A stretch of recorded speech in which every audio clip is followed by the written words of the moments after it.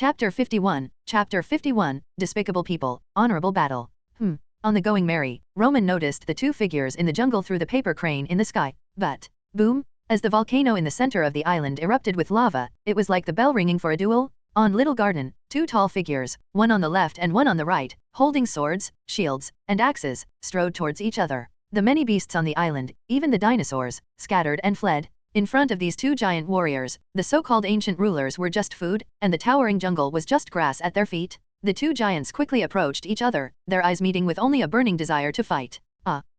Clang! The huge but broken sword and axe clashed fiercely, the deafening metallic sound echoing through the sky, and the wild shockwave swept across the battlefield like a storm. Centered on the two giants, countless trees and plants bent, broke, and turned into wood chips flying in all directions. However, this was just the unconscious aftermath of the battle. Ho, such a soft sword, are you starting to miss home? Facing the bearded giant's taunt, the long-bearded giant laughed wildly in response. Gahahaha, that's why I have to defeat you and return to Elbaf. Boom, boom, boom. Every clash of the giants' weapons was like the sky falling and the earth cracking. Forget about mere human flesh and blood, even a steel warship would only last a few seconds in front of them. However, they had been fighting for 100 years, and were too familiar with each other's attacks, defenses, moves, and personalities, as if they could clearly outline each other in their minds with their eyes closed. So, even though it was a life-and-death battle, it was full of the beauty of strength and thrilling passion. Boom, boom. As the two giant shields simultaneously smashed into each other's faces, the two towering figures separated like collapsing mountains.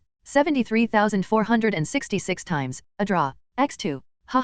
I got some good wine from some little guests. Gahaha, share some with me, I haven't tasted wine in a long time. The battle ended, and the two giants returned to their territories, waiting for the next duel. Meanwhile, on Nami's side, why have you been fighting for 100 years? Is there some deep hatred? Or some reason you can't let go? Facing Nami's question, the bearded giant scratched his helmet and thought hard for a while. Finally, I forgot the reason a long time ago. Hopeless, Nami covered her face. This is the boldness a man of the sea should have. Usopp, however, looked envious. This is the honor of a warrior. You both have a warrior's flag in your hearts, and neither of you wants to break the other's pride, so you've been fighting with all your might for 100 years. The brave warrior I pursue is like this, I want to become. You want to become a giant. No. The serious atmosphere instantly shattered, filling the place with a joyful mood once again. Except for Roman, who was mechanically gnawing on a giant piece of meat. Your friend. The bearded giant raised his finger, as thick as a pillar, and pointed to his temple. Is there something wrong with him? Not at all, Nami shook her head in denial. Roman is very reliable.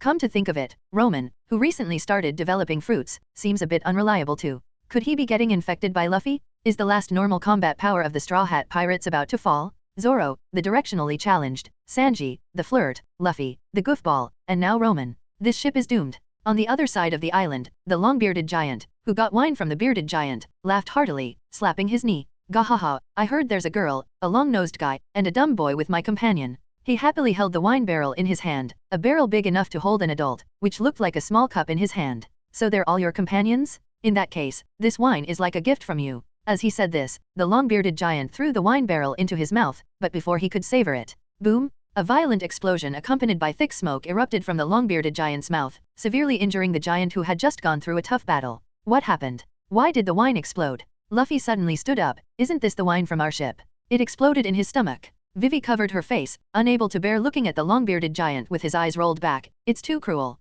Could it be the giant he's fighting? Impossible? They've been fighting for 100 years with honor. They would never. Smack! A huge figure stood up, blood continuously flowing from the corner of his mouth, unable to stop his anger. Then who was it? His blood-red eyes fell on Luffy and Vivi. Was it you? Facing the severely injured and furious long-bearded giant, Luffy tossed his straw hat to Vivi. Hold this for me. I feel bad for the giant uncle, but he took a fighting stance. I want to calm him down. Armament Haki. On the Going Merry, Roman touched his chin. If anyone in the Straw Hat Pirates can awaken Armament Haki first, it would undoubtedly be Luffy and Zoro. Because they are people who believe in themselves 100%. But having the will alone is not enough, the body needs to keep up. Just like Luffy's Gear Second, when it was first developed, it had huge consumption and even shortened his lifespan. But later on, he could use it whenever he wanted, which is the benefit of improved physique. But it's easier said than done. How can physique be easily improved? Years of training are needed to become a true strong person. But what the Straw Hat Pirates lack most now is time. In contrast, observation Haki is simpler because it is influenced by the soul. Otherwise, how could the Fishman Queen bear the consumption of Haki with her physique? In a sense, Luffy is also someone born with observation Haki. Even with people he just met, he can immediately tell if they get along. If it's sensing intense killing intent, Luffy, Zoro, Sanji, and I can all do it. But if it comes to sensing slight other emotions, except for Luffy occasionally having a flash of insight, the other Straw Hat members can't sense these things in battle. Further, if it's just pure attacks without emotions, the Straw Hat pirates can only rely on experience. And only sensing pure attacks counts as touching the threshold of observation haki. Further still, it's being able to predict the source, root, and strength of attacks in advance. And the ultimate in observation haki is someone like Katakuri, who can even predict future time fragments.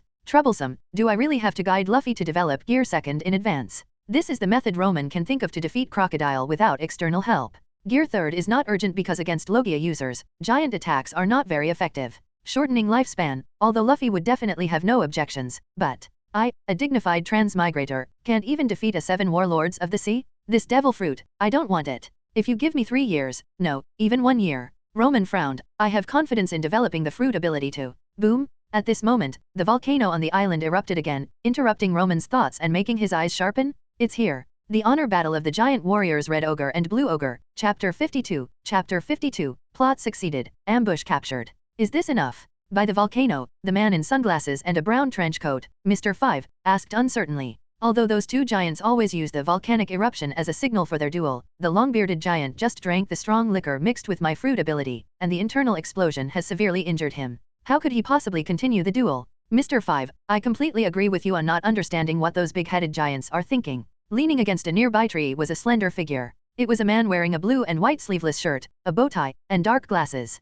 Of course, the most distinctive feature was the 3-shaped hairstyle on his head. Mr. 3. A senior officer of Baroque works, an artist and a cunning strategist who fights using any means necessary to win, including mixing explosives into the long-bearded giant's drink, prematurely triggering the volcano in front of them, and setting numerous traps in the jungle. But we don't need to think like our prey because we are people who use our brains. As long as we understand the habits of these strong but simple-minded guys, even hunting pirates with bounties over 100 million. In his left hand were 2 old wanted posters, depicting the bearded giant and the long-bearded giant. Both had bounties of 100 million berries. Don't worry, I'll share some of the reward with you, Mr. 5. The senior officer named Mr. 3 elegantly sipped his Darjeeling tea with his right hand. After all, running errands is still some effort. Next to the sinister Mr. 3 was a girl wearing a hat and a blue and white cloud-patterned shirt. No, a little girl. She had a delicate and cute face but seemed uninterested in anything, sitting properly on a mat on the grass, drinking tea. The palette and paint brushes beside her indicated her identity, an artist. Facing the leisurely tea-drinking artist duo, the man in a trench coat and sunglasses, Mr. 5, and the woman with a parasol, Miss Valentine, could only stand respectfully with their heads down.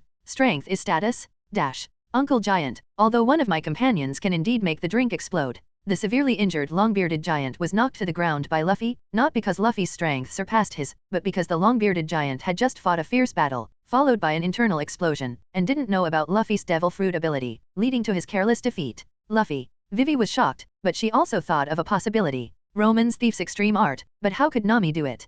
Could it be Roman? No. Luffy took the straw hat from Vivi and put it on his head, facing the long-bearded giant who was getting up again, with a serious look in his eyes. I swear on my life, it wasn't my companion who did it. There are other people on this island. Haha, haha. The long-bearded giant struggled to get up but didn't continue attacking Luffy. I believe you. I believe that with a captain like you, your crew must be righteous warriors. But the giant looked at the erupting volcano again, his eyes filled with melancholy and regret. It's time for the duel again. It seems the gods of Elbaf have not favored me. Hey, Mr. Giant. Luffy stood anxiously at the giant's feet, spreading his arms to stop the long-bearded giant. Now is not the time for a duel, right? You were ambushed and seriously injured, and an unknown enemy is lurking in the shadows. Smack. While Luffy was explaining, the long-bearded giant suddenly grabbed Luffy and pressed him under a giant skeleton nearby. The giant had already learned from the previous battle that Luffy was a rubber fruit user and was not afraid of this kind of physical restraint. Sorry for doubting you earlier. I have to continue my duel. 100 years even for us giants with a lifespan of 350 years, it's not a short time. The long-bearded giant picked up his sword and shield and turned resolutely. If I run away, I won't be myself. This duel has been tampered with. Luffy, trapped under the giant skeleton, angrily pounded the ground. What kind of duel is this? Facing Luffy's question, the long-bearded giant silently walked away with big strides. On the other side, in the bearded giant's territory. Huh? The volcano erupted again. 2 duels in 1 day, today is a good day. But your injury. Facing Nami's question, the bearded giant just laughed heartily. Ha ha ha, it's fine. Our injuries are the same, it's still a fair duel. Go for it, giant warrior. Facing Usopp's cheer, the bearded giant nodded. Alright, I'll go win the victory. With that, he picked up his axe and shield and walked away with big strides. Sigh, let's go back to the ship. Nami rubbed her forehead and called Roman, who was still mechanically gnawing on meat, to leave. Usopp, it's up to you now. Impossible. However, Usopp, who had just vowed to be a man of the sea, pointed to himself and spoke discouragingly. Because I can't deal with dinosaurs, we can't get back to the ship. To say such cowardly words so loudly.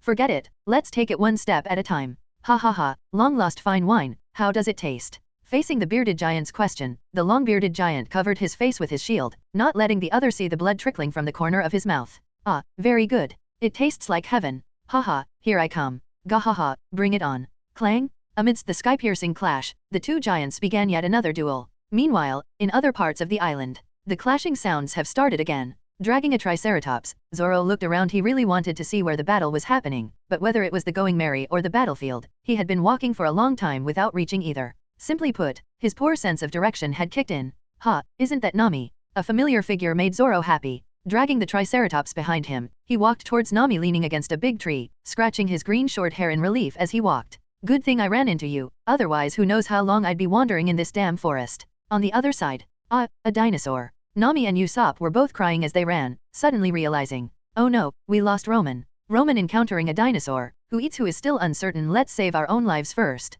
Usopp, running wildly, accelerated even more, disappearing into the forest in the blink of an eye. Ah, what kind of seaman are you? Wait for me. Nami, crying without tears, reached out but couldn't grab anything. No, I want to go home. As Nami wiped her tears, a familiar figure appeared on the other side of the forest. The iconic straw hat made Nami run over joyfully. Luffy? Great. Luffy, hold on. Vivi, holding a bone, was digging the surrounding soil, trying to rescue the straw hat wearing Luffy trapped underneath. But, ahaha, what's going on here? A familiar yet mocking voice came from behind, making Vivi shiver. She immediately turned and held the bone in front of her. Mr. 5, Miss Valentine. The newcomers were a man in a brown trench coat with glasses and a stylish woman holding a parasol. And Vivi's mount, Karu the running duck. But the poor duck had already been beaten unconscious? We originally wanted this duck to call you over. The bloodied and charred Karu was thrown in front of Vivi. The assassin codenamed Mr. 5 pulled out a special gun and aimed it at the blue-haired princess. Unfortunately, no matter how we beat it, it wouldn't make a sound, wasting our time.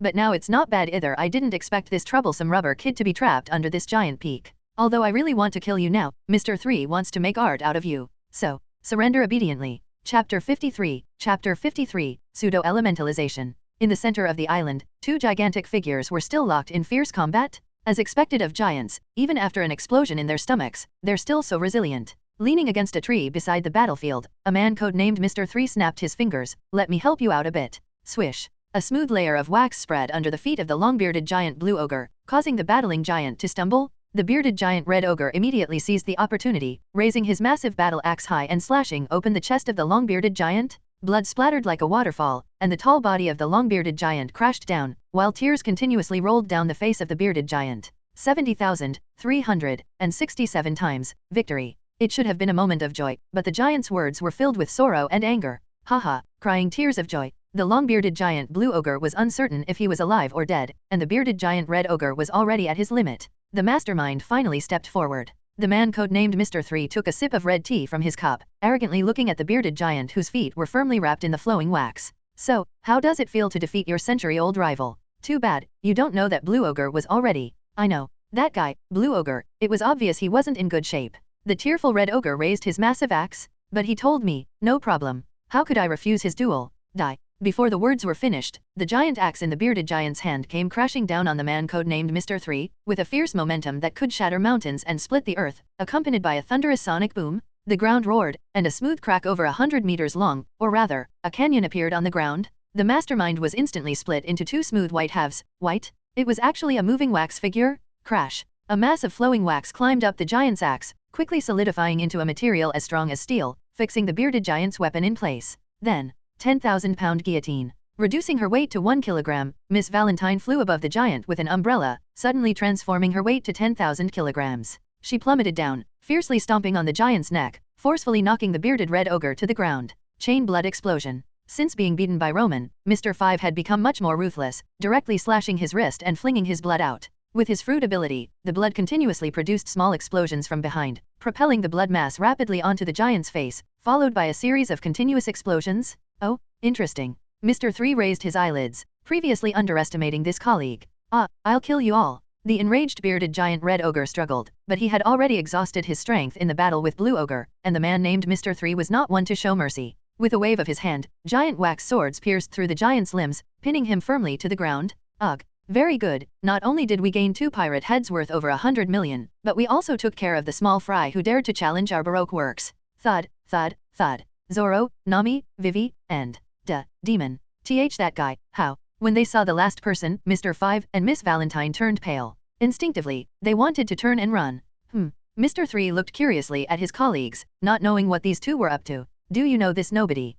This. Looking at the handsome boy with blank eyes in front of them, who remained motionless even after being captured, Mr. 5 and Miss Valentine were unsure if this was the demon they had encountered before. And nothing. Could it be twins? Zoro, how did you get caught? Nami, who had fallen to the ground, was shocked. With her understanding of Zoro's strength, how could he be captured so easily? On the other hand, Vivi and Roman, ever since they started developing their fruits, the reliable Roman had become unreliable. The enemy used their ability to transform into your appearance, and I got tricked. Facing Zoro's explanation, Nami was speechless. Because she had fallen into the same trap. It was all Roman's fault. You are quite lively. But soon, you will regret provoking our Baroque works. As the man codenamed Mr. 3 activated his ability, a giant wax cake appeared on the battlefield, with Zoro, Nami, Vivi, and Roman stuck in it like candles. Come, enjoy my special service. As the ability was activated, white mist began to drift down over Nami and the others. This is, cough cough. This is wax mist, which will evenly coat your bodies with a layer of wax. Mr. 3 kindly explained to Nami and the others. This mist will be inhaled into your lungs, causing you to slowly suffocate to death. The prolonged pain, lasting for tens of minutes, will make your death unimaginable. You will become my masterpieces of despair. No. Why do we have to become your masterpieces? Nami was the first to object. Roman. Zoro, think of something. Sorry, I can't cut through steel yet. Actually, with Zoro's current strength, breaking through ordinary steel weapons and armor was not a problem, but he was powerless against the giant cake that held them in place. Clang! After being stuck in the wax cake like candles, their hands were freed. Of course, this was not out of kindness, but to make their struggle more entertaining. Since our feet are stuck, Zoro aimed his katana at his own leg. Then I'll cut off my legs. Wait a minute. Nami, covering her face, stopped Zoro's golden lion behavior. She looked at Roman, who was still in a daze, and had to make up her mind. Roman, the world's #1 handsome guy. With Nami's embarrassed shout, Roman's eyes finally focused. He snapped out of his idle state. Yes, this was the code he and Nami had agreed on. And it was Nami's idea. Actually, when Nami was in danger, he had already been keeping an eye on the orange-haired girl. However, I told you to train regularly and stay alert, but you didn't take it seriously. Now, look how easily you've been captured. Do you understand the power of the devil fruit now? It's not just about fighting. The enemy used a wax ability to easily capture half of the Straw Hat crew. It's really him. Roman's gaze changed instantly, and his demeanor became completely different. His imposing aura surged, causing Mr. 5 and Miss Valentine, who had suffered greatly at his hands, to turn pale. Putting on airs. Mr. 3 was startled by Roman's aura but still pretended to be calm and glanced at his colleague beside him. Even a giant can't break free once they're controlled by my wax. Smack. A hand covered his face, interrupting the high-ranking Baroque Works officer's words. Then, with a dizzying spin, the back of his head slammed hard into the ground. Boom! Grabbing the man's face, Roman slammed the guy with the 3 hairstyle into the dirt, creating a massive spiderweb-like crack on the ground. Roman then lifted the bloodied man by the face and tilted his head, asking, "Sorry to interrupt, what were you saying just now?" Impossible. Mr. 3, his face covered in blood, lowered his gaze to Roman's legs, which had turned into sheets of paper, and groaned 3 words in despair. Elementalization. Chapter 54. Chapter 54. The Art Duo's Insights. Elementalization is one of the permanent abilities of Logia-type devil fruits. Basically, any Logia-type devil fruit user has this bug-like 100% evasion ability. Since most attacks in the pirate world are physical, this ability to ignore physical attacks is extremely overpowered. Unless it's seawater, sea stone, haki, or specific counter-attacks, an elementalized user is almost invincible. For an average expert facing an elementalized opponent, there are only one word left. Despair? Dash.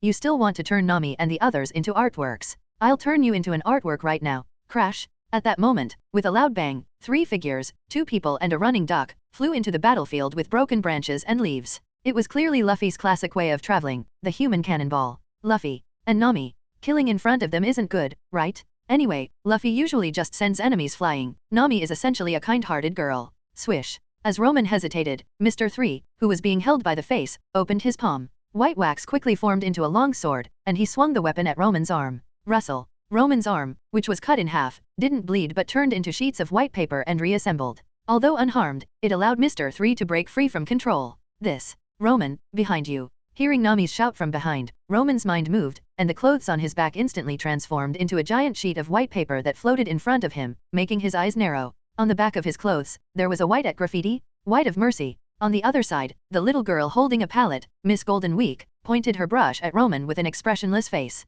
No wonder, Roman's face turned serious. This little girl could make him fall into a trap without him noticing? Roman's hesitation, which shouldn't have happened, allowed that guy called Mr. 3 to escape successfully. Roman. Luffy, who had stood up from his human cannon movement, scanned the battlefield and finally relaxed his anxious face. Why Nami and the others posing? Do we look like we have time for that? Facing the furious Nami, Luffy grinned. Great, you're all okay. Just in time. Luffy, you handle the enemies. Roman decisively turned around, passing by Luffy. I'll go save Nami and the others. Got it. Luffy stretched his shoulders, facing Mr. 3 and other Baroque Works officers who had wiped the blood off their faces. Hey, Roman. Zoro, holding his two swords but unable to do anything, reminded him. Be careful, this wax is as hard as steel. In other words, without the ability to cut steel. Watch me. Roman spat out two sailor knives from his hands, and with a low buzzing sound, the blades were covered with a layer of high-speed gray serrations. Although this chainsaw sword could cut through ordinary steel, in the situation where Nami, Zoro, and Vivi's legs were deeply trapped, unless they all had Roman's elementalization method, it wouldn't be easy to escape. However, paper dance. Roman crossed the knives in his hands in midair, and the rapidly moving serrations on the blades instantly sparked. The intense heat ignited the paper knives in his hands. Flame sword. Swish swish swish swish swish. Taking advantage of the few seconds when the flames clung to the paper knives without burning them, Roman's dual blades cut through, drawing smooth curves. Like a hot knife through butter, he dug out the three trapped people. We're saved. Roman is still reliable. Nami's words made Zoro raise an eyebrow. What does that mean? Am I not reliable? But he instinctively tightened his grip on the knife. It seems, cutting iron. All right, then wait for Luffy. Throwing away the weapon that had already burned to the hilt, Roman turned to look at the other side of the battlefield. However, what he saw was, boom, Luffy being knocked to the ground with a punch. What? Roman looked at Luffy, who got up and continued fighting, curious as to why he couldn't beat the opponent. Luffy's strength was undeniable. Even if that man named Mr. 3 used wax to create a giant robot, it shouldn't be. Gomu Gomu no Gatling. Facing Luffy's furious fists, Mr. 3, who controlled the robot, didn't even look at the dense shadows of the fists. Instead, he attacked with his own punches, fighting offense with offense. The reason he dared to be so bold was because, red of rage. A blob of red-at-shaped paint was thrown from the shoulder of the wax robot, and Luffy's fists made a 90-degree turn in midair, chasing after the red graffiti like a dog seeing a bone. This left Luffy wide open, and of course, the result was, bang! A huge fist slammed into Luffy's face, sending him crashing into the dirt once again. Ha ha ha, you can't possibly defeat us. At the head of the giant wax robot, the man codenamed Mr. 3 laughed arrogantly. The Wax Battle Robot Champion Cup he created with his ability was truly made of steel and iron, tireless. After being enhanced by his partner Miss Golden Week's coloring ability, which boosted its strength, speed, and defense, it became an unstoppable war machine. Finally, a seat was left on the shoulder to protect Miss Golden Week, allowing her to paint various colors to interfere with and control the enemies. The Golden Champion Cup is invincible. The giant robot pointed at Luffy, who was getting up again, and Mr. 3 snorted coldly. Are you also a devil fruit user? Unaffected by blunt force, then how about this move? As the giant wax robot Golden Champion Cup waved its hand, two giant hammer-like fists began to soften, deform, and then transform into two huge swords. Sticky sculpture, sword. I'll cut you into pieces. Facing the incoming swords, Luffy was about to dodge, but the next second. I really want to drink tea. Idiot! Dodge quickly. Seeing Luffy's relaxed and leisurely demeanor, the newly freed Nami was furious, but a figure had already flashed by. Swish. Clang. With a loud bang, Luffy was jolted and landed on the ground, the green paint on his back partially wiped off, snapping him back to reality. Roman. What's this? Leisure Green. The little painter girl, Miss Golden Week, perched on Mr. 3's shoulder, had already revealed the answer. Roman frowned as he used his ability to create a large shield to block the falling giant sword. Luffy, fall back. Swish, swish. As the two retreated, the battlefield turned into a standoff. On one side were Roman, Luffy, Zoro, Nami, Vivi, and Usopp and Karu hiding nearby. On the other side were the combined forces of Mr. 3 and Miss Golden Week, along with, what are you two afraid of? Mr. 3 snorted in displeasure at the pale-faced Mr. 5 and Miss Valentine. With the enemy right in front of you, how dare you not give it your all? Believe it or not, I can take you both out without the boss lifting a finger. We. Caught between the high-ranking Baroque Works officers and the demon Roman, Mr. 5 and Miss Valentine were truly at a loss, not knowing what to do. However, leave the guy who can turn into paper and the one with the straw hat to us. Mr. 3 knew that his two colleagues were only good for easy fights. Against experts, they were doomed to be instantly defeated. Alright, okay. Mr. 5 and Miss Valentine were overjoyed, while on the other side, Be careful, that girl called Miss Golden Week can use colors to influence people. Zoro raised an eyebrow at Roman's explanation. That's because Luffy doesn't usually train his willpower. Whoosh. A hidden splash of paint hit Zoro, and the next second. I'm sorry, I shouldn't have come into this world. Zoro knelt, sorrowful blue. Ah, and you have the nerve to criticize others. Nami was speechless. Roman suddenly thought of a possibility, slowly closed his eyes, and his face went from shock to joy, finally turning into a twisted smile. It's useless, Roman. Nami advised from the side. The opponent's paint doesn't need to be seen to take effect actually, most of the time, her paint is on your back. Ha ha ha ha ha ha ha. Roman's sudden laughter startled Nami and the others. Could it be that he was unknowingly affected too? Even the little girl Miss Golden Week on the shoulder of the giant robot Golden Champion Cup was stunned. I haven't even thrown out the laughing yellow yet. Humph. Roman opened his eyes, pointed at the enemy, and declared, I want that little girl. Silence. With both sides looking at him like a pervert, Nami moved aside in disgust. Nami, scum. Vivi, trash. Zoro, stick. If you don't understand, just shut up. Roman scolded. Luffy, meat. Why did it become something even scarier with you? Roman was speechless. Forget it. Rubbing his temples, Roman pointed at the little girl codenamed Miss Golden Week and seriously issued an ultimatum. Anyway, you'll follow us for a while. I won't give you a chance to refuse, because, whoosh, Roman, giving it his all, disappeared from everyone's sight in the blink of an eye. In the next moment, his blurred figure appeared behind the Golden Champion Cup. Losers have no right to refuse. Chapter 55, Complete Victory, Eternal Pointer. Damn, could it be that our Golden Champion Cup combination will? The giant wax figure was already covered in wounds, and even the cunning Mr. 3 had reached his limit. Ultimately, all schemes and tricks need a certain level of strength to back them up.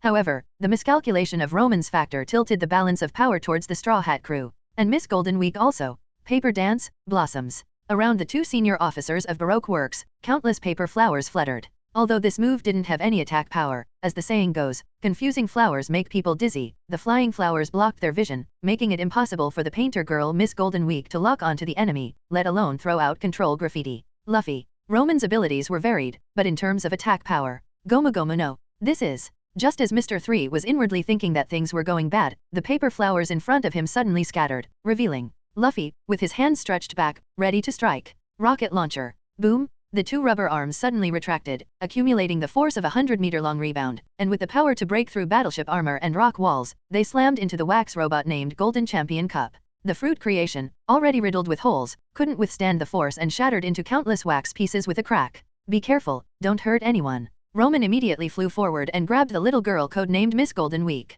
She was crucial to one of Roman's enhancement projects. As for Mr. 3, let him go to hell. Damn it, damn it. Although he kept howling like a defeated dog, Mr. 3 knew when to retreat. He immediately turned and plunged into the nearby dense forest, taking advantage of Roman grabbing Miss Golden Week to escape. But, don't think you can run. Besides Roman, there was another fighter on the field, Luffy. He hadn't forgotten the person who had sabotaged the sacred duel between the two giants and hurt his friends. The one who tainted the duel. Luffy chased relentlessly. What kind of man are you? However, as Luffy entered the dense forest, his steps halted. It wasn't because he was afraid or hesitant, but because in front of him, with arms crossed, one hand on his hip, leaning against a tree, nostrils flaring, various poses of Mr. 3 filled the entire forest. At a glance, there were at least dozens. Ha ha ha, welcome to my wax museum. The layered voices echoed in the forest, and the real Mr. 3 hidden among the MR.3s was overjoyed. This Straw Hat Kid had high combat power, but he was clearly not as troublesome as the other handsome guy, as long as he exploited the opponent's lack of experience. Ha ha ha, we are the art duo of Baroque Works, winning with wisdom. The wax figures laughed from all directions, each one identical to the real thing. A brute like you, who only swings his fists wildly, could never catch me. As he spoke, the wax figures all looked at Luffy. Come on, step closer. I am Mr. 3, and after I deal with you, Gomu Gomu no. Facing the taunts of dozens of MR.3s, Luffy prepared for a shot, and then, stamp. The suddenly extended sandal kicked one of the MR.3s in the face, even breaking the tree behind him. You. The slowly falling Mr. 3 was covered in blood and disbelief. Why? Facing his question, Luffy adjusted his straw hat and answered seriously. Just a guess. Huh. Luffy said he guessed? He wasn't just guessing, he accurately found the real one among dozens of wax figures. It is clearly well trained. No wonder he was an elite taught by Garp for several years. It seems he came prepared. This young man has no sense of honor. Coming to deceive and ambush a 35-year-old veteran of Baroque Works, is this reasonable? Well, this is just Roman's complaint. Through the paper cranes flying in the air, Roman saw everything happening in the dense forest. It turns out Luffy's observation haki had already started awakening at this time, but Without systematic training later, it could only rely on occasional bursts, resulting in wildly fluctuating combat power. Alright, then, Mr. Giant. Using the flame sword to free the bearded giant from the wax sword pinning him to the ground, Roman pointed to the little girl Miss Golden Week standing obediently nearby, and the pale-faced Mr. 5 and Miss Valentine kneeling beside her. These two weak devil fruit users were no match for the others. No, Zoro alone could take them both down. Nami, Vivi, Usopp, and Karu only needed to cheer. Because of my agreement with this little girl, I will spare their lives. This was the condition Roman had negotiated with Miss Golden Week. She would follow Roman's orders, but he had to let the other Baroque Works officers go. These are your spoils of war. The bearded giant touched the wounds on his hands and feet, and you saved my life, so I have no reason to criticize you, but... He glanced reluctantly at the long-bearded giant beside him, his rival, friend, and close companion for 100 years. Elbaf, such an ending. About that, I must apologize to you. I actually interfered in your duel. As Roman spoke, the long-bearded giant lying on the ground slowly got up. Am I, in Elbaf's heaven? He turned to look at the stunned bearded giant, and despite his severe injuries, a smile gradually spread across his face. It seems not. Wah, you're not dead. That's great, that's great. Hey, be gentle. The long-bearded giant's face turned 3 shades paler as the bearded giant hugged him tightly. You're going to tear my wounds open. On his chest, the blood had already clotted. On one hand, it was due to the giant's abnormal physique, and on the other, white paper strips had sewn the long-bearded giant's wounds tightly together. At the same time, the torn paper on either side of the wound indicated they had resisted an attack. Although I secretly covered your companion with a thin layer of armor, considering his condition at the time. Roman shrugged. If my interference in the duel displeased you, I apologize again. No. The bearded giant wiped away tears, as if it had rained from the sky. I must thank you, little human. Ha, as long as you're not angry. Roman pointed to the weapons the two giants had thrown aside. Speaking of which, it's because your weapons have been used for 100 years and are already worn out. Otherwise, Roman's flimsy paper armor wouldn't have changed anything. Ho, that's great, that's great. Gahahaha, I'm still alive. The two giants laughed heartily once again. After all, there's nothing more worth celebrating than escaping death. Today is a good day, I must thank the gods of Elbaf. Ha. So, when Luffy came back after defeating Mr. 3, what he saw was a bonfire party scene. The meat was provided by Zoro's Triceratops, and the fuel was the giant wax cake left by Mr. 3. Although there was no wine, everyone who had just escaped death was still in high spirits, until... So you guys are having a party here. The blonde gentleman Sanji leaped out of the dense forest and hurriedly shouted to everyone. I just found a small hut in the forest, and from the den mushy inside, I learned that Baroque Works had sent senior officers led by Mr. 3. Roman, who is this little girl? Miss Golden Week, the senior officer of Baroque Works you mentioned. Roman took the green tea from her and nodded to the little girl. Thank you. In fact, the little girl codenamed Miss Golden Week didn't seem to care much about her job. Even if she was captured, she remained indifferent, as if she only needed to leisurely drink tea and eat rice crackers. Alright, and these two kneeling here. Sanji glanced at Mr. 5 and Miss Valentine, who were trying hard to blend into the background, and could roughly guess their identities. Yes, low-ranking officers of Baroque Works. We are mid-ranking officers, not low-ranking. However, Mr. 5 and Miss Valentine didn't dare to say that out loud. They were hoping the others would consider them small fry and let them go. Alright, I worried for nothing. Sanji looked at everyone. Although they looked disheveled, most of them only had minor injuries. As for the two giants nearby, well, seeing them eating meat heartily, it was hard to tell if the huge, hideous wounds on their chests and limbs were serious or not. After all, people's physiques in this world are really different. Some can be killed by a single shot, while others can have dozens of broken bones and still be lively the next day, like Sanji himself. But this thing should be very useful to us, Sanji said, taking out a log pose. I got this from an otter and a vulture. A permanent pointer to Alabasta. Chapter 56, The Giant Goldfish of the Food Island, Sword Technique Conqueror. Revelry, food, singing, and finally, are you leaving? I really don't know how to thank you.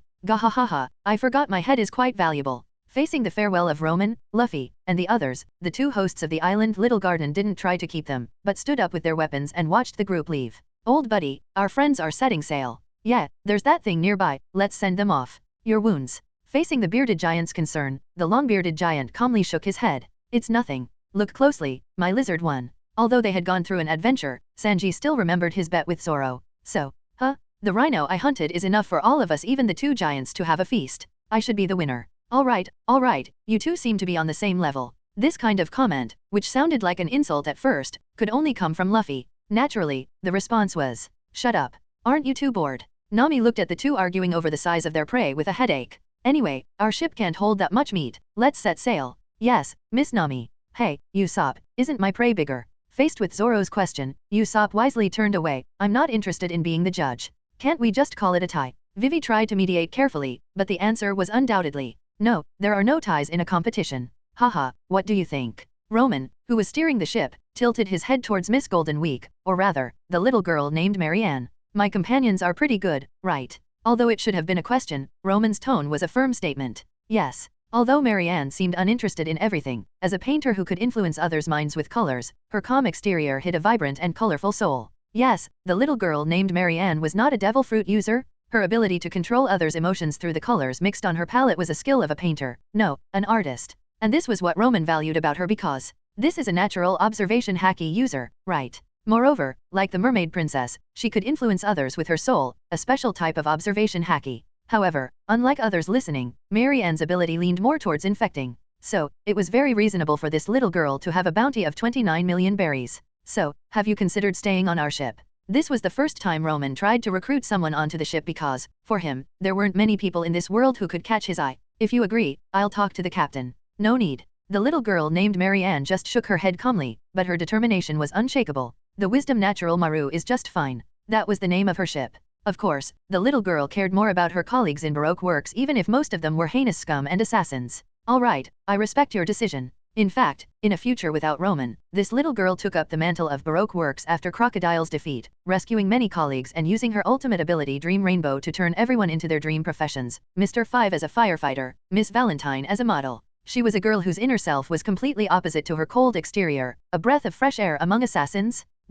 Wow, Mr. Giant. As the Going Merry slowly sailed out of the river into the sea, two tall figures stood on the shore. The sea breeze made their cloaks flutter dramatically, like two giant statues. Are you here to see us off? Ah, yes, little humans. You have defended our honor. So your enemies are our enemies too. Straight ahead, trust us, and keep moving forward. The two giants, holding giant axes and swords, stared at the ocean ahead, as if there was some unknown enemy there. Luffy nodded and then looked at Roman at the helm. Straight ahead. Aye, Captain. Roman firmly grasped the helm, his eyes gleaming with anticipation compared to the bewildered others. It's coming. As the Going Merry gradually left Little Garden, the sea in front of them suddenly bulged. Yes, the entire sea rose like a mountain. It connected the sky and the sea, with no end in sight. Boom, boom, boom. In the face of the surging waves, the Going Merry bobbed up and down like a helpless leaf. And even more helpless was that when the massive amount of seawater fell, it revealed the true face of the tsunami, a head as huge as an island. What is this monster? A giant sea king? But it's too gigantic?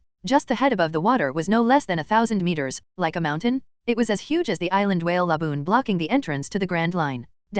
It has appeared, the island eater. The two giants on the shoreline had also spotted their target. In the name of Elbaf, we will clear the way for you. However, the Going Merry, already 1,000 meters away, was in chaos. Faced with such a colossal beast, which could cause a natural disaster just by turning over, neither Roman, Luffy, Zoro, nor Sanji had any solutions. Damn, we're going to be sucked in. Seeing the giant beast's open mouth, Nami was the first to react. She looked at Roman at the helm. Roman. Wow, what a huge goldfish. Usopp looked at the giant beast in front of them and suddenly remembered the tall tales he had told Kaya. Never mind what it is, Roman, turn the ship. In response to the navigator Nami's words, Roman just turned to look at Luffy with the straw hat. If there was anyone on this ship more important than the navigator, it was. Keep going forward, right? Luffy. Yeah, of course. Don't be silly, this is different from the time with Laboon. Nami, on the verge of tears, was met with Roman's hearty laugh. Don't worry, even if we're swallowed, as long as I have a breath left, I won't let you get hurt.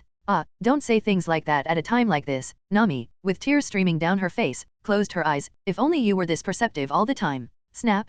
Wow, it's completely dark now. Of course, we're inside the goldfish's stomach. Not every giant sea beast has a bored old man inside planting and painting. As the crew of the Going Merry laughed in the face of adversity, the two giants on Little Garden shouldered their weapons and struck a pose. The only thing that won't let us pass here is that blood-stained snake. Behold, the mightiest spear of the giants from Elbaf. As the muscles of the two giants tightened like monstrous pythons, a wild and fierce aura rose from their bodies, filled with the iron-blooded spirit of battle, and an unstoppable might that had conquered the seas. Their weapons faintly exuded an indomitable momentum, as if they could still cut through the raging seas and fight against the heavens and the earth. Then, the two giants simultaneously swung their weapons in midair. In an instant, the invisible force pierced through the air, the sea, and Conqueror's Kingdom. The surging force, invisible to the naked eye, exceeded the decibel level that human ears could capture. A circular hole, hundreds of meters in diameter, suddenly appeared on the belly of the giant goldfish that could eat islands. Scales, flesh, bones, everything disappeared without a trace, as if it had been directly reduced to molecular form. And in this huge hole, only one thing remained intact, and that was, we're out. This was the excited Luffy. One strike to defeat a monster bigger than an island. This was the tearful Usopp. Heh, so this is Conqueror's Kingdom. Indeed, it's a power that can dominate a nation. Even one of the 4 emperors, Big Mom, can use this move. I wonder when I'll have such power. Pohahaha, safe travels. Gahahaha, goodbye, friends. As expected of the giants, even their way of saying goodbye is so grand. Splash! Under Roman's paper dance, horizontal wings protection, the Golden Mary landed on the sea, riding the waves forward. Let's go. To Alabasta, Chapter 57, Chapter 57, Observation Training. Everyone gets beaten. Roman, we've already made up for the training we missed. At the back of the Golden Mary, there was an additional white section of the ship. It looked like an extra compartment added to the back of a pickup truck. Of course, this was clearly one of Roman's creations. Paper dance, training ground. Compared to the previous training ground that merely reinforced the ship, this was a real training ground. If it weren't for the fear that the Golden Mary couldn't support it, Roman would have added 2 more training grounds on either side of the ship. And now, the entire Straw Hat Pirates, Luffy, Roman, Zoro, Nami, Usopp, Sanji, and even Vivian Marianne, also known as Miss Golden Week, were all in this training ground. Of course, the ever-diligent White Knight was steering the ship. Facing Nami's cautious words, Roman waved his hand. Training is essential. In this world, physical strength is the foundation of everything. But this time, the adventure in Little Garden almost wiped us out. Roman's words were harsh but true. If it weren't for his ability to elementalize his limbs, Zoro might have had to learn from the Golden Lion Shiki and replace his legs with swords, becoming a 5-sword style swordsman. What a joyous occasion, what a joyous occasion. No, of course, in this world, there are all kinds of devil fruit abilities, and our opponents aren't mindless monsters, but humans who scheme, outnumber, and overpower. So, Roman snapped his fingers, and sheets of white paper flew around the training ground, forming puppets. These were simple puppets with torsos and limbs, not white knights. Paper dance, minions. Hey, isn't that name a bit too casual? Facing Usopp's complaint, Roman shrugged. Sorry, with my current strength, creating this many puppets can only reach the level of small fry. But, Roman waved to Luffy. Stand in the middle of those puppets. What the heck? Luffy stood among a bunch of white paper puppets, looking bored and almost ready to pick his nose. These puppets aren't even enough for me to fight. Of course, I already said this move is called small fry. How can you expect them to last a few seconds against you? Roman retorted while pointing, and white paper strips flew from his fingers, wrapping around Luffy's head, making him flail his arms and legs. Don't tear it off. After securely covering Luffy's eyes with the paper strips, Roman nodded to Marianne, the little girl painter with a hat. She first threw focus gold onto Luffy, making him look surprised as he suddenly lost his vision. Then she threw red paint onto the paper puppets. Hey. Luffy, with his eyes wrapped in paper, reached out his hands and looked around. It was obvious that his vision was focused on the paper puppets stained with rage red. Why do I feel like I see several? Luffy, next, I'll let the puppets attack you. Roman's voice made Luffy quiet down. He trusted Roman wouldn't do anything pointless. But you can only dodge, no fighting back, and no using your devil fruit powers. Without waiting for Luffy to react, Roman immediately controlled the numerous puppets to swarm him, their fists and feet mercilessly striking at Luffy. And since they were just a bunch of paper puppets, their attacks didn't make any whooshing or whistling sounds, making them harder to predict. Ha, fun. With the focus buff, these paper puppets, only at the level of ordinary pirates, were nothing to Luffy. Even with his vision blocked, in Luffy's perception, bright red blobs moved around. This dodging game didn't seem. Ouch. Luffy suddenly screamed in pain, like he was stung by a bee. One of the paper puppets with noticeably less red paint had punched Luffy's arm, causing his scream. What is this? Seeing his arm turn red and swollen, Luffy yelled, while Usopp, watching from the side, proudly explained.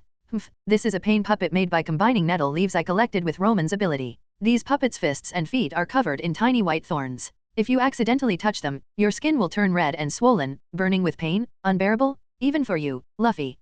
This. Luffy wanted to say something, but the red blobs in his perception swarming again made him shut up, focusing on dodging the pain puppet's attacks. Even though being hit made his skin red and burning, he gritted his teeth and didn't use his powers or fight back. Is this kind of training really effective? Nami and Vivi, watching Luffy get red and swollen all over in no time, crossed their arms, looking sympathetic. It really looks painful. Of course, the advantage of humans is that they know how to use various conditions to train. Without a good teacher and proper training, how could one become a master? Luffy's grandfather is the powerhouse Garp, Zoro's teacher is Koshiro, who can cut paper with a sword, Sanji's teacher is the legendary pirate Zeph, who retired from the Grand Line unscathed. Their foundations are very solid, but a solid foundation alone is not enough to survive in the Grand Line. So, I've explained the 3 types of haki to you before, and observation haki can sense the opponent's attacks, even predicting a few seconds into the future. Don't underestimate a few seconds, it's enough to avoid many deadly traps. Roman explained to the others while commanding the paper puppets to attack Luffy. Of course, I don't expect everyone to quickly master observation haki.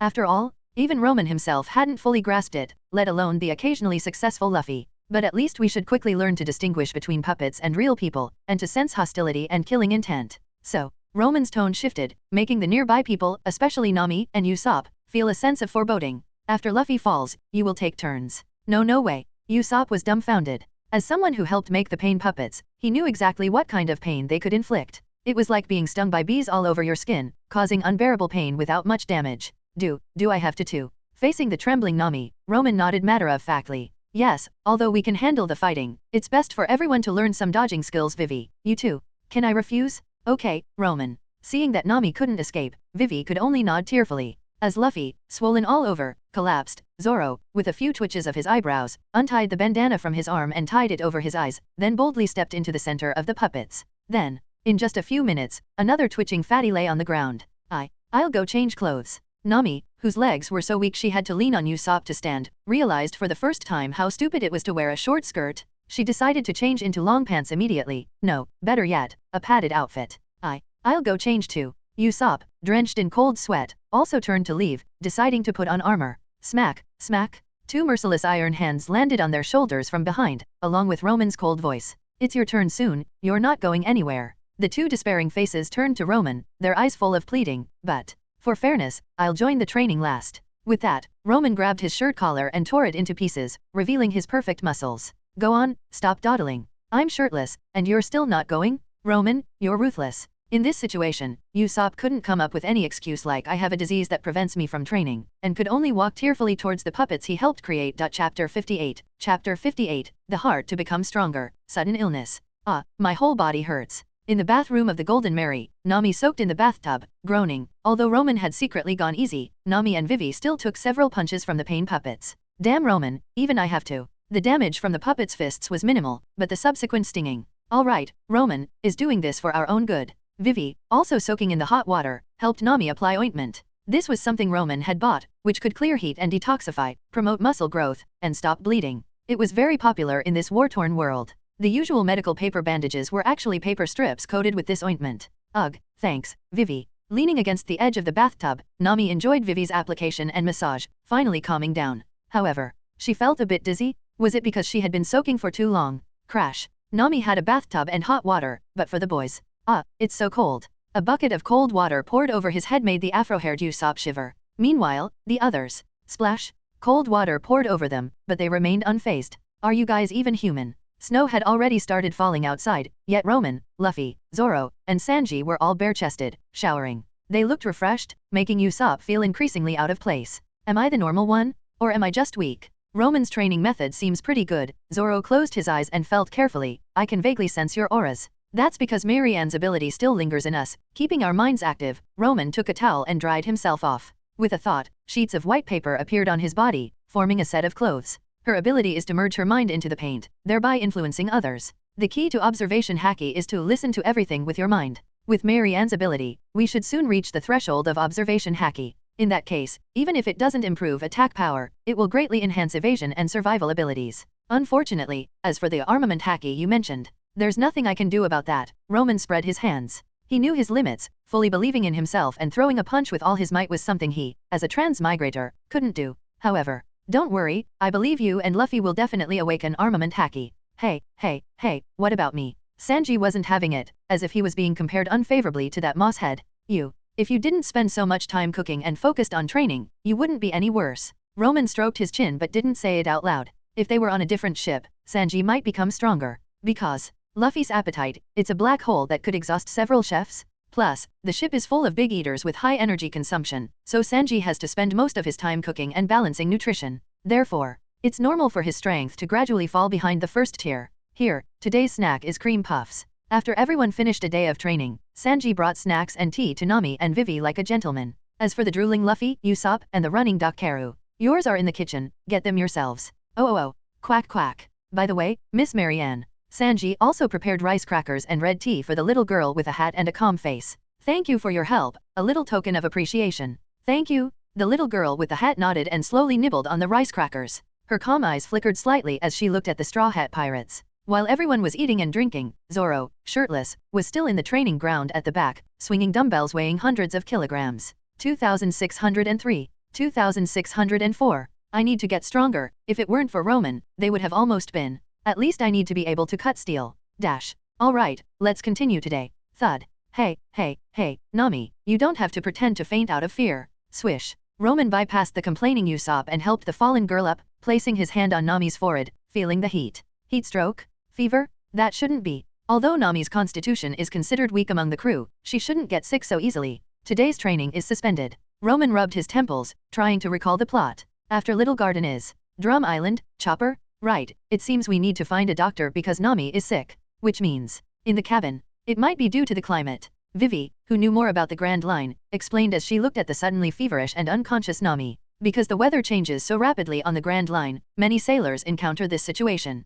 Although it's just a fever, if not handled carefully, it can become life-threatening. Vivi looked around at the others. Does anyone know medicine? Roman. X3. Faced with the fingers pointing at him from Luffy, Zoro, and Usopp, Roman rubbed his temples. No, I only specialize in treating external injuries. In fact, I've never had to deal with a fever before. The Straw Hat Crew's combat members, maybe not immune to all poisons, but at least immune to all diseases. Even Roman himself had never fallen ill since crossing over, only dealing with knife wounds, gunshot wounds, fractures. Roman could be considered a qualified combat medic, but when it came to internal medicine, just eat meat and you'll be fine. Luffy suggested with a simple-minded expression. Right, Sanji? Do you think everyone is like you, with a built-in Sime-Kicken for eating? I can only make some food suitable for patients. Sanji was more reliable than Luffy, at least knowing that people are different. But it can only help with recovery. After all, he's a chef, not a miracle worker. And without knowing the specific illness, I can't prescribe the right food. It seems. Roman looked at Luffy. We need to find a doctor for Nami first.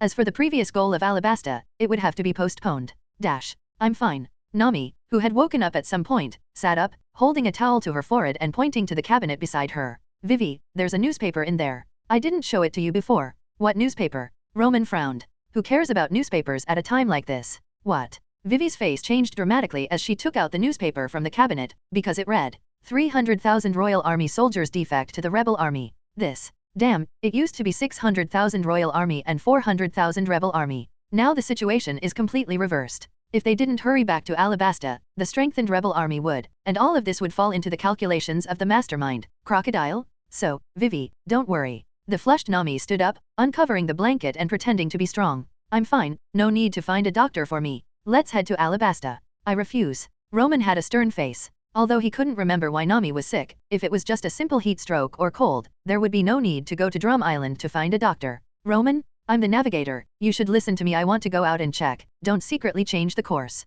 You. Roman frowned, facing the determined Nami. He could only wave his hand, and with a rustling sound, a circle of screens made of paper formed around Nami. As Roman escorted Nami out, Luffy and Usopp also turned and left. In the room, only the girl named Vivi was left, clutching the newspaper tightly. Her country was on the brink of disaster, with millions of people being manipulated by the mastermind behind the scenes, and at any moment, tens of thousands, hundreds of thousands, or even millions of casualties could occur. She had to get back quickly, go back and expose the true face of that 7 warlords of the sea, and stop all this. Thud. The princess named Vivi pushed open the door and walked out, making everyone in the Straw Hat Pirates look at her. You let me board the ship. I really have no face to make any requests, but my country is in an unprecedented crisis. I must hurry back. So, everyone's faces turned serious because they all knew what the blue-haired girl was going to say next. I ask you to take this ship to Alabasta as fast as possible. Roman's eyelids lowered, and he took a step forward with his left foot. But Nami, as if she had anticipated Roman's action, grabbed his wrist in advance.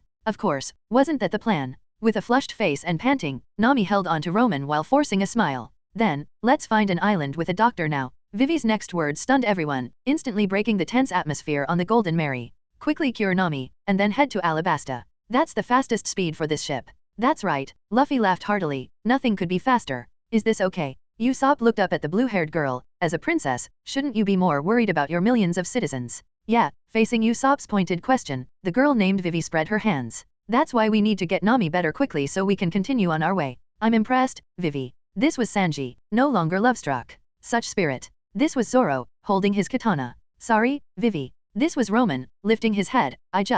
All right, Nami interrupted Roman, pointing ahead. There's a tornado ahead. Avoid it quickly. Got it. Chapter 59, White Iron Pirates Crisis. In the wind and snow, the Going Merry. The huge white mainsail was filled with wind, propelling the ship forward at high speed. Since they decided to find a doctor first, they couldn't follow the original route. So now, Roman and the others didn't know which sea they were in. Fortunately, they had the eternal pose from Alabasta, so they weren't afraid of getting lost. But, searching aimlessly like this, relying on luck. Nami had already fallen asleep. Roman had Marianne apply calm green to soothe her spirit, and Sanji and Karu were taking care of her. So the task of steering the ship and navigating fell to Roman and Vivi. It's not just luck. Vivi, dressed in winter clothes, shook her head. The wind and snow in the surrounding sea have lasted for a day and a night, which means there must be a winter island nearby. On the Grand Line, many islands exhibit a natural phenomenon of having only one season all year round. We generally name them Spring Island, Summer Island, Autumn Island, Winter Island. Vivi, who knew the Grand Line best, continued to explain. And no matter what kind of island it is, there will be people living there even if it's a winter island with snow all year round. Yes, so as long as we find that winter island, we can find a doctor. Roman felt relieved because he remembered that Drum Kingdom was a winter island covered in snow all year round, and Chopper was a blue-nosed reindeer who had eaten the human fruit. It seemed their quest for a doctor was on the right track. Speaking of which, if someone ate that devil fruit, how would they introduce themselves? I'm the human who ate the human fruit? A superhuman? Roman received a message from the paper cranes flying around in the sky, making him turn to look ahead of the Going Merry. At the same time, Zoro, at the top of the mast, put down his telescope and asked the people on the deck with a puzzled look. Have you ever seen someone standing on the sea? This. A devil fruit user. Usopp looked up and answered. When in doubt, quantum mechanics, cough, devil fruit abilities. Anything beyond common sense could be attributed to devil fruits. But, devil fruit users can't touch seawater, right? There were 2 devil fruit users on the Going Merry, so they were well aware of the weaknesses of devil fruit, seawater and seastone. So what could it be? As the Going Merry sailed forward, a court jester with a bow and arrow appeared before them. Just as Zoro had said, he was standing on the sea. No, there's something under his feet. Roman pointed to the water beneath the jester's feet. If you looked closely, you could see a huge shadow below. In other words, this court jester-like guy wasn't standing on the sea but on something in the sea. Is it a pirate ship? Facing the approaching Going Merry, the court jester with the bow and arrow calmly nodded. Never seen that pirate flag before, probably rookies who just entered the Grand Line, small fry. Although his judgment was largely correct, his analysis of their strength was, consider this food for the master, or who knows what he might eat when he's starving. Muttering to himself, the court jester tapped his heel on the deck in a peculiar rhythm, clearly sending a signal. Roman frowned and immediately used his ability to control the sails of the Going Merry, abruptly changing direction and forcing the ship to slow down. Because, clang. As the seawater surged, the court jester standing on the surface rose up, revealing a massive object beneath him. Just as Roman had said, he wasn't standing on the sea, but on the top of a mast. It was a giant submarine, watermelon, or a ship. Well, the technology in this world is all over the place, so nothing is surprising. As the iron ship in front of them opened like a lotus flower, it revealed numerous soldiers on the deck and ignorant bumpkins. A truly 8-foot tall, 8-foot wide ugly man laughed heartily. He was fat and ugly, with dark purple hair, a huge mouth, and a cylindrical tin plate attached to his chin. Covered in armor and studs, he looked 3 parts human and 7 parts monster. This is the large submarine surprise attack ship Iron Barrel? So, taking a fierce bite of the meat in his hand, even crunching through the small knife skewering it, the iron-studded, fur-clad man scanned the people on the deck. Are you heading to Drum Kingdom? Hand over your log pose or eternal pose. However, seeing the confused expressions on Luffy and the others, the ugly iron fat man clicked his tongue. Don't have one. If it weren't for that guy, I wouldn't be. Never mind. He waved his hand and loudly declared. You're unlucky to run into the White Iron Pirates. Now it's pirate time. Your ship and treasures are. Boom. With a whistling sound, a figure crashed down beside the iron barrel-like man like a cannonball, startling him into silence. Of course, Roman hadn't planned to listen to his nonsense any longer. Paper dance, blade. With a flick of his fingers, a sharp sword appeared in Roman's hand, and before the man could react, Roman slashed down. The blade was swift and powerful. In an instant, the arrogant iron barrel man who had just declared a robbery was cleanly cut down. Roman then stepped on his face, controlling his biggest weapon, his mouth, and then, paper dance, maple leaf dance. Sheets of white paper appeared around Roman, spinning rapidly as soon as they formed.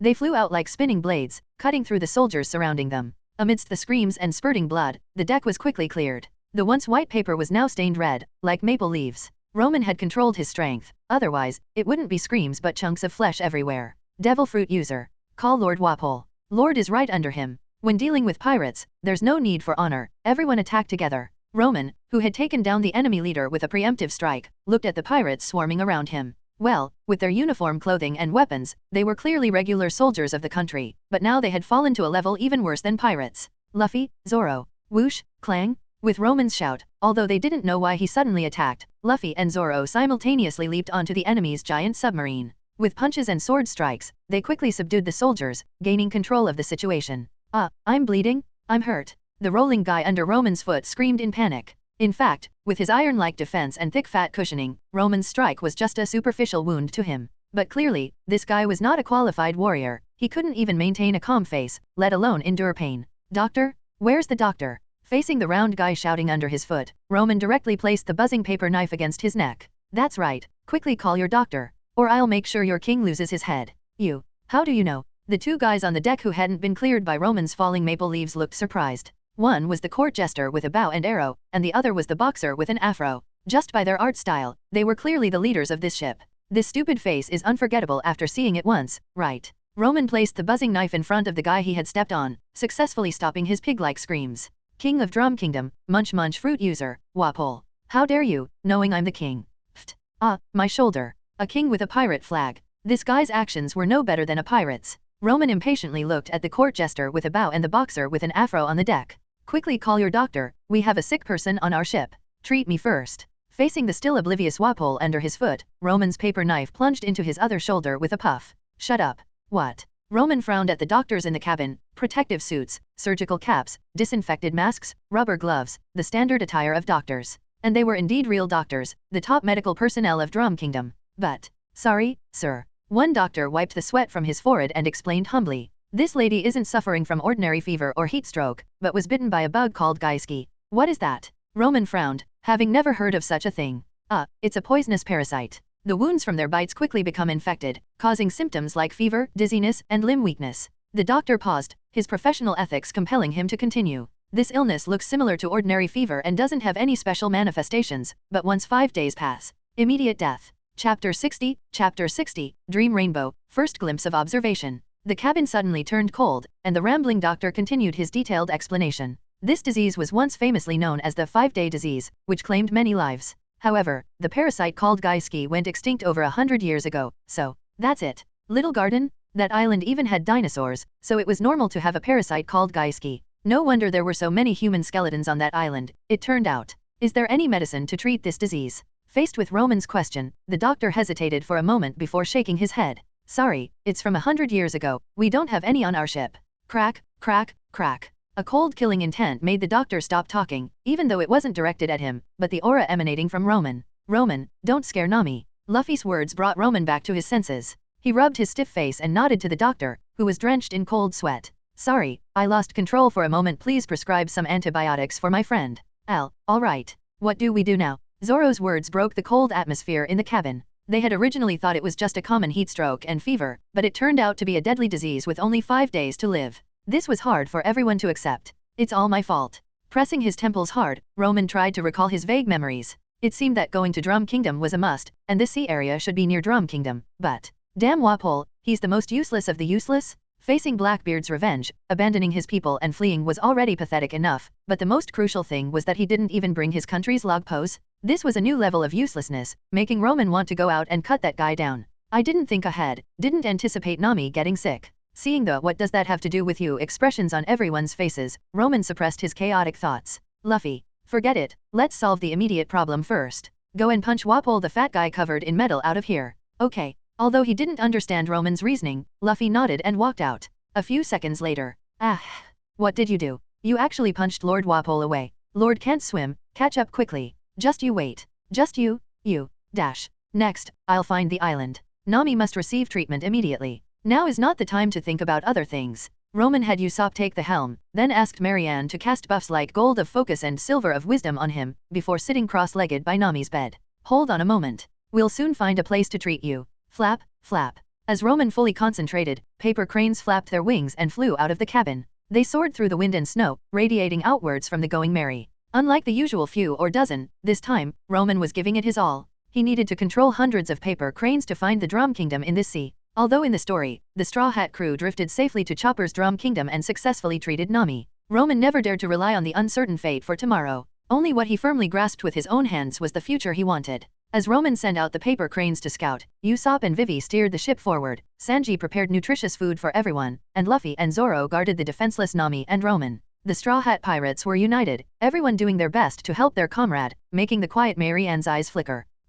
Where is it? Where is the Drum Kingdom? In the sky, the paper cranes struggled against the wind and snow. Paper was still just paper, and with Roman's current strength, he couldn't eliminate its weaknesses. As snowflakes fell on the paper, the cranes became damp and struggled more. This large-scale puppet control scattered Roman's focus, making it impossible for him to control them as easily as the White Knight from a distance. Damn it! Which direction is it? Do we really have to rely on luck? But if fate doesn't favor us, Nami might. No, I shouldn't have such weak thoughts. Ultimately, all difficulties stem from a lack of strength. As the paper cranes flew farther, each crane's range expanded. Correspondingly, the pressure on Roman's mind increased. It manifested in waves of dizziness. His body kept sending signals to faint, but Roman ignored them, desperately pushing the cranes to fly farther. Dash. Drip. Roman. Don't go near him. Zoro grabbed the instinctively approaching Luffy and shook his head seriously. We can't help him. We just need to trust Roman right now. I understand. Luffy looked seriously at Roman, whose nose was bleeding, pressed his straw hat, and clenched his fists. As time passed, the blood flowing from Roman's nose was no longer dripping, but gushing like an open faucet, pooling into a large red puddle on the floor.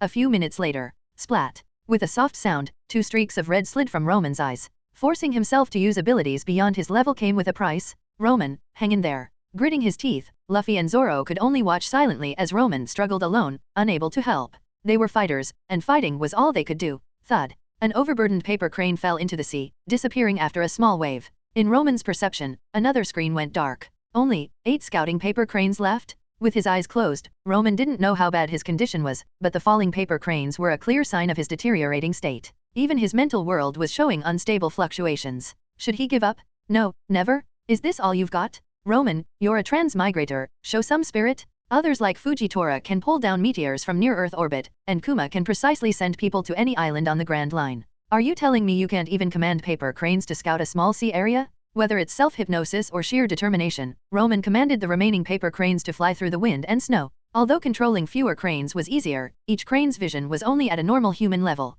If he missed something because of this, fly a little further. Maybe soon. Is that an island? Blurry. Black? The sudden blackout of several paper cranes' vision startled Roman's gradually muddled mind into clarity. Reached the limit? Is this the end of the exploration? No? Compared to Nami's dire situation, can he not endure this small difficulty? Unlike others, he knew Drum Island was in this sea area. There's no reason to retreat when the goal is right in front of him. Keep going. On the going merry. Roman, stop. Stop now. Facing the bloodied Roman, Luffy's eyes were filled with rage, but he was still powerless. His rubber fruit gave him incredible resilience and flexibility, making him stronger the more he fought. But he couldn't save people. Is it worth it? The little girl Marianne asked softly, then calmly took out her palette and brush. A meaningless question. If it were her, wouldn't she make the same choice? Clang? What are you doing? Zoro's thumb flicked, and his Wado Ikimonji was already unsheathed. Even if she was a little girl, if she dared to harm his comrade. I'm helping him. Marianne calmly pointed at the bleeding Roman. As Zoro frowned, Luffy had already pulled Zoro aside, then, bang, please. Facing the prisoner Marianne, Luffy decisively knelt, his head hitting the deck hard. Such vibrant colors. In the little girl's eyes, the Straw Hat Boy was kneeling, but the colors rising from him seemed to reach the sky. The essence of color. The brush quickly swept across the palette, blending all the colors. Then she flicked it towards the bleeding Roman. Red, orange, yellow, green, blue, indigo, and violet danced in the air, creating a fantastical display. Dream rainbow. Dash. Have I reached my limit? In Roman's vision, only 3 paper cranes remained, flickering like an old TV, as if they could crash at any moment. Ha, what kind of transmigrator? This is all I can do. Light? Just as Roman reached his limit, a colorful rainbow suddenly appeared in his vision. The colors were so vivid, so lively, they even painted pictures in Roman's paper crane vision. Fish swimming in the sea, birds flying in the sky, distant islands, and, wait, an island? A white island covered in snow appeared in Roman's vision, clearly visible despite being thousands of meters away. Roman could truly see the existence of that island. This shape is. On that island, there were huge cylindrical landforms, like drums, making the exhausted Roman suddenly feel a surge of energy.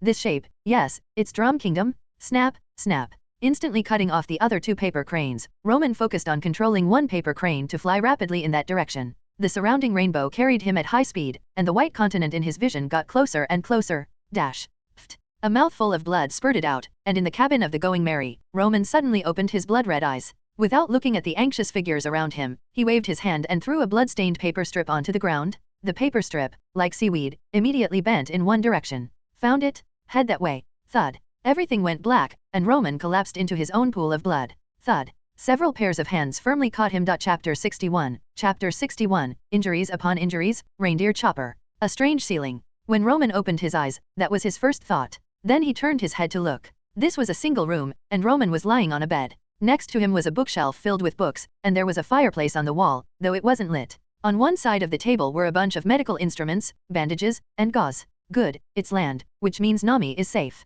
If you ask how Roman knew this was land, an unmoving bed was the best proof. On a ship, there's always movement, which can become second nature to the body. So many sailors stagger when they first get off a ship because their bodies are used to the rocking, and standing on solid ground makes them sway. Before I passed out, Roman closed his eyes, carefully recalling the feeling of his vision, or rather, his mind being carried by the rainbow. In the next moment, even though he was still lying on the bed with his eyes closed, he saw everything around him. This is. Suppressing his inner excitement, Roman controlled this new vision to look around. It wasn't like the experience with paper cranes, but a kind of vision that could zoom in and out at will. Although it wasn't as clear as his physical eyes, it still made Roman very happy. I've made it. I've made it. Observation hacky? Meh ha ha ha. I can't believe I finally leveled up. Not only did I successfully find Drum Kingdom, but I also unlocked observation hacky. Meh ha ha ha ha. Ahem, keep calm. I need to manage my expressions. After all, I'm a dignified transmigrator, representing the face of billions of people on Earth. Now, let me check the other rooms. Roman shifted his consciousness and passed through the wall to see the empty room next door.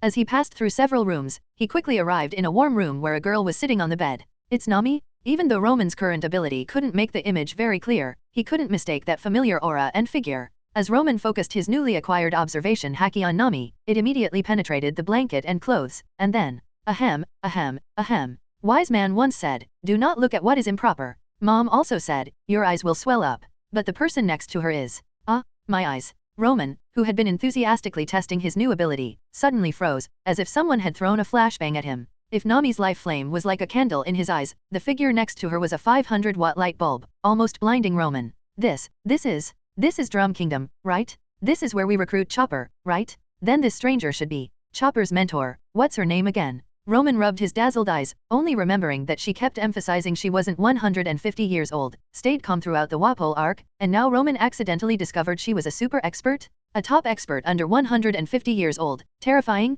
Considering the timeline, could she be from the rock ship? I accidentally discovered her secret. She won't kill me to silence me, right? She shouldn't. She shouldn't. On the other side, Nami, who was bargaining with a fashionably dressed old lady, actually Dr. Kurha, to get discharged early, shivered as if something had licked her skin. Just now, Nami, hugging her arms, looked around in confusion, unsure if it was a hallucination from recovering from a serious illness. But, that familiar feeling just now was, hee. Leaning against the door to stop Nami from leaving, Dr. Kurha discreetly glanced in the direction of Roman's room and casually asked Nami, the boy who came with you, the one with the deadpan face and deep sorrow, who is he?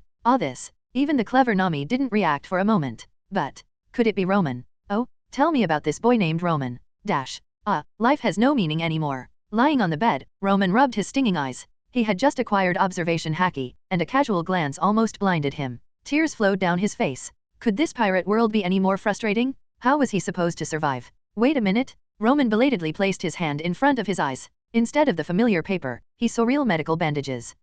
It's been a while since I've seen real medical supplies. Speaking of which, Roman lifted the blanket, revealing, give me a big sword, and I could cosplay as Zabuza, right? Roman was now wrapped in bandages from head to toe, like a mummy, or someone with a severe case of Chuyunibyu. As he moved, sharp pains shot through his ribs, arms, and thighs, making him raise an eyebrow. Shouldn't I have passed out from overusing my devil fruit powers? Such damage to the body, bleeding from the orifices, blood gushing out, even shortening his lifespan was understandable. But these bone fractures, muscle strains, and scaly skin injuries. It felt like he had been dragged. Help.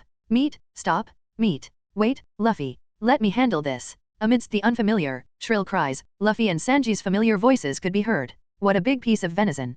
Perfect to help Nami recover. What were those two up to again? And Sanji, you used to be reliable. How did Luffy manage to corrupt you? Thud. Slam. As Roman was feeling a headache, the door to his room suddenly burst open. A furry creature ran in, quickly turned, and shut the door, panting and looking terrified. Huff, huff, huff, scary humans. It was a talking, upright, reindeer, wearing a pink hat and brown shorts. After being chased by Luffy and Sanji, its fur was puffed up in fright. Seems like they left. The footsteps outside had faded away, allowing the furry little guy to breathe a sigh of relief and sit down against the door. Then, he locked eyes with Roman on the bed. Ahem, hello. Whoosh. The little reindeer suddenly jumped up and hid behind the bookshelf, with only half its head peeking out, the rest of its body fully exposed. Its cautious secret observation made Roman want to laugh. Is this the legendary head in the sand? What a sight. Why your injuries? My injuries are fine. Roman nodded friendly at the reindeer. No one would be hostile to a doctor. Did you treat and bandage me? Thanks. Humans, how could humans possibly thank me, you fool? The little reindeer twisted and turned, showing a joyful expression that contradicted his words. Even if you thank me, I won't be happy, idiot. That's right, it's definitely Chopper. But, hello, my name is Roman. Torkavish Roman. Chopper, hiding behind the bookshelf, stared at Roman in shock as he extended his hand. You're not afraid of me. Afraid? Roman touched his chin and asked back. Are you my enemy? No. Are you stronger than me? No. Then that's settled. Roman spread his hands. You're neither my enemy nor strong enough to be beyond my imagination. Why would I be afraid of you? But I'm a blue-nosed reindeer. Everyone else is afraid of me, calling me a wild man, a monster. Facing Chopper's stammering words, Roman waved his hand indifferently. That's just because they lack knowledge. Humans are like that, they fear the unknown, and from fear comes hatred, and from hatred comes destruction. Then from destruction, fear is born again. The Big Pineapple Brothers' ability to suppress other demons is not without reason. But if you understand, many things are not surprising at all. Rustle. Roman opened his palm, and sheets of white paper flew out, forming a fist in midair. Devil fruits are just rare items that ordinary people might never see in their lifetime. But, in the vast sea, devil fruit users are as common as carp crossing the river. Especially in the second half of the Grand Line, the New World, where devil fruit users are everywhere, ordinary haki is as common as dogs, and only Conqueror's haki can stand out. Roman controlled the paper hand in the air to point at the little reindeer. In the New World, there's a country called Zo, where many people like you live. They call themselves the Mink tribe, walking upright with 2 feet, able to speak and think. There are rabbit girls, fox ladies, goat doctors, leopard swordsmen, and so on. You're no different from them. The paper hand in the air spread its palms. Of course, they are born that way, while you ate a devil fruit. Roman's words made the little reindeer's eyes sparkle. He looked at Roman with admiration, hoping to hear more new things from him, especially. Roman didn't care about his appearance or race, treating him as an ordinary person. Roman, can you? By the way, I haven't introduced myself yet. I'm Chopper, Tony Chopper. Bang! Just as the atmosphere was perfect, the door was suddenly kicked open, and 2 figures rushed in. Meet. Whole Reindeer Feast Chapter 62, Chapter 62, calmly watching, munch fruit. After a chaotic scene, poor Chopper jumped out the window to escape, while Luffy and Sanji, who were about to chase him, slap, 2 iron hands grabbed their shoulders from behind. Roman, with a smile on his face, waved at the 2 caught by his paper hands. Come, I have some questions for you. What? I just remembered I need to cook for Miss Nami. Seeing Roman wrapped in bandages, Luffy and Sanji guiltily turned their heads away. They might as well have had "We're guilty" written on their faces. You two, explain this to me. Roman pointed at himself. Why do I have so many injuries after just 1 nap? Don't tell me I got them sleepwalking? Even a pig wouldn't believe that excuse. You don't believe it. Seeing Luffy's disappointed face, the veins on Roman's forehead bulged with anger. You really thought you could fool me with that excuse? Well, Sanji spread his hands awkwardly. Because this country only has doctors here, Luffy, Zoro, and I brought you and Nami here for treatment. Go on. Roman gestured for Sanji to continue. But, we underestimated the harsh environment here. First, we encountered bears, then rabbits, then an avalanche, and finally, we had to climb the 5,000-meter-high Iron Barrel Mountain. So, facing Roman's glare, Sanji smiled awkwardly. So there were some bumps and bruises, like when we encountered a group of rabbits. Luffy used you as a weapon. I was carrying Nami at the time, so I had no choice but to use Roman as a flail with my mouth. And during the avalanche, Sanji, didn't you use Roman as a snowboard?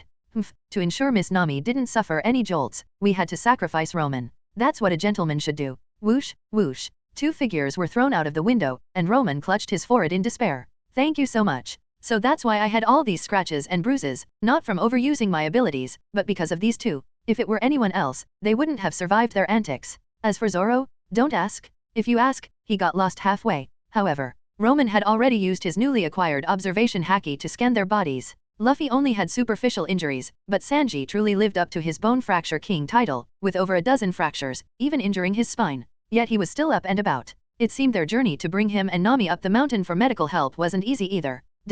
Roman, why are you sighing here alone? Nami, why are you getting up? Roman waved his hand, and sheets of white paper flew to cover the window that Chopper, Luffy, and Sanji had broken earlier. Then he frowned at Nami, who had entered wearing a cotton coat. Your body is already weak, don't fall ill again. With another wave of his hand, sheets of white paper flew behind Nami, forming a chair with 6 spider-like legs underneath. Paper dance, spider wheelchair. Sit down and rest. But Vivi's country, Nami said as she sat on Roman's creation, and Roman also made himself a similar wheelchair. An injured person should act like one. Even though Roman's physique was no longer that of an ordinary person, he couldn't just ignore his injuries and act recklessly. Don't worry, a country with tens of millions of people and hundreds of years of history won't fall apart in just a day or 2. Roman understood because of their similar experiences, both carrying the burden for their village/country, both facing overwhelmingly powerful enemies. Nami wanted to help Vivi. However, before truly witnessing the power of the 7 warlords of the sea, Roman estimated that in Nami's mind, he was probably considered the strongest in the world. After all, Arlong, whom she once thought unbeatable, had fallen to Roman. This really put a lot of pressure on him. Well, let me see where everyone else is. Roman released scouting paper cranes while thinking aimlessly. If they were to call for reinforcements, not mentioning Garp and Dragon, Luffy's brother Ace was currently in Alabasta, and he was a true expert. Although not in the top tier, he wouldn't be at a disadvantage against Crocodile. However, relying on friends and family was something Luffy wouldn't do, and Roman wouldn't either. Besides, Ace had his own mission, which was to hunt down Blackbeard. So, sitting in the wheelchair, Roman infused observation haki into the paper cranes, instantly capturing vast areas. With the help of observation haki, the scouting function of the paper cranes took a qualitative leap, and they could now see the colors of living beings, not just images. Ha ha ha, it's still the same here. No way, those 3 unlucky guys are back? What's that noise? Let's go check it out. Roman controlled the 2 spider wheelchairs to the window. Looking down from the broken window, a fat, bloated acquaintance stood in front of the castle where Roman and Nami were spreading his arms excitedly. Drum Kingdom, your king has returned. That iron barrel-like guy is. Facing Nami's confusion, Roman casually raised his chin. King of Drum Kingdom, Wapol. Which means this castle we're in, and this country's ruler. What? A king of a kingdom? Such a figure was quite shocking to Nami, but to the others. Gomu Gomu no. A figure flashed in the snow below, and Luffy's fist aimed straight at Wapol's bizarre face. Bullet. Bang. 1 second Wapol was returning as king, the next he was sent flying. If his 2 subordinates hadn't caught him in time, he would have fallen from the 5,000-meter high mountain top. How dare you attack the king? This is a member of the world government. I don't care who you are, a bunch of bad guys. Luffy made a funny face. I don't want to see you. If you don't leave, I'll send you flying. Ambush, another ambush. Climbing up from the ground, Wapol, who looked like an iron barrel, fiercely wiped his nosebleed. I'm going to get rid of all you dem guys. Munch Munch Factory, Battle Wapol. As he activated his ability, his body turned into a sturdy house, his hands became cannons, and various things he had eaten turned into weapons appearing on his body. Luffy and the others. Relax, let's just watch the show. How should I describe Wapol? In terms of strength, he's actually not too bad. With the cannons roaring, bullets flying, and his ironclad defense, his combat power is at least in the 40 to 50 million range. Moreover, facing the attacks from Luffy and Chopper, Sanji, with a fractured spine, was forced to sit out by the 139-year-old Dr. Kurha, who was also watching the show. Wapol didn't plan to fight alone. Instead, he opened his mouth wide. Munch Munch Factory. He directly swallowed his court jester archer named Chess and the Afro boxer named Kuromurimo. Then, to the astonishment of Luffy and the others, he chewed and spat them out, turning into a 2-headed, 4-armed guy. I am the strongest warrior of Drum Kingdom. I am Chessmurimo. That's it. Watching from behind the window, Roman narrowed his eyes, looking at this devil fruit, which was considered the most overpowered. The Munch Munch fruit, not only could it fuse various weapons and metals, but it could also fuse living beings, turning 2 people into one, swallowing and spitting himself out. It's simply defying the heavens. Luffy once said, people from the snow country don't sleep. If they sleep, they die. Blackbeard never sleeps. In Odin's memories, Blackbeard boarded Whitebeard's ship from an island with snow and mushrooms. Very similar to Drum Kingdom. As everyone knows, a person can only eat 1 devil fruit. But Blackbeard can wield more than one. This means his body is not just one. Adding the current scene, the Munch Munch fruit's ability to fuse life, and Blackbeard's actions in destroying Drum Kingdom. It's hard not to be suspicious. These were all things Roman had heard from experts before he transmigrated. Of course, whether it's true or not, Roman couldn't know now. But he knew one thing. Wapol Metal,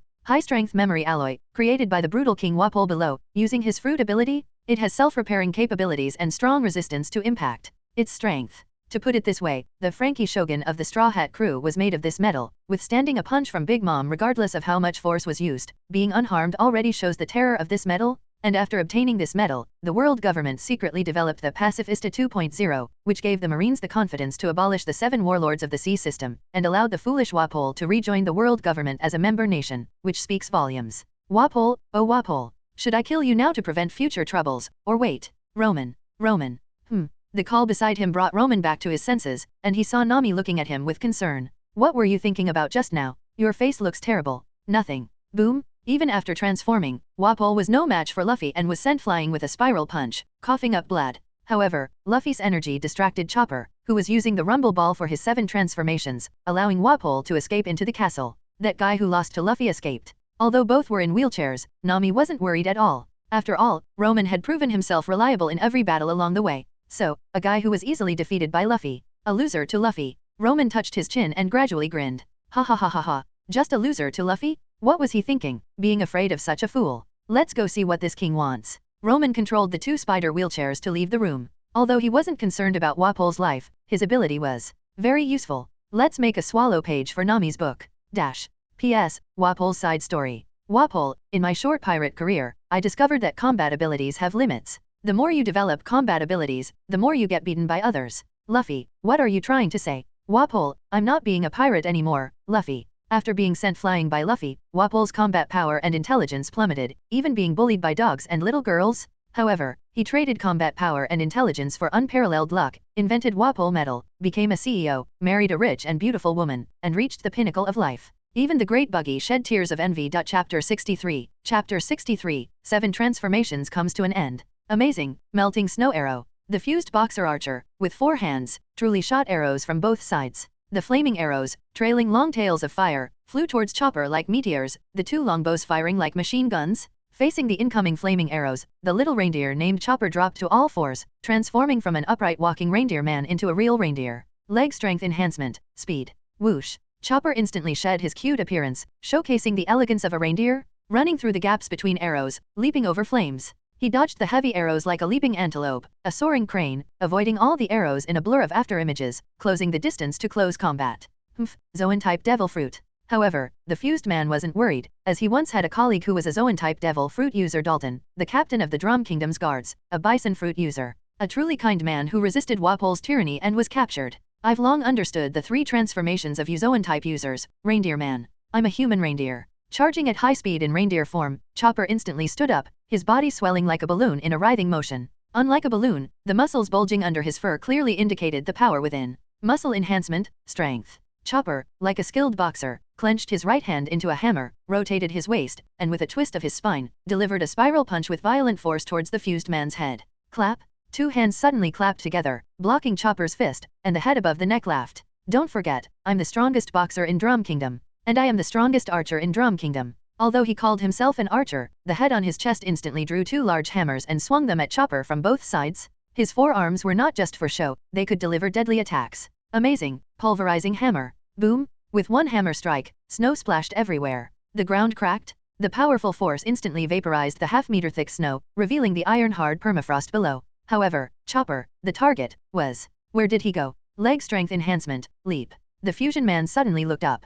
Above him, Chopper, maintaining his human form but with long limbs, flipped in midair. He had used his incredible jumping ability to dodge the hammers. How is this possible? The fusion man's 4 eyes were filled with shock. A Zoan fruit only has 3 forms, right? What is this? Although Chopper's combat form was beyond the fusion man's expectations, he was once the strategist and chief guard of Drum Kingdom. Even in shock, his combat instincts drove him to swing his hammers at Chopper in midair. In the air, you have no leverage. You're dead. Facing the giant hammers with a fierce whistling sound, Chopper calmly curled his body, shrinking into a ball like a child, and then, boom, he suddenly exploded. Fur enhancement, armor. The giant hammers landed on Chopper, but his fluffy, steel-like fur absorbed 99% of the impact. He landed unharmed, looking like a giant furball. Your hammers can't hurt me. Grinning, baring his teeth, the fusion man's 2 faces showed ferocious expressions as he roared in frustration. Don't get cocky, you monster. Hey, you have the nerve to call someone else a monster. Sanji, forcibly logged out by the 139-year-old Dr. Kurha sitting on him, could only use sarcasm to make his presence known.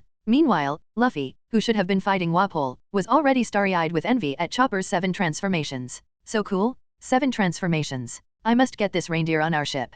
Arm strength enhancement, hoof. Amazing, 8-faced avalanche. In human form, Chopper's arm muscles bulged like iron pillars, and his hands turned into iron hooves that could easily crush rocks. The fusion man also drew 2 giant axes and hammers rained down on Chopper from all directions. Chopper didn't hold back either, punching and kicking rapidly, targeting the opponent's weapons. It was attack against attack, with no retreat. Ha ha ha, die. One side was wildly aggressive, the other silently responded. One side wielded axes and hammers, the other was barehanded. Clang, clang, clang, clang, clang. The intense, continuous sound of metal clashing echoed across the battlefield, mixed with Chopper's fur turning redder and redder. But gradually, the sound turned into crack, as the metal couldn't withstand the storm-like attacks. What? Crack? The weapon in his hand suddenly shattered into pieces of iron. He stumbled and quickly raised his arms to shield himself, but where is he? In front of him, the reindeer that had been fiercely attacking just moments ago had vanished. What are you looking at? A calm voice came from below, making the two heads of the fused man lower simultaneously, and then they saw cherry blossoms? Hooves like cherry blossoms enlarged in their four pupils simultaneously, and before the fused man could react, they had already stamped on the jaws of his two heads. The intense shock penetrated both brains, instantly depriving the fused man of all thinking ability. Carving hoof, cherry blossom. Snap, X2. With a crisp sound merging into one, the tall fused man slowly fell backward. Huff, I will never let anyone trample on my teacher's dream. Dash. Meanwhile, in the castle. Brother, big brother. Have mercy, let me go. I ask you, can you create Wapol metal? Faced with Roman's question, Wapol, who was lying on the ground like a fat hippo, was stunned. This sounds a bit like my name. It's not just like, it's something you invented. Forget it, it seems there's no Wapol metal at this time. So, White Knight, do it. Ah, no. Glancing at Wapol, who was being held down and having his blood drawn by the White Knight, Roman, and Nami, who were sitting in wheelchairs nearby, both had black lines on their faces. Come on, it's just a few pounds of blood, not slaughtering a pig. Overall, the battle in the castle was simple. Wapol rushed in and saw Roman, shocked. He found Roman in a crippled state, delighted. Wapol attacked. Roman released the White Knight. Wapol happily admitted defeat. White Knight, finally, I'm not just a servant pouring tea and sailing the ship. As Roman's earliest developed puppet skill, the White Knight, which had most of his effort poured into it, was positioned as a combat unit, but usually, due to its basic intelligence, it was always in a menial role. However, if Roman wanted, he could fully invest his spirit into it. Apart from lacking the strength of the main body, its speed and unafraid of injury characteristics made the White Knight's combat power not inferior to Roman without devil fruit abilities. It's roughly a 40 million bounty whiteboard. Although not very strong, with rich experience, it's enough to deal with Wapol. Tisk, forget it. Let's spare this guy. The munch fruit is indeed overpowered, but even if Roman had the ability now, he wouldn't have time to develop it. So, it's better to draw a few tubes of Wapol's blood and store them in the thief's extreme art, and when Wapol develops Wapol metal himself, Roman can get a sample and make it himself. And with the munch fruit's ability, many ideas can. Boom, Roman. Just as he was focused on watching Chopper's battle, Luffy rushed in. Did you see that guy? The one like a hippo iron barrel. Roman pointed to Wapol, who was running to the rooftop. After drawing a few pounds of his blood, Roman intentionally let the White Knight loosen its grip, giving Wapol a chance to use a move to swallow himself, turning into a flexible thin man, and then using his ultimate skill dash. Stop. Luffy quickly chased after him, and the result was already predictable, while Roman began to think about how to use the 2 pages in his hand. Chapter 64. Chapter 64. Chopper joins the crew. Farewell with cherry blossoms. Mr. Dalton, your injuries. On a cable car connecting to the mountaintop, Vivi, Zoro, Usopp, a few armed militiamen, and a burly middle-aged man. Dalton, the captain of the Drum Kingdom's guards, could be considered the only official in this country who cared about the people. However, for this reason, he was the first target of Wapol's return to make an example of. It's nothing, I must defeat Wapol. The middle-aged man, covered in wounds, gritted his teeth. Although he was considered the second strongest combat power in this country, he was still no match for Wapol and his 2 former colleagues. But, even if I'm no match, I must go up. If I don't fight, who will change this country? What royalty? What politics? What's wrong with wanting to govern the country with heart? Dash. Boom. Ha ha ha, you brat, you were too careless. Wapol, laughing with his hands on his hips, had just blasted through the building in front of him with a point-blank mouth cannon, physical, finally venting his anger from being beaten by Roman. But, thud, you were the careless one. Luffy, who had instantly moved behind Wapol, grabbed him, twisted his body several times, and then, Goma Goma no rocket. Boom. Wapol, thrown upwards by Luffy, crashed through the roof and got stuck in the ceiling, facing a tattered cherry blossom skull flag. It was the flag he had previously blasted with a cannon, now reinserted into the roof by Luffy. Slap. Luffy also flipped up from below, landing on the roof with his fists clenched. You ungrateful fool, don't touch people's skull flags. Although there were plenty of scoundrels on this sea who flew skull flags while burning, killing, and looting, there were also fools who carried their dreams with this flag. Goma Goma no. Luffy's hands stretched back, and further back. With Wapol stuck, this time Luffy could fully charge up until... Wait, I'll make you a noble, don't. Look, there's someone on the roof. This was Zoro, Vivi, Usopp, and the big man named Dalton, who had just arrived by cable car. Master. Drum Kingdom. This was Chopper, looking up. It's over. A rare simple mission. This was Roman, adding a page to the thief's extreme art. Stop. I'll make you the Vice King. Facing Wapol's panicked bribe, the answer was rocket. Boom. Poor Wapol, under Luffy's fully charged rocket punch, turned into a meteor in the sky. He would never have the chance to return and harm Drum, no, soon to be renamed Cherry Blossom Kingdom. The dust settled, and everyone was happy. Bring the patients in. Dr. Kurha waved to everyone, and when she saw the duo leaning against the window on the second-floor corridor, her brows furrowed. You two, get back to your rooms. All right, Nami, let's go back. Roman complied easily, but Nami looked anxious. If we keep delaying like this, how worried must Vivi be? Yeah, to be honest, Roman wished he could stay here and recover for a year or two, develop his fruit powers enough, and ideally train his haki to a high level, but Crocodile's actions wait for no one, and if it weren't for all the unexpected events, Roman wouldn't even know when he could learn elementalization and observation haki. It seems people are indeed forced to grow under pressure. Then let's face it, isn't it just the 7 warlords of the sea? Those otherworldly seniors, didn't they all defeat the 7 warlords of the sea as easily as drinking water and eating food?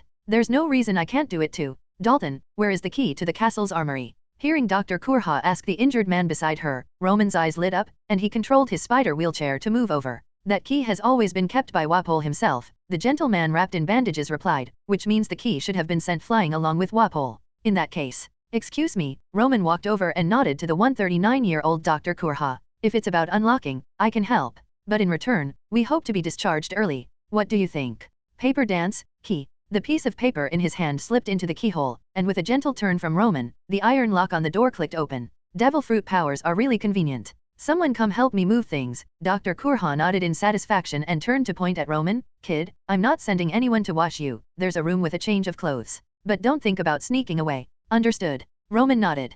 Grab the clothes and get out of here? All right. Dash. Hey, reindeer. Come be a pirate with us. Roman controlled his spider wheelchair, carrying Nami, Sanji, and himself just out the door, when he saw Luffy shouting everywhere. Hey, Luffy. The person you're looking for isn't called Reindeer, he has a name, it's Chopper. Oh. Hearing Roman's words, Luffy shouted again. Reindeer Chopper.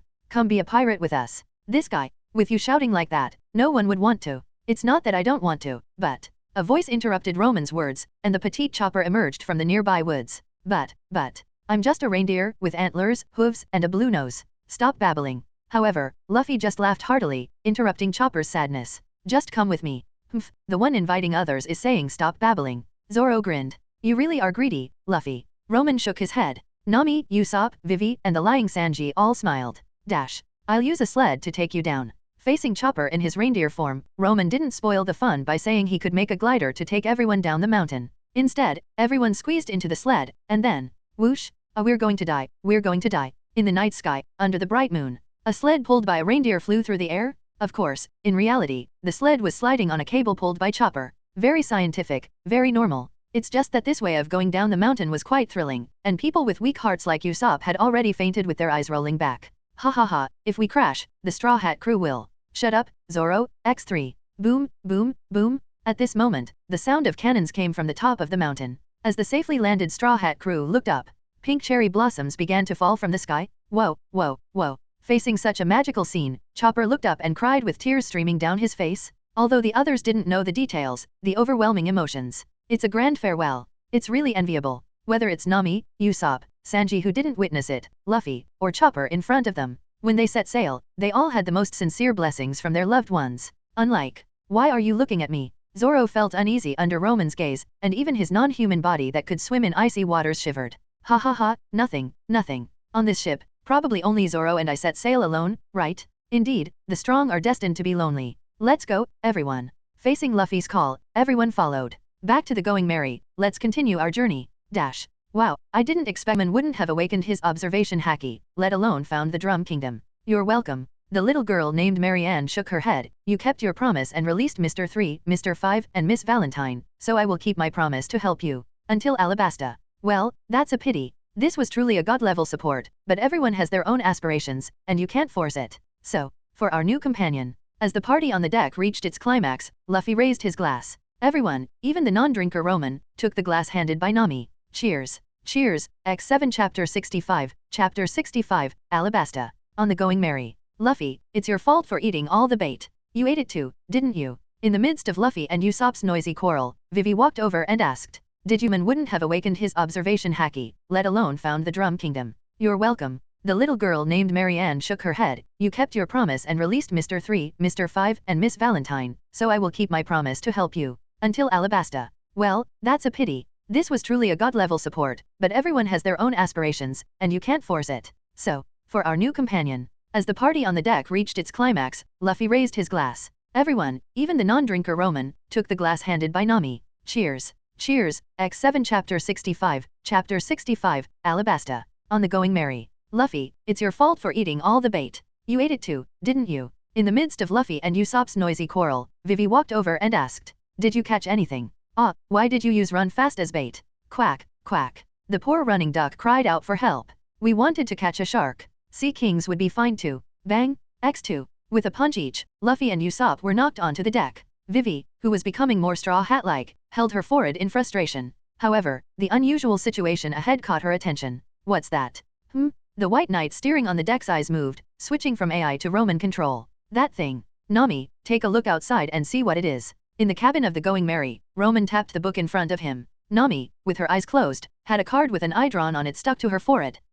It's just ordinary water vapor." Although she was sitting in the cabin, Nami spoke as if she had witnessed everything happening outside. This was because she was using Roman's scouting paper cranes flying around to observe. It's a natural phenomenon caused by an underwater volcano erupting with magma. In a few thousand or tens of thousands of years, this place might form a new island. Roman relayed Nami's words to Luffy and the others outside through the White Knight, immediately sparking a discussion about whether they could live that long. However, the poor yellow duck was still being used as bait by Luffy and Usopp, while Vivi. It turned out she just wanted to beat up these two idiots. "Roman, bring out some food." In the cabin, facing Sanji's request, Roman nodded and opened the thief's ultimate art on the table. On the third page was a mouth like an iron barrel. Poof. As the mouth on the screen spat out, a package of ingredients flew out from the book. "Such a useful ability," Sanji casually remarked, "especially for a chef." "Yeah, it's also good as a storage cabinet and refrigerator," Roman replied casually. The pages made with Wapol's swallowing ability were surprisingly useful for storing supplies, not to mention their combat functions. "Otherwise,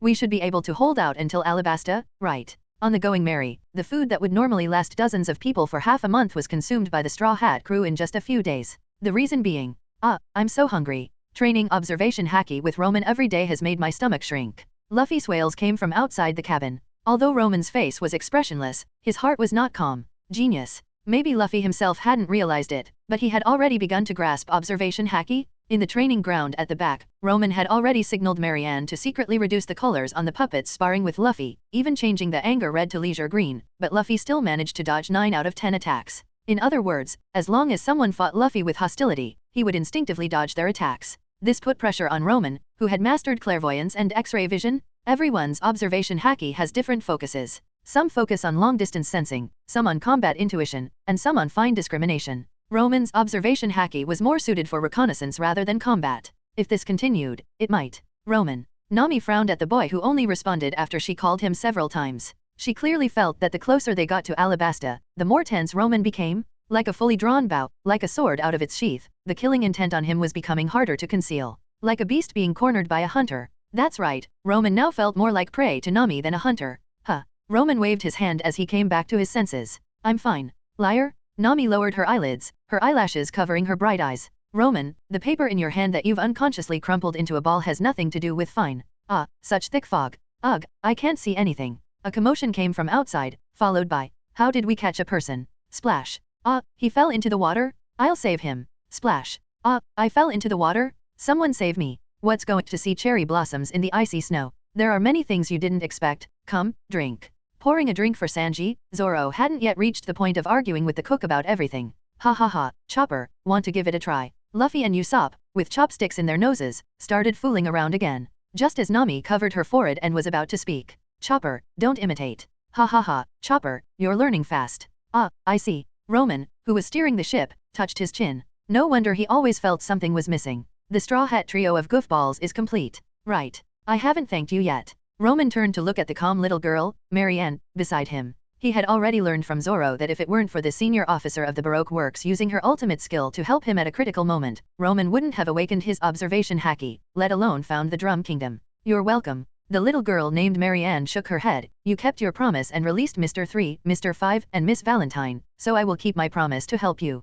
Until Alabasta." "Well, that's a pity. This was truly a god-level support, but everyone has their own aspirations, and you can't force it. So, for our new companion." As the party on the deck reached its climax, Luffy raised his glass. Everyone, even the non-drinker Roman, took the glass handed by Nami. "Cheers." "Cheers." X7 Chapter 65, Alabasta. On the Going Merry. "Luffy, it's your fault for eating all the bait. You ate it too, didn't you?" In the midst of Luffy and Usopp's noisy quarrel, Vivi walked over and asked, "Did you catch anything?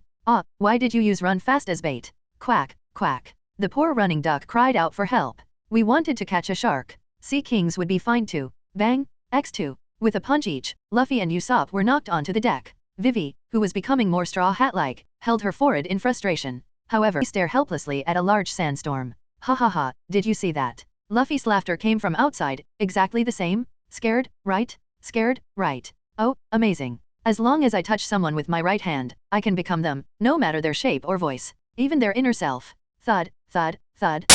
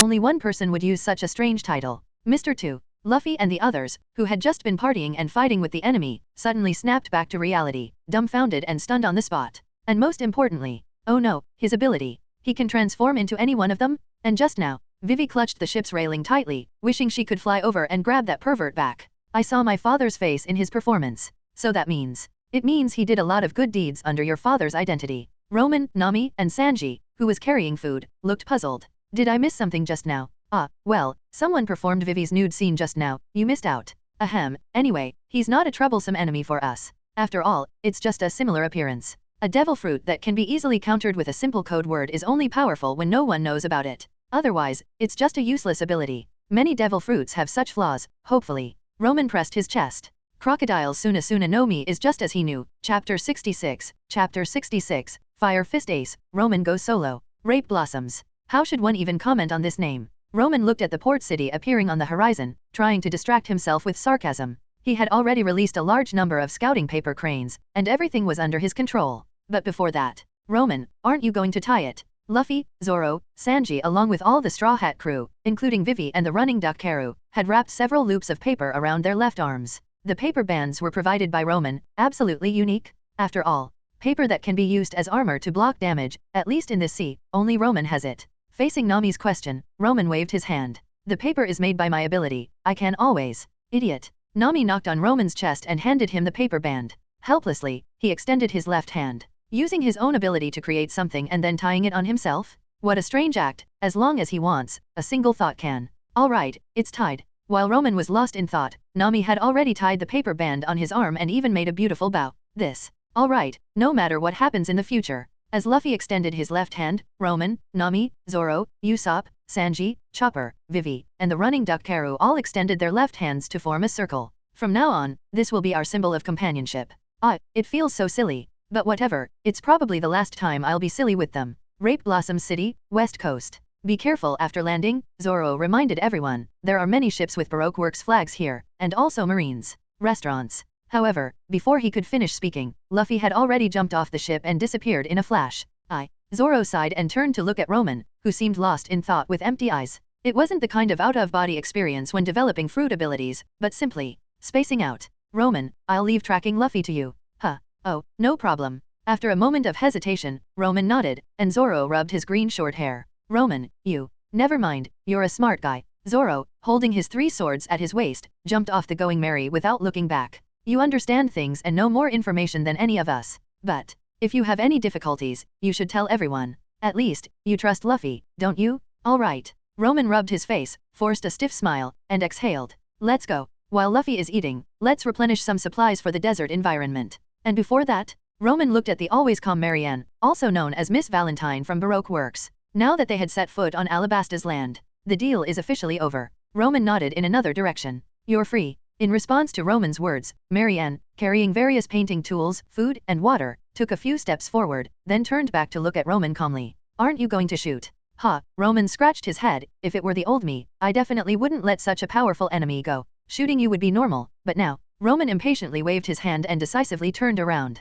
Let's go. After spending so much time with Luffy and the others, he almost forgot he was supposed to be a pirate. Then, a calm voice came from the little girl behind him. We're even. Nami, your figure is amazing. In a shop on the outskirts of the city, well, it was just a blanket spread on the sand with various goods on it. It was an ancient trading scene that had long disappeared even in Roman's previous rural life. Nami walked out of the paper dance, fitting room created by Roman's ability, wearing a dancer's outfit full of desert style. It was breathable, had little fabric, and was adorned with various metal accessories. Standing together with Vivi, they attracted many men to walk back and forth on this street repeatedly. Huh? It's all right. Faced with Vivi's compliment, Nami seemed a bit distracted. But she wasn't the only one. Roman, who frequently touched his chin and spaced out, and Zoro, who leaned against the wall with his eyes closed, were also distracted. Where are we going next? In response to Zoro's question, Vivi explained, we need to go to the rebel army's base, a place called Yuba. Only by exposing Crocodile's conspiracy to the rebels first can we hide. Halfway through her sentence, Vivi was pulled down by Zoro because in the city center, don't let him escape. A group of Marines with guns and knives were chasing a figure. Is there a pirate? Who is that unlucky guy? While the Straw Hat crew watched calmly. Hey, Zoro. The chased Luffy ran towards the group without hesitation, followed by a string of pursuers. Don't come over here. Is it you who brought the Marines here? In this situation, the speechless group had only one option left. Run. Here they come. Roman's eyelids drooped, as if suddenly waking up. He ran to the side. Follow me. But I've already had the White Knight steer the ship to the side, avoiding the Marine warships. Great, Roman is still so reliable. With a sharp turn, the group changed direction from the southern port to the southwestern desert. The paper cranes circling in the sky took in the entire city, so Roman knew that in the direction Luffy came from, most of the Marines and the White Hunter Smoker were blocked by a man with a bare torso and flames all over his body. Poor Ghastly Ace? Luffy and Sabo's sworn brother, Whitebeard's 2nd Division commander, a true expert with a bounty of 550 million berries? He is currently chasing Blackbeard and came specifically to give Luffy a Vivre card. Vivre card? The Vivre card, also known as the life paper, is a special item in this world. Only found in the New World, it is neither afraid of water nor fire. Made by mixing one's fingernails into the material, it is a paper that represents the owner's life force. People usually tear it and give it to their departing loved ones or friends, and the torn pieces will attract each other. The Vivre card also reflects the owner's condition, wilting when sick, burning when injured. Burning out me forward, then turned back to look at Roman calmly. Aren't you going to shoot? Ha, Roman scratched his head. If it were the old me, I definitely wouldn't let such a powerful enemy go. Shooting you would be normal, but now, Roman impatiently waved his hand and decisively turned around. Let's go. After spending so much time with Luffy and the others, he almost forgot he was supposed to be a pirate. Then, a calm voice came from the little girl behind him. We're even. Nami, your figure is amazing. In a shop on the outskirts of the city, well, it was just a blanket spread on the sand with various goods on it. It was an ancient trading scene that had long disappeared even in Roman's previous rural life. Nami walked out of the paper dance, fitting room created by Roman's ability, wearing a dancer's outfit full of desert style. It was breathable, had little fabric, and was adorned with various metal accessories. Standing together with Vivi, they attracted many men to walk back and forth on this street repeatedly. Huh? It's all right. Faced with Vivi's compliment, Nami seemed a bit distracted. But she wasn't the only have. Walking down from the hill was a man with black messy hair, calm eyes, and freckles on his cheeks. He wore an orange cowboy hat with smile and sad badges on the brim. He also had a skull badge, a red bead necklace around his neck, and a well-toned, muscular upper body. He wore shorts and had a dagger on his belt. Facing the Straw Hat crew who had put away their attacks, the man named Ace politely bowed to everyone. Thank you for taking care of my brother. Indeed, we did X5. Recalling Luffy's behavior along the way, the men were speechless, and the women were moved to tears. By the way, Luffy. Ace invited Luffy, who was standing in front. Do you want to join the Whitebeard pirates? I can introduce you all. However, no, I want to be the Pirate King. The Pirate King, of course, cannot bear someone else's flag. I knew it. Ace just smiled. He understood his brother, so he just asked casually. Here, take this. Ace threw a small piece of white paper to Luffy, making Roman, who was hiding behind everyone, squint his eyes. Then the man named Ace looked at the Straw Hat crew behind Luffy. I have a stubborn and foolish brother, and as his older brother, I'm very worried about him. You all feel the same, right? Saying this, he bowed deeply again. Please take care of Luffy. After saying that, he turned around gracefully. See you again. Dash. Luffy, can I see the paper your brother gave you? Facing Roman's question, Luffy handed him the paper without hesitation. Grabbing the square piece of paper with trembling hands, Roman closed his eyes, and his face showed excitement, joy, seriousness, silence, and determination. Here, take it back and keep it safe. Of course. Everyone walked forward in silence. The joy of meeting Luffy's brother seemed to vanish instantly. Roman slowly moved from the front of the group to the middle, and then quietly to the back, until he stopped walking. Luffy and the others had already turned over the sand dune ahead. Slap.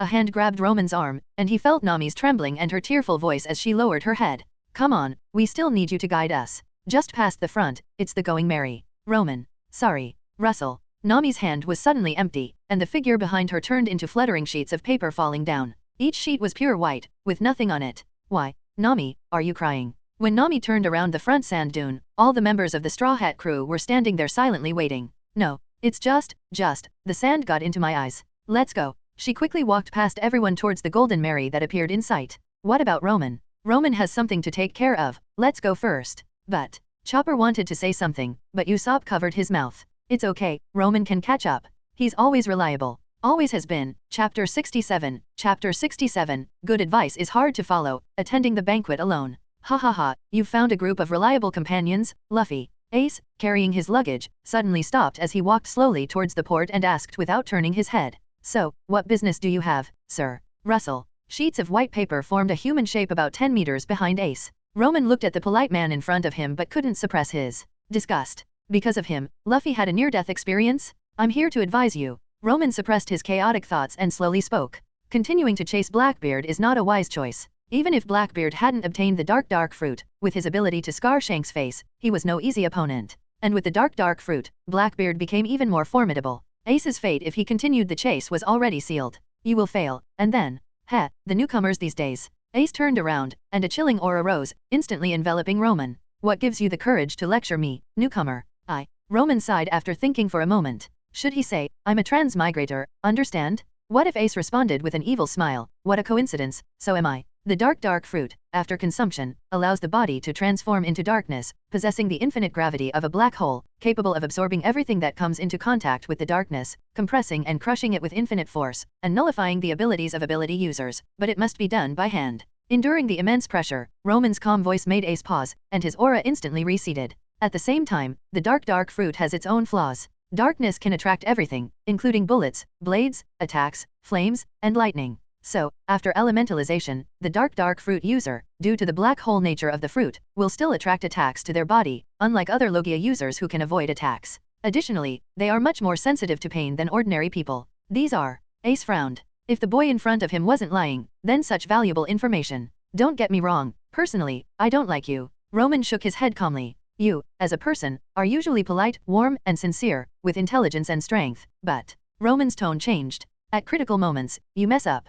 Compared to Luffy, you're far inferior. Silence. Ha ha ha ha ha. Facing Roman's sarcastic words, the man opposite him laughed heartily. Thank you. Thank you for thinking so highly of my brother. I'm very grateful. Hey, Ace, did you even understand what I meant? Roman took a deep breath and finally realized that this guy's stubbornness and disregard for others were just like Luffy's. Let me be clear, you are no match for Blackbeard. If you keep chasing him, you're just sending yourself to. And what about you? Faced with Ace's question, Roman was stunned and frowned. I don't understand what you mean. Your whole body is like a torch in the night, filled with killing intent. Ace pointed at Roman. And there's a sense of determination in that killing intent. At first, I thought you were coming for me. But now it seems that's not the case, otherwise, he wouldn't have told me all about Blackbeard's fruit abilities. So, are you planning to fight some strong enemy? That's my business. Roman waved his hand firmly, forcing himself to continue. Didn't you hear me? I said you are no match for Blackbeard. So, are you going to give up?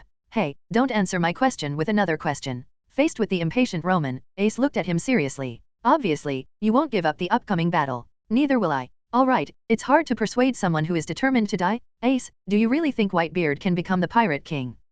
Whitebeard's health condition is no secret on the sea. Maybe he can live for another year, maybe he can only hold on for a month, or maybe even tomorrow he will. Shut up. Solar flare. Roman's vision was instantly filled with huge flames. Ace casually threw a punch, and a pillar of blazing sunfire, several meters long, gathered laws. Darkness can attract everything, including bullets, blades, attacks, flames, and lightning. So, after elementalization, the dark fruit user, due to the black hole nature of the fruit, will still attract attacks to their body, unlike other Logia users who can avoid attacks. Additionally, they are much more sensitive to pain than ordinary people. These are. Ace frowned. If the boy in front of him wasn't lying, then such valuable information. Don't get me wrong, personally, I don't like you. Roman shook his head calmly. You, as a person, are usually polite, warm, and sincere, with intelligence and strength, but Roman's tone changed. At critical moments, you mess up. Compared to Luffy, you're far inferior. Silence. Ha ha ha ha ha. Facing Roman's sarcastic words, the man opposite him laughed heartily. Thank you. Thank you for thinking so. Resisting the urge to punch the other person again. You know Whitebeard is. I know. Roman sighed, preparing to make one last effort. Whitebeard is a man who stands tall and proud. I apologize for what I said earlier, but I still have to say, if I exchange someone's information with you, can you give up on chasing Blackbeard? No. That person's name is, Roman interrupted Ace's refusal, uttering a name that made Ace freeze. Sabo. Dead silence. Facing Ace, who was like a volcano being forcibly suppressed, Roman remained calm and even took a step forward. How about it? If you agree, I will. Ha ha ha ha ha ha. Seeing Ace laughing wildly, Roman stopped in his tracks, his face turning gloomy after a while. You think I'm lying to you? No. Ace, having laughed enough, wiped the tears from the corners of his eyes and looked at Roman with a happy expression, because he had already deduced the truth from Roman's expression and tone. If it were news about Sabo's enemy, the other person would instinctively show disgust.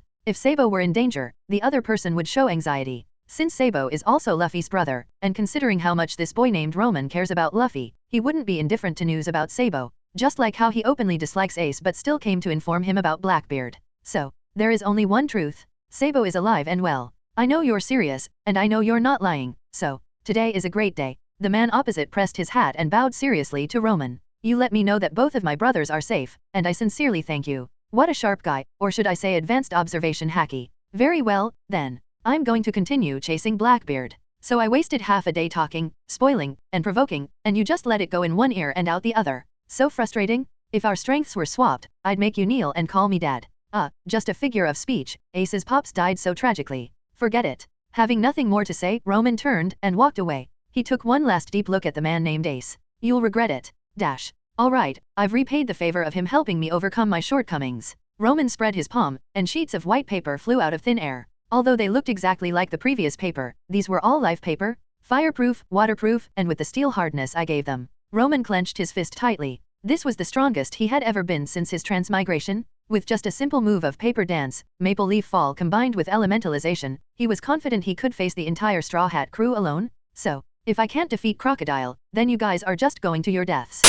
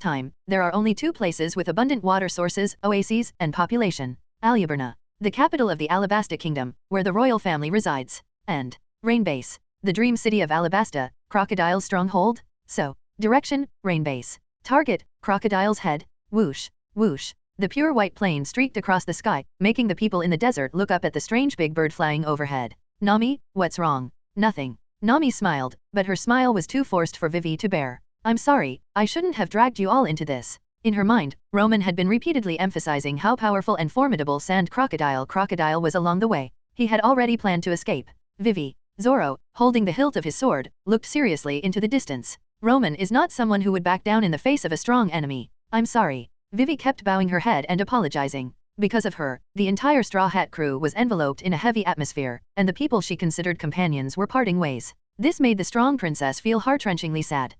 It's so hot. Luffy, with his mouth wide open, turned around and waved at them. Hurry up.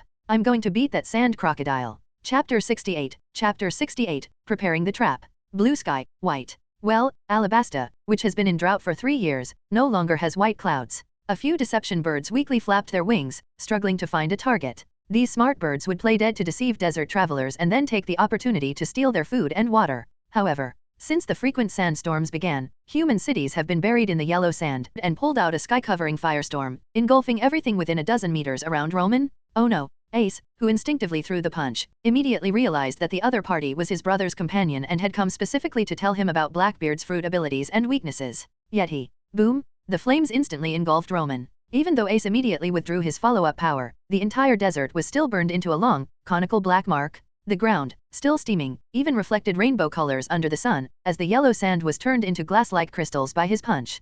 Please don't. In the place where Roman was standing, with the Marines for a 7 Warlords of the Sea position, then the Marines will discover your true identity as the son of Pirate King Roger, then set a trap to lure Whitebeard. Even Luffy will be dragged into breaking into Impel Down and fighting at Marineford, and the protagonist's halo almost couldn't withstand it. If it weren't for Kizaru's timely Yasakani no Megatama, the Revolutionary Army's young master would have fallen at Marine headquarters. Ridiculous? Even if Ace's observation Haki could tell that Roman wasn't lying, Ace would still think Roman had gone mad. Now every 7 Warlords of the Sea's position is as stable as a mountain. Does Blackbeard have the ability to make the Marines change it to 8 Warlords of the Sea? And saying he will definitely lose without even fighting, treating the flame fruit like a lighter? As for implicating Whitebeard, don't be ridiculous, the world's strongest man fears nothing. Alright, unless Roman directly reveals his transmigrator identity, or says he ate the prophecy fruit, there's a slight possibility. But the more likely scenario is, brother, don't give up, I'll take you to the best doctor, give you the best medicine. Roman could already imagine Ace looking at him with pity, just like in his previous life when someone suddenly said aliens were invading and the Earth was going to be destroyed. The outcome would definitely be a VIP room at the Qingshan Mental Hospital. Forget it, at worst I'll edit all the newspapers on the ship in the future, so Luffy won't know. Roman cares about the Straw Hat Pirates, not Whitebeard's 2nd Division commander. A sprawling cityscape and oasis appeared ahead, causing Roman to narrow his eyes and slow down. The cockpit of the fighter jet opened, releasing a flock of paper cranes. Roman quickly found his target. In the center of a luxurious pool stood a massive pyramid-shaped building. It was adorned with a carving of a banana crocodile, openly flaunting the identity of its owner. Crocodile. Good, remember that this guy usually hides in his large casino called Rain Dinners. Moreover, at this time, the senior officers of the Baroque works were all gathered at a place called the Spider Cafe, which meant that he only had to face Crocodile alone. However, using conventional methods would definitely not defeat Crocodile, so he had to resort to some underhanded tactics. This was also why Roman left alone no matter what. He didn't want Luffy, Nami, and the others to see these dirty tricks. You guys just keep dreaming. I'll handle these things, after all, I am a pirate. Plots and schemes, poisoning, and assassination, using others to kill, these are the professional skills of pirates. Next, the fighter jet quickly flew over the city. As it passed a group of fierce-looking pirates armed with knives and guns on the outskirts, Roman's eyes flashed, and he silently deactivated the paper fighter jet, descending slowly. Damn it, do any of you have any belly? Lend me some. A pirate rummaged through his pockets, only to find them cleaner than his own face. No, none. The other pirates shook their heads repeatedly. This city, Rainbase, was a famous money pit in Alabasta, with endless fresh water, graceful beauties, noble-like enjoyment, and exorbitant expenses. The pirates, who had spent all their money in the lavish casino Rain Dinners, wandered the outskirts of the city, barely surviving like stray dogs, their bloodshot eyes fixed on those with insufficient armed forces, ready to pounce at any moment. Captain, shut up. A dozen pirates cast hopeful glances at their former leader, but the man who had already lost his ship was helpless. His title of captain was now in name only. It wouldn't be long before everyone. A calm voice broke the oppressive atmosphere. A young, handsome boy emerged from a nearby alley. Want to make some money? In Roman's hand, a thick stack of green belly reflected the same green in everyone's eyes. If you want money, then, fool. The middle-aged man, referred to as captain, stood up, pointing his scimitar and gun at Roman. If we kill you, the money will be ours too. The gun was cocked, and the swords were drawn. That makes sense. Facing the pirate-like actions of those around him, Roman nodded without anger. Then, a few seconds later, want to make some money. In Roman's hand, a stack of green belly emitted the fragrance of wealth. However, the surrounding pirates all lowered their heads in silence, only daring to glance at the banknotes in the boy's hand out of the corner of their eyes. Greedy yet helpless, because their captain and a few overly eager comrades had already demonstrated the terror of the newcomer with their blood and guts. If you want money. It was the same words as before, but now accompanied by the scattered limbs on the ground, causing the surrounding pirates' leg muscles to twitch uncontrollably, their backs bending lower and lower, until they all assumed a humble posture. Just listen to me, Russell. The belly in Roman's hand was casually thrown, scattering all over the ground. The surrounding pirates' eyes lit up, like hungry dogs seeing a bone. All of these can be yours. After all, they were just fake belly made with his ability. Manager, we received a message. In the brightly lit, all-night casino called Rain Dinners, an elderly man with white hair styled like an onion was reporting to Robin, who was sitting on a luxurious chair, wearing a white cowboy hat and a white fur coat. A bunch of reckless pirates. The intellectual beauty named Robin casually waved her hand at the casino's deputy manager. Let the security personnel handle it. Why yes, but... The elderly man wiped the sweat from his forehead, bowed his head, and continued to report. The security personnel have all been wiped out. Oh. The slender Robin stood up, crossing her arms with interest. What about Baroque Works? Have you contacted them? Yes, we have. The deputy manager of the casino Rain Dinners lowered his head even further, sweat uncontrollably dripping onto the expensive carpet. But 50 Baroque Works combatants, 5 squad leaders, and 1 platoon leader have all. Although he didn't finish, the implication was clear. Interesting. Although the intellectual beauty named Robin had long surpassed the fear of bullets and blades, it didn't mean those things couldn't kill. The combatants of Baroque Works were all desperados, and the squad leaders and platoon leaders were skilled killers. What happened? A steady, hacky-filled voice of a middle-aged man echoed in the hall, making the elderly deputy manager bow even lower, his hands pressed against his trousers, eyes fixed on the ground. Amidst the rustling, a third set of footsteps appeared on the luxurious carpet. Each step was firm and powerful, indicating the person's hacky and undeniable authority. The voice was mixed with strong Yamato coldness. Miss All Sunday. Just a few rats. Facing the newcomer's question, Robin merely smiled. I was just about to check it out. But to defeat dozens of combatants, it must be an ability user or... Not at all. The deputy manager forced himself to speak despite his fear. The opponents are a group of pirates who lost all their money. The other 2 people in the room were initially stunned, then simultaneously felt. Interesting. Let's go see who dares to cause trouble on my turf. With hacky radiating from his voice, a black fur coat swept past the deputy manager, making him shrink back as if he had seen something more terrifying than a monstrous beast. Tap, tap, tap. It wasn't until the manager named Robin and the mysterious boss had left that the poor deputy manager dared to straighten up.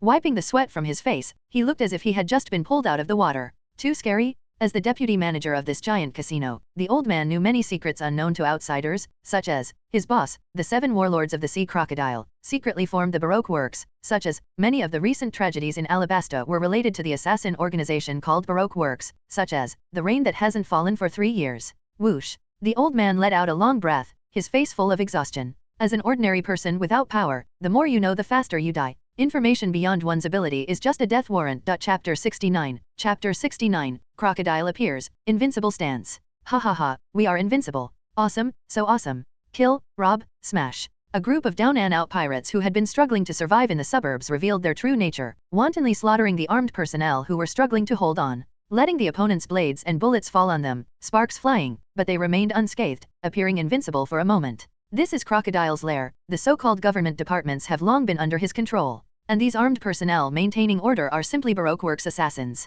Damn, how did we encounter such tough guys? A squad leader of Baroque Works had just cursed when a bloodthirsty pirate charged at him. The scimitar in his hand slashed down fiercely, a desperate attack. With a strange cry, the squad leader leaned back sharply, but the sharp blade still slashed heavily across his chest, tearing the white jacket on his upper body, making his eyes fierce. Die. A round metal lump fell to the ground as he rolled back, followed by a boom, creating a large pit on the ground, black smoke rising, yellow sand and dirt flying everywhere. And the pirate was also blown away. Then, my eyes, my eyes. Clearly, he was hit by an explosion at close range, but this pirate was still intact, only covering one eye and wailing, making the squad leader's eyes flash. Attack the enemy's eyes. With the squad leader's loud reminder, several team leaders, all skilled, one of them raised his musket, loaded, aimed, and fired in one smooth motion. Bang! In a flash of blood, a pirate who had been killing fell backward. His body twitched on the ground, but he couldn't stand up again. Effective? Several Baroque combat leaders looked at each other, excitement in everyone's eyes. Once the enemy's weakness is found, dealing with these guys is not difficult.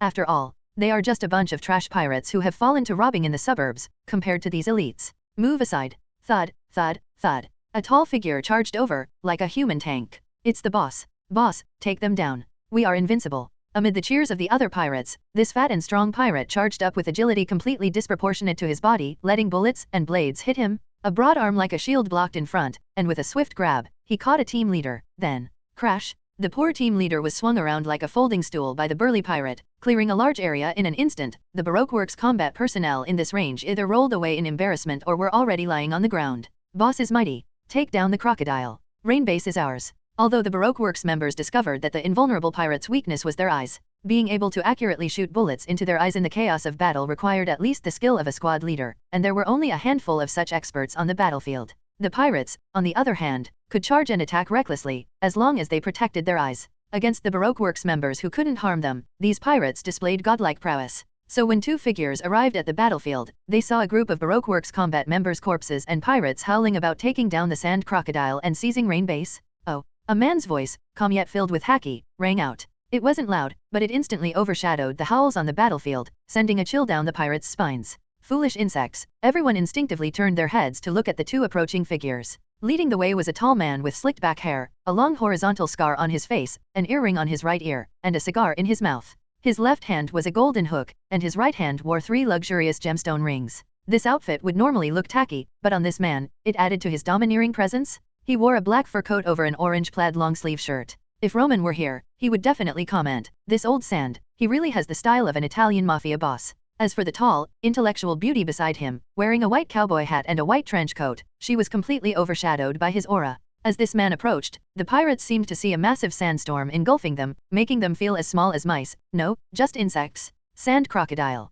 Crocodile. 7 warlords of the sea. One by one, the pirates murmured his name, accompanied by boundless fear. He's immortal, we're doomed. Unlike the ignorant foreign pirates, these pirates who operated in Rain Base had the misfortune of witnessing his power. No matter how much they slashed or bombarded him, this man would reappear unscathed from the swirling sand in the next moment. And with a mere wave of his hand, even the strongest pirate would instantly turn into a dried-up corpse. Don't be afraid. Death was certainly terrifying, but for these pirates, a life without money, alcohol, and women was even worse than death. They risked their lives at sea to satisfy their desires, didn't they? We're invulnerable, and we have. What do you have? Before the pirate trying to boost morale could react, a tall figure was already standing behind him, the black coat billowing like a death flag, and a crescent-shaped arc of sand passed through the pirate and returned to Crocodile's hand. Crescent sand dunes. A terrifying move where the arm transforms into a crescent-shaped sand blade to slash the enemy, only touching the body without causing harm, instantly draining all the water from anyone hit by the sand blade, leaving them powerless and turning them into mummies. The slashed pirate first opened his mouth wide in a death-like moan, then suddenly realized, I'm fine. A slightly surprised crocodile turned his head, for the first time properly looking at these insignificant challengers. Ha, I'm fine. The pirate laughed wildly. As Crocodile's signature move, this technique could instantly turn a several hundred-pound man into a skin-and-bones nightmare for countless Rain-Base pirates. But today, die, Croc. Before he could finish his battle cry, the pirate's vision suddenly soared, his excited brain not yet comprehending. What's happening? Thud. A soft sound echoed in his ears, accompanied by a tremor on his cheek. His vision was fixed on the ground, and the last image in his eyes was a headless corpse standing before him. This isn't me. I see. With a wave of his hand, Crocodile instantly defeated the arrogant pirate with a physical attack and looked thoughtfully at the pirate's skin. Is it by covering the skin with a special substance to hinder my crescent dune's ability to absorb moisture? And it seems to have a bit of defensive capability. Not a bad little trick. Crocodile took a puff of his cigar and calmly looked at the surrounding pirates. So, you plan to challenge me with this little trick? Dead silence. Although these pirates had just boasted about replacing Crocodile, when he actually stood there, fear, trembling, and retreat, all the pirates instinctively distanced themselves from this renowned 7 warlords of the sea until their bodies tightened. It wasn't a metaphor or a psychological effect. It was a physical tightening. The defensive armor they had relied on was silently reminding them, retreat and die, fight. A pirate suddenly grabbed the water bottle at his waist, poured all the water onto his weapon, and then charged at Crocodile with a ferocious expression. Stop pretending, we all know your weakness. Splat. With a crisp sound, the pirate who had just charged halfway was cut into several pieces in midair. Several crescent-shaped sand blades flashed by, and Crocodile casually flicked the ash from his cigar. Although I don't know where you heard about my so-called weakness of fearing water, but... He slightly turned his head, his aggressive eyes sweeping across the battlefield, as if a king was casually inspecting his territory. Ants that just grow teeth dare to challenge the strong. Ridiculous? Let's end this boring farce. Sandstorm. A mini tornado appeared out of thin air in his palm, throwing out sand blades that instantly expanded as soon as they left Crocodile's hand. The sand blades slashed through the air, emitting sharp sonic booms, like the howling of a storm sweeping across the dunes, wreaking havoc on the battlefield. Even the thick and hard boulders were sliced open like tofu. I don't want to die. Spare me. Splat, splat, splat, splat, splat. If even rocks couldn't withstand it, how could the fragile human body? Even though these pirates were wearing armor, they couldn't stop the flying sand blades from cutting through them. In an instant, the entire battlefield turned into a meat grinder, with flesh and blood flying everywhere, and severed limbs scattered around. If this is what they call a bloody storm. Robin, standing aside, pressed down her white cowboy hat and looked away from the man standing motionless in the battlefield. You truly are a terrifying existence who can control the wind and rain. Boss. Chapter 70. Chapter 70. The enemy revealed. I don't want to die. Charge. Mom. The chaotic cries erupted among the pirates. In fact, they probably didn't even know what they were shouting. The sounds they made were just a way to vent their fear of death. In the face of a powerful enemy, some people cowered, some charged mindlessly, some lost their composure, and some followed the plan. But, no matter what, they all rushed towards Crocodile. It wasn't because they were brave, but because they had no choice. The armor that once made them invincible had now become their prison, and their lives were no longer in their own hands. So boring. Crocodile stood in the center of the battlefield with his arms crossed, exuding a calm and composed demeanor. He completely ignored these moths to the flame because the numerous sand blades swirling around him were enough to create an impenetrable defense. However, splat! A pirate wearing strange armor charged into the sandstorm. Although the white armor on his body had amazing defense, Crocodile's high-speed sand blades were tireless cutting machines. Sparks and screeching sounds erupted as the two clashed. Interesting. Crocodile glanced slightly, and a sand blade suddenly accelerated. It turned into a yellow blur, wrapped around the pirate's waist, and with a high-pitched metallic screech and countless sparks, it cruelly cut the pirate in half.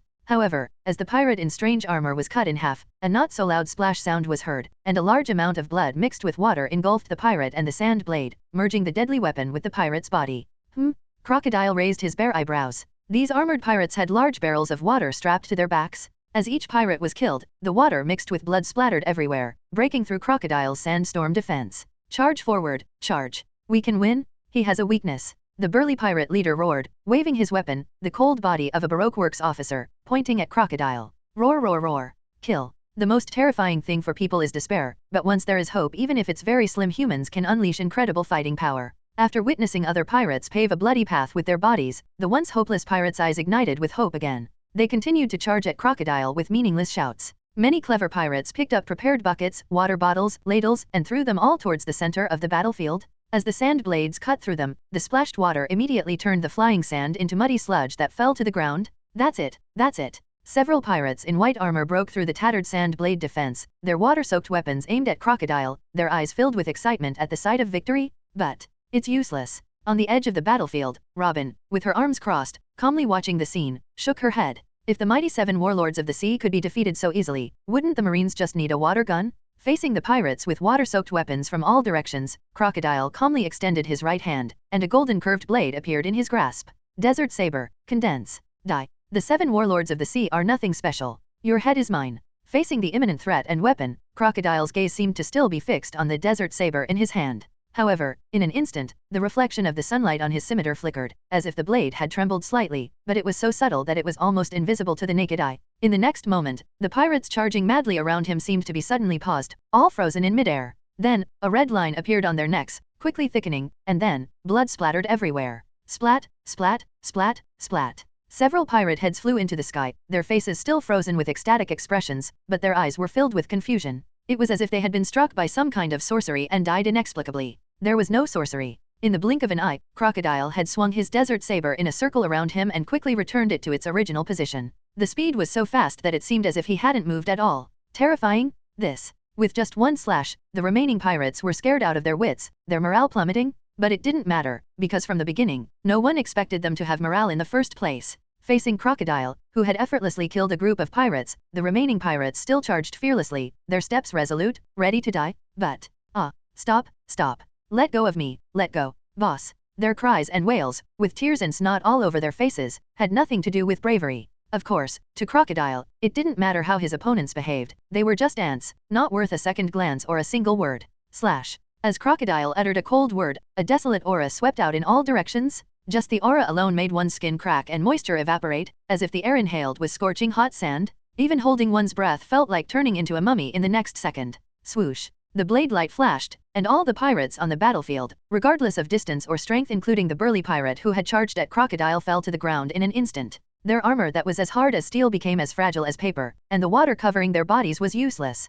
Massacre? All the pirates fell to the ground in pieces, and if one had to say, they still retained a bit of human shape. After all, the paper armor and water prepared for them were not entirely useless. Well, a bit of exercise now and then isn't bad. Crocodile, who had caused this terrifying scene, waved away the desert saber in his hand, took out a cigar, and flicked the ash. Although these guys had a bit of cunning, it was just a small trick. Splat! Just as the dust settled and the outcome was decided, the corpse of the burly pirate leader at Crocodile's feet suddenly split open, and a nimble figure sprang out, the sword end turning into a crimson streak slashing at Crocodile, who was holding a cigar. The blade was like a bolt of lightning, swift and fierce. Before making a move, there was no sign, but once he struck, the killing intent was overwhelming. The lightning-fast blade light instantly approached Crocodile's skin, the blood on it enough to solidify the yellow sand. With a splat, a head with slicked-back hair flew into the sky. Good. The calm yet imposing voice of the middle-aged man made the attacker's eyes flicker. In the next second, his knife mercilessly slashed at the headless corpse in front of him, tearing it in half with a rip. But,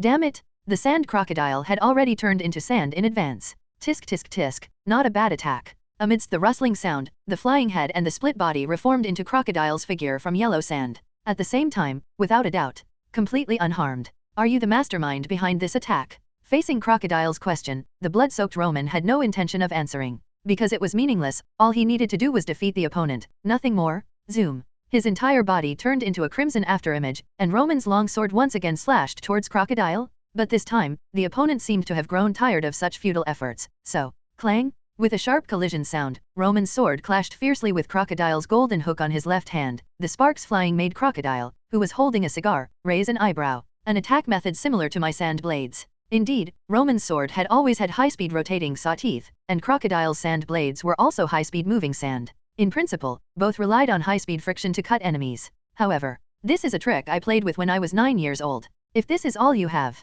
With a wave of his free right hand, a crescent-shaped sand blade enveloped Roman. Whether it was speed, power, or timing, it was perfect, as if it was naturally formed. Even without the devil fruit, Roman wouldn't believe that sand crocodile didn't have the strength of a swordsman. Clang! With a melodious collision sound, Roman raised his shield to block Crocodile's attack. Although using a shield gave a minion impression, the shield's defensive power, which had spanned the entire history of human cold weapons, fully demonstrated its practicality. Not only that, taking advantage of the moment when they were close, Roman's long sword tilted upwards, stabbing straight at Crocodile's chin, while the shield in his other hand forcefully deflected the opponent's sand blade. It was a complete life-for-life tactic? Ridiculous. Splat. Splat. Two light sounds rang out simultaneously. Crocodile's chin was pierced into a cloud of yellow sand, while Roman was split in half by the opponent's hook. Now, at the moment when Crocodile's head reformed from yellow sand, Roman, who was split in half, aimed his shield at this Logia 7 warlords of the sea. The paper on the shield quickly peeled off, revealing a picture. The picture showed a large iron barrel-like mouth.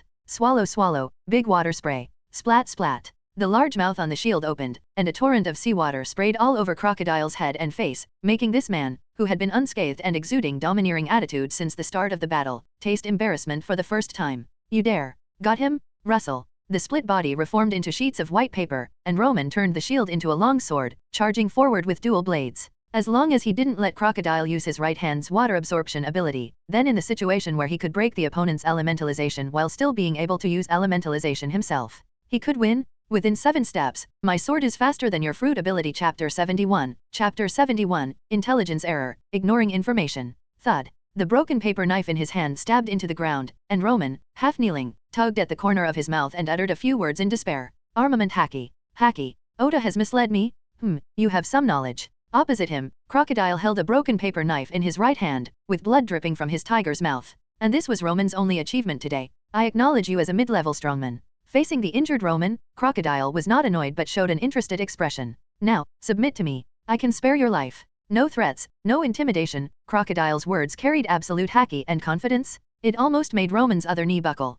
Completely defeated. Whether it was fruit development, hand-to-hand combat, or observation and armament, he had done his best. There was nothing to argue about. Fortunately, the sand crocodile didn't seem to want to kill him. Should he surrender? Where there's life, there's hope. A gentleman's revenge is never too late. A real man can bend and stretch. Feigning surrender is also. In the battle, Roman had taken many attacks from the sand crocodile wrapped in armament haki, which had already left his limbs broken, internal organs ruptured, and deep wounds crisscrossing his skin. If it weren't for his inhuman physique, he would have long been waiting for stitches in the morgue. Admit it, Roman. You have nothing to do with being a good person. No matter how many people die in Alabasta, you wouldn't bat an eye. Even if Crocodile got the Pluton and bombarded the world, you would at most watch from the sidelines. Clang. The broken sword in his hand fell to the ground, making Crocodile raise an eyebrow. I refuse.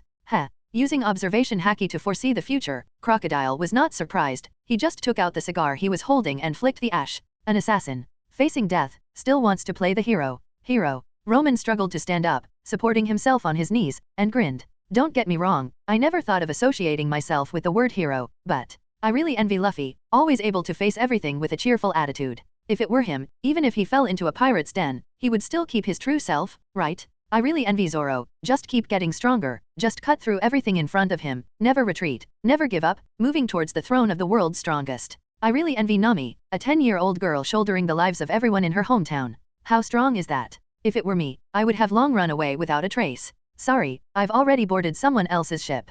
Covered in scars, Roman spread his arms and smiled at Crocodile. Although I'm not a good person, at least let me leave in style. Humph. Another fool bound by emotions. Crocodile felt a wave of irritation, as if he saw his former self. I will fulfill your wish. Deaththorn Sand Spear. Splat. With a light stomp from Crocodile, a thick sand spear suddenly shot up from the ground, piercing Roman instantly. He was hoisted high in the air, like a flag. This is the fate of those who dare to challenge me. Crocodile's domineering words marked the end of this assassination, and he decisively turned to leave. Robin, who had been watching the whole time, looked at the challenger hanging limply from the sand spear and shook her head regretfully. What a pity, he had such a bright future ahead of him. Why did he have to throw his life away at such a young age? Ah, it's so hot. As a rubber fruit user, Luffy had a natural weakness to fire. The scorching sun in the desert hadn't turned him into a puddle of mush, and he was only able to hold on thanks to a small canteen of water strapped to his chest. After we beat that sand crocodile, you have to treat us to a feast until we're stuffed. Vivi nodded vigorously at Luffy's words. Of course, no. Smack. Nami, what's wrong? Is it exhaustion? Could it be heat stroke? Despite the concern from the Straw Hat crew, Nami, who had collapsed in the scorching desert, just shook her head while covering her mouth, letting her tears fall into the yellow sand and disappear instantly. In her hand, the book titled The Thief's Ultimate Art had opened on its own, revealing lines of text. Target, Crocodile, age 44, height 253 centimeters, Logia type sand fruit user. The target has the Logia passive skill Elementalization, making him immune to normal attacks. Under normal conditions, armament haki or sea stone weapons are required to counter it. Known combat skills include Sandstorm, forming a sandstorm in his hand that can be controlled in direction. The longer the storm exists, the stronger it becomes, and the sand blades it forms can easily cut through rock. Ordinary iron armor cannot block it. Crescent sand dunes, enlarging his arm to form a crescent-shaped sand blade to slash enemies. Only the sand blade touches the body, causing no harm. This terrifying move drains all moisture from those hit, leaving them as mummies. Extremely dangerous, close combat should be avoided.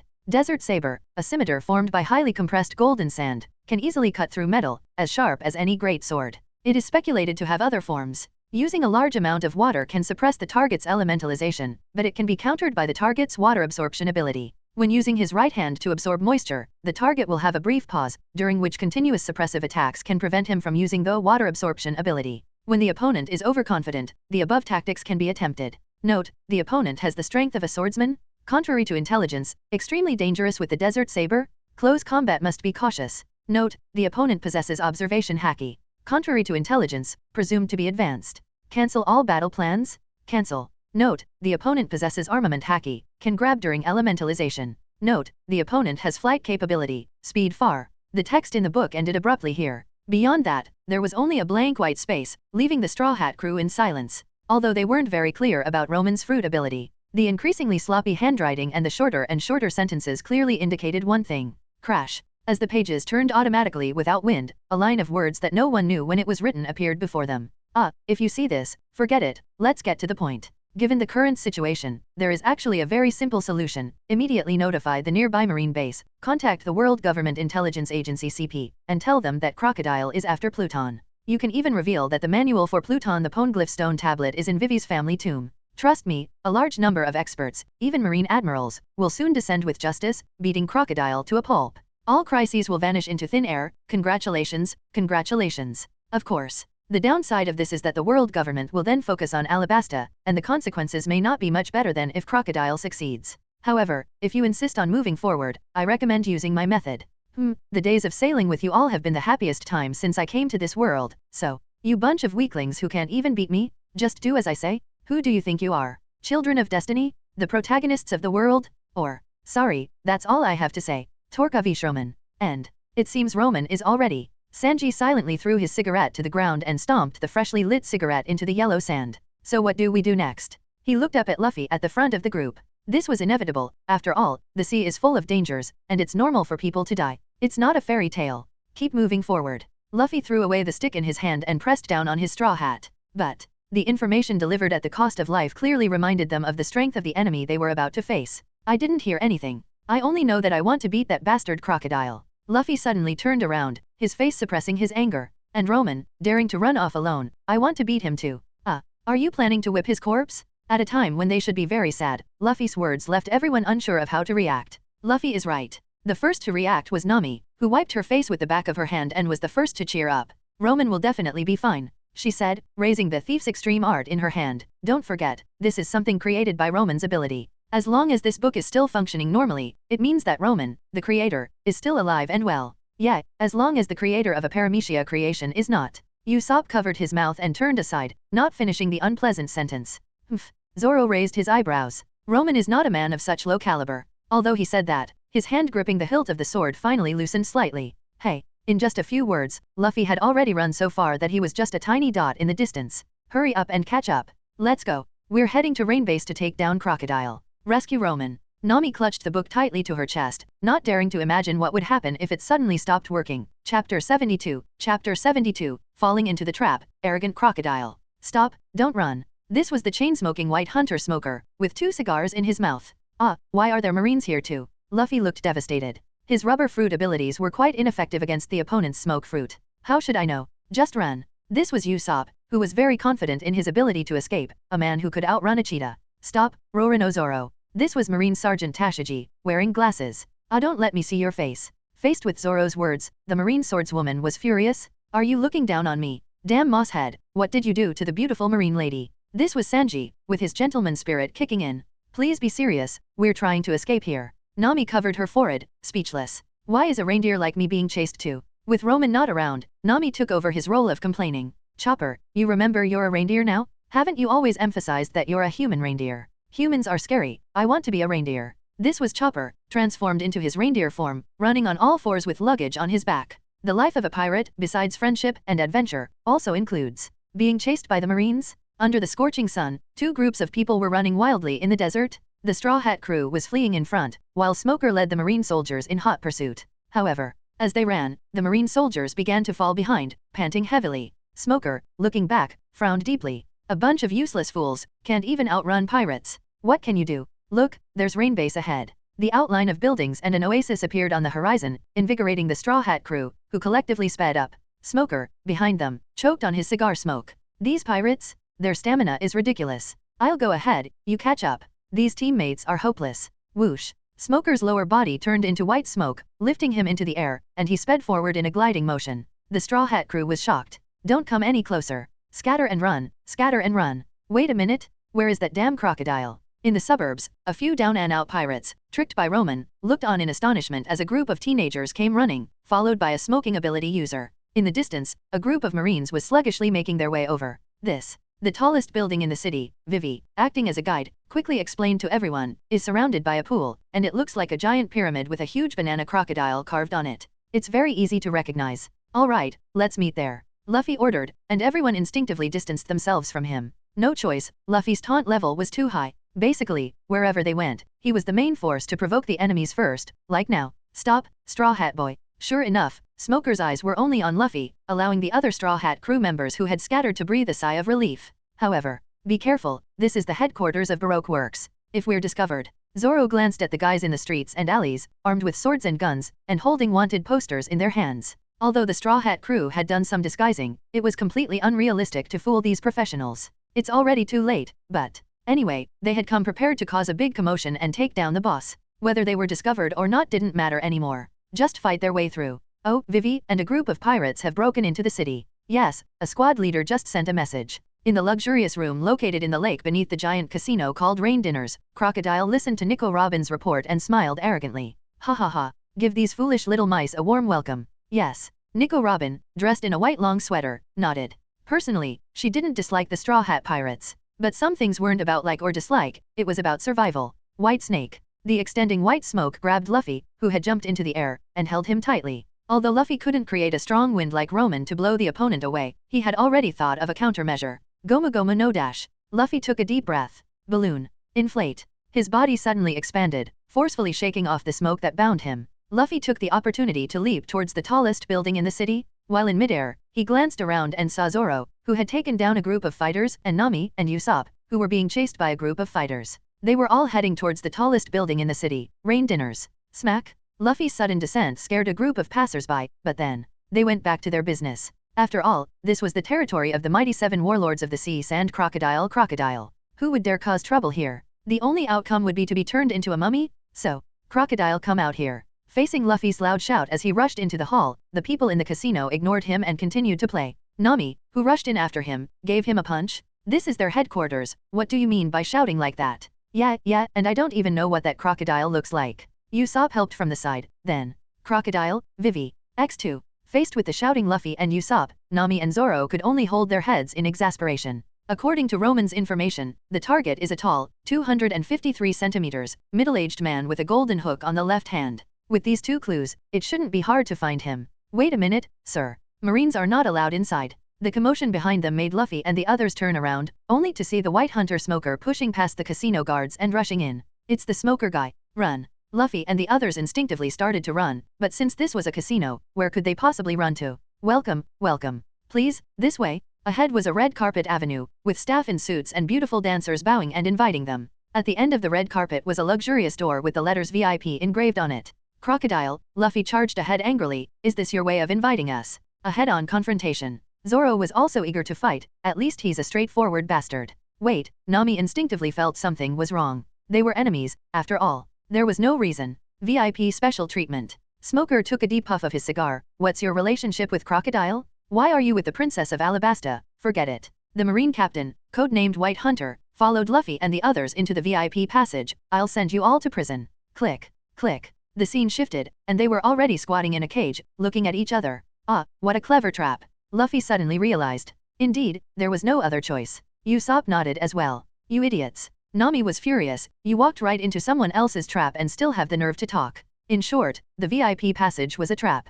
And Luffy and his group, even Smoker, who was chasing them, was speechless. How could a seasoned Marine captain like him suddenly fall into such a simple trap? It must be the Straw Hat Kid's fault. Why do I feel so weak all of a sudden? Luffy instinctively walked to the side of the cage, and as soon as he touched the bars, he slid down like a noodle. In this situation, Nami was startled and pulled Luffy up. As soon as he left the cage, Luffy seemed to regain his strength. Is it sea stone? Oh. The silent Smoker looked at Nami in surprise. Little girl, you have some knowledge, knowing about sea stone. What a pity. His expression almost said, a beauty, but a thief. This is bad. Nami's face changed. Luffy was a devil fruit user, and the thief's extreme art in her hand was also a creation of a devil fruit ability. Since the thief's extreme art was essentially a part of Roman and had a living characteristic, it would also be suppressed by this cage. More importantly, in this situation, she couldn't even determine if Roman was still. It doesn't matter. Smoker stood up and drew the weapon from his back. I'll capture you all right here. Clang. Then you can try. With a press of his thumb, the sword in his hand was ready to be drawn at any moment. The tension in the cage was palpable, and at that moment, save your strength. A calm yet commanding middle-aged voice interrupted the standoff between Smoker and Zoro. Because you'll all be dead soon, so get along. It was a tall middle-aged man, wearing an orange plaid long-sleeve shirt with a black fur coat draped over it. He had slicked back hair, a long scar across his face, an earring in his right ear, a cigar in his mouth, and a golden hook on the left hand. He also had a cigar, but unlike the ruffian appearance of Smoker, this man exuded the aura of a top underworld boss. Crocodile. It's him. In an instant, Luffy and the others recognized the man. Even the usually reserved Nami rushed to the iron cage, looking at the man with his legs crossed. Where's Roman? Where did you lock up Roman? Roman. Crocodile tilted his head and looked disdainfully at the agitated Nami in the cage. Who is that? He was defeated by you. Ha. Before Nami could finish her sentence, she was interrupted by a cold laugh. Nobody. Probably killed him casually. What did you say, bastard? Clang? Facing the suddenly enraged Straw Hat crew, Crocodile calmly flicked his cigar. I'm just telling the truth. The man named Crocodile had a pair of cold, indifferent eyes. Do you remember how many slices of bread you eat every day? Chapter 73, Despair Cage, Hope Key. Bastard Crocodile. Luffy suddenly rushed to the edge of the cage and roared. I'll beat you. Hey, I told you not to touch the cage. Seeing Luffy slide down like a noodle, Crocodile just sneered. Is that it? This idiot actually took down the Baroque Works officers I sent out and fought all the way here. Yet a simple trap captured them all. I had prepared a series of deadly traps, but they fell without me even lifting a finger. How boring. I'll kill you all, but you'll have to wait a bit. I've already sent my partner to invite a guest. Seeing his years of planning about to succeed, his hard work finally bearing fruit, Crocodile didn't mind taking some time to enjoy his opponent's miserable wails. Otherwise, such a brilliant plan without anyone to applaud it would be like wearing fine clothes at night. Finally, all the conditions were met. Pluton was about to fall into his hands. Sitting in the hall, Crocodile was momentarily lost in thought. Once he possessed that ancient weapon, how should he use it? Openly challenge the world government? Or take that man's head? Crocodile. A furious shout pulled the sand crocodile back from his nostalgic reverie. The princess of Alabasta, the blue-haired girl Vivi, had already charged at him, her weapon peacock chain spinning at high speed, accumulating considerable power and speed. Then, peacock chain saw, splat. The peacock feathers, linked like a long whip, suddenly slashed through Crocodile sitting in the hall, instantly decapitating him along with the chair behind him. But, rustle, rustle. The decapitated crocodile instantly disintegrated into a pile of yellow sand, then reformed behind Vivi into a tall man draped in black fur. Smack! A large hand covered Vivi's face from behind, accompanied by Crocodile's domineering voice. As the princess of this country, you should know my sand fruit ability, right? The tall man bent down, his cold voice whispering in Vivi's ear. Do you want to become a mummy? Thud. As Crocodile released his hand, Vivi collapsed to the ground. It wasn't that she was afraid, but the difference in their power levels was so vast that it could only be described as despair. Sit down, Vivi. No, Miss Wednesday. It's impressive that you managed to infiltrate my organization and uncover the truth bit by bit.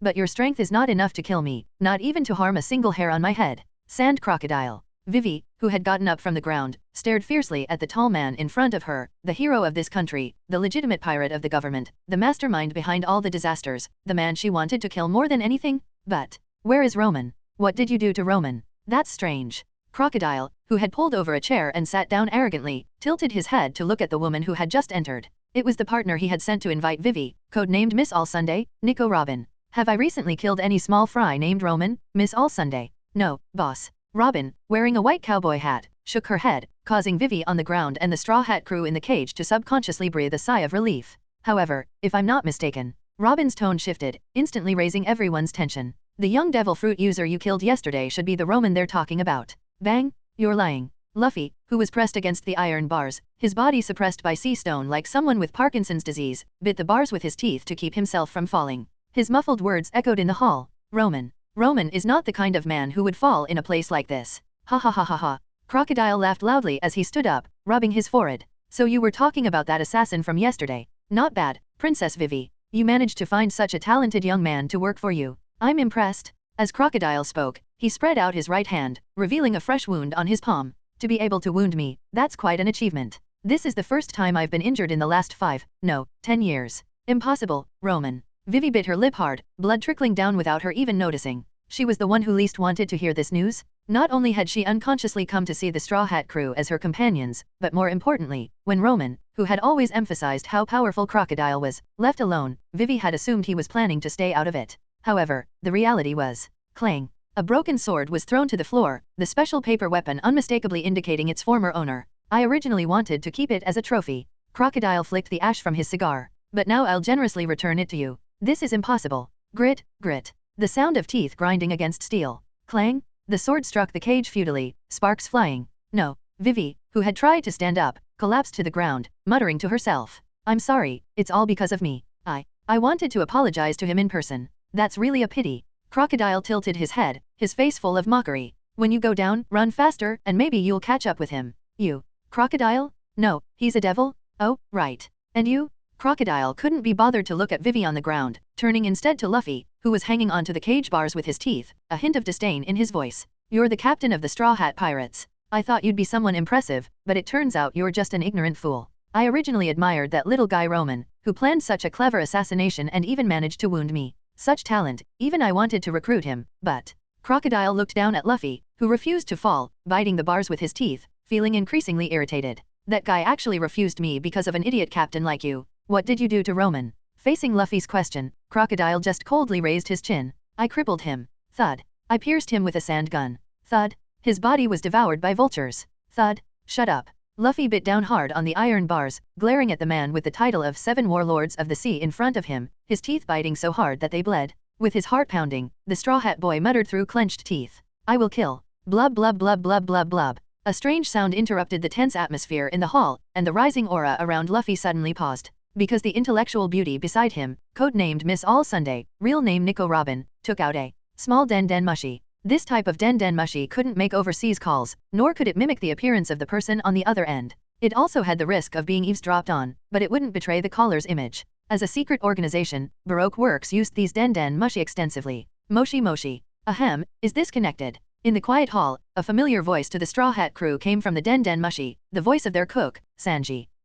What's going on? Before Crocodile could finish, an annoying voice came from the other end. This is the Poop Restaurant. In an instant, Crocodile's face darkened. because he realized that the person on the other end was the same guy who had fooled him in Little Garden under the name Mr. 3. And also, thanks for the Alabasta Eternal pose, it's very useful. Visibly, Crocodile's anger began to rise. To think that he, a brilliant and powerful figure who controlled everything and toyed with a country, was being mocked by this guy. Who are you? Facing Crocodile's icy, murderous tone, the voice on the other end remained nonchalant and provocative. You can call me Mr. Prince. Mr. Prince, noted, when I get my hands on you, I'll kill your entire family. If I said this, not even an admiral can save you? Where are you now? In response to Crocodile's question, the voice on the other end calmly replied, I can't tell you that. If I did, you'd come and kill me, right? But whether you can kill me is another question. I'm not stupid enough to casually reveal information. Back in Little Garden, Crocodile had mistakenly revealed his plans to the Straw Hat crew, thinking the person on the other end was Mr. 3.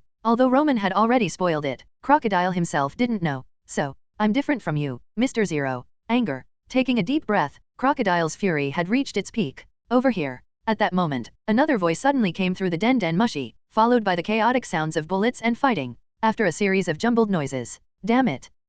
Is this den mushy still connected? Hello, which officer is this? The voice on the other end changed to one of panic. This is Squad Leader Bank. This guy is too strong. We need support. Repeat, we need. Where are you? Faced with Crocodile's unquestionable demand, the other side instinctively answered. We're at the main entrance of the Rain Dinners Casino. Wait a minute, your voice, who are you? Smack. Crocodile casually hung up the den mushy and walked straight to the door. Let's go see how capable this person who dares to challenge me really is. He then turned back to the people in the hall, pulling out a key. This is the key to that cage. Miss Wednesday, do you like to gamble? Seeing Vivi's confused expression, Crocodile snapped his fingers, and a mechanism on the floor of the hall revealed a pool below, where giant beasts, the banana crocodiles, were swimming. Each one was a ferocious sea beast weighing several tons. Splash! The key in his hand traced an arc and fell into the pool, landing among the banana crocodiles. Come on, while I go bring that Mr. Prince. Standing at the door, Crocodile turned back, looking at the fallen Vivi with a face full of malicious glee. Will you dive into the pool full of banana crocodiles to retrieve the key and save your pirate friends?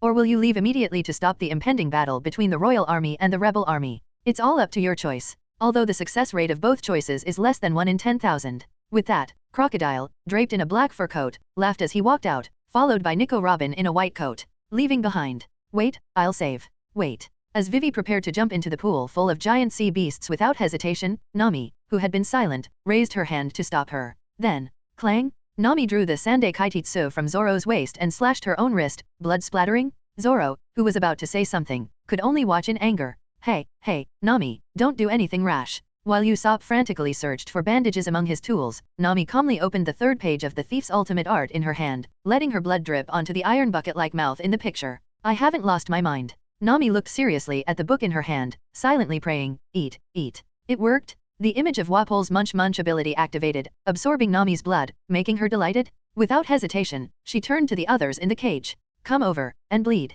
Despite their confusion, everyone obediently made a cut on their wrists. With their physiques, losing a few blood was nothing. Even Smoker, with a grim face, joined in the wrist cutting. As the blood was continuously absorbed by the munch ability on the third page, Nami finally regained the feeling of activating the abilities from the thief's extreme art. As expected. Since Roman was undoubtedly in a very poor state and isolated by the Seastone cage, the book had no energy to activate any abilities. However, by using the munch page to consume blood and provide energy, the 3 abilities in the book could be used normally, and paper dance, key, ding. A key formed from paper fell into Nami's hand. She inserted it into the lock and fiddled with it. Click. Oh, we're free. Finally out. You two, keep it down. Under Vivi's joyful gaze, Nami walked out of the cell and picked up the broken sword, placing it on the thief's extreme art. Paper dance, paper crane. As the paper folded and transformed, a scarred paper crane appeared in Nami's hand. Take me to your master. Chapter 74. Chapter 74. Roman gets beaten. Luffy faces the enemy. So cold. So dark. So quiet. Here. His stomach was pierced. There's a faint pulse. Doctor? Where's the doctor? Ah, I am the doctor. Such a familiar voice. Chopper, how? Adrenaline, maximum dose injection. Prepare for a blood transfusion. Who has type X blood? Me. An even more familiar voice. It's incredible, the body functions are slowly recovering. We can save him. Bumpy. In the darkness, the familiar anxious voices slowly brought Roman back to his senses. He opened his eyes to see a circle of familiar faces and hear joyful cheers. Roman. Thank goodness. He's out of danger. Wah, you scared us to death. Where am I? Roman blinked, and the images and sounds before him became completely clear. I didn't die. That's impossible. It's a miracle, Roman. Chopper wiped the sweat from his forehead. In the Straw Hat crew, only this little reindeer would address Roman with such respect. Your stomach was completely pierced, but most of your vital organs weren't severely damaged. The damaged areas have been stitched up. I really didn't die. The newly awakened Roman was in a daze, almost thinking he had already reached the afterlife. Because this doesn't make any sense. What does it mean that most of the vital organs weren't severely damaged? Roman was fighting Crocodile, not some lenient opponent like my hawk. And who is Crocodile now? Cold and ruthless, merciless. If his subordinates fail, he would immediately kill them. Before being rescued from prison by Marianne, also known as Miss Golden Week, and her team, making him remember the word comrade after a long time, Crocodile would never show mercy. With his advanced observation haki, Roman had no way to fake his death in front of Crocodile. Roman tilted his head to look at the tattered clothes beside him, his own jacket, covered in blood and holes, with a faintly recognizable white at graffiti. White of mercy. Miss Golden Week's color ability, which can interfere with others' killing intent towards the holder. That little girl's ability can directly affect the soul. In the future, she would use a move called Dream Rainbow to make all Baroque Works officers face their true selves, even making Crocodile in prison recall his dream of becoming the Pirate King. So it was her. We're even now. Recalling the little girl's words when she left, Roman smirked. What is this? Good deeds get rewarded. All right, Roman is awake, everyone disperse. As Chopper shooed people away, Roman looked around. Besides the relieved Zoro and Sanji, the tear-streaked Vivi and Usopp, Nami smiling at him with an 4 in her arm, and Luffy sitting in front, with his back to everyone. Luffy must be furious. I might get. Bang! Roman's cheek went numb, and his world shook violently, mixed with urgent noise. Luffy, what are you doing? Hold him down. The wound is opening up.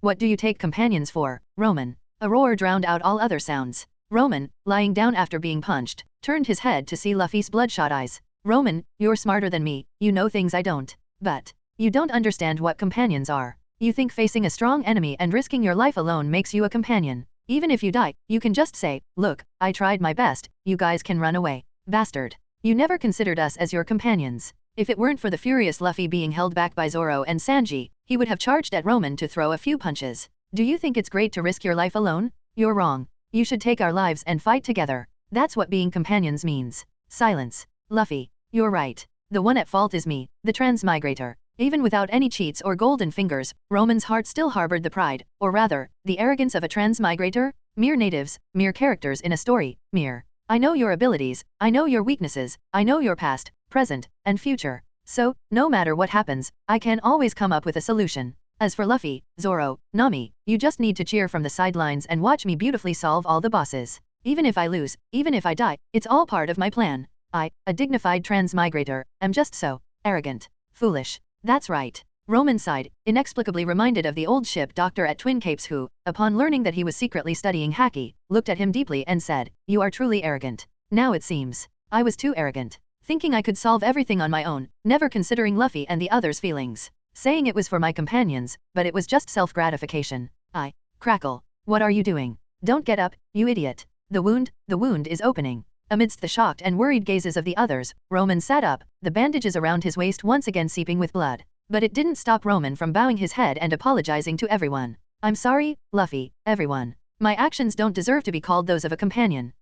In that instant, Roman suddenly froze. Luffy, Zoro, and Sanji all turned to look in the direction they came from. Roman finally noticed that he and the Straw Hat crew were sitting on top of a giant crab. They were speeding through the desert, with the silhouette of a city gradually disappearing in the distance. This is. The severely injured Roman tugged at the corner of his mouth. Even without seeing the figure, the overwhelming presence like a sandstorm sweeping the land, devouring everything in its path, was unmistakable. It's that sand crocodile catching up.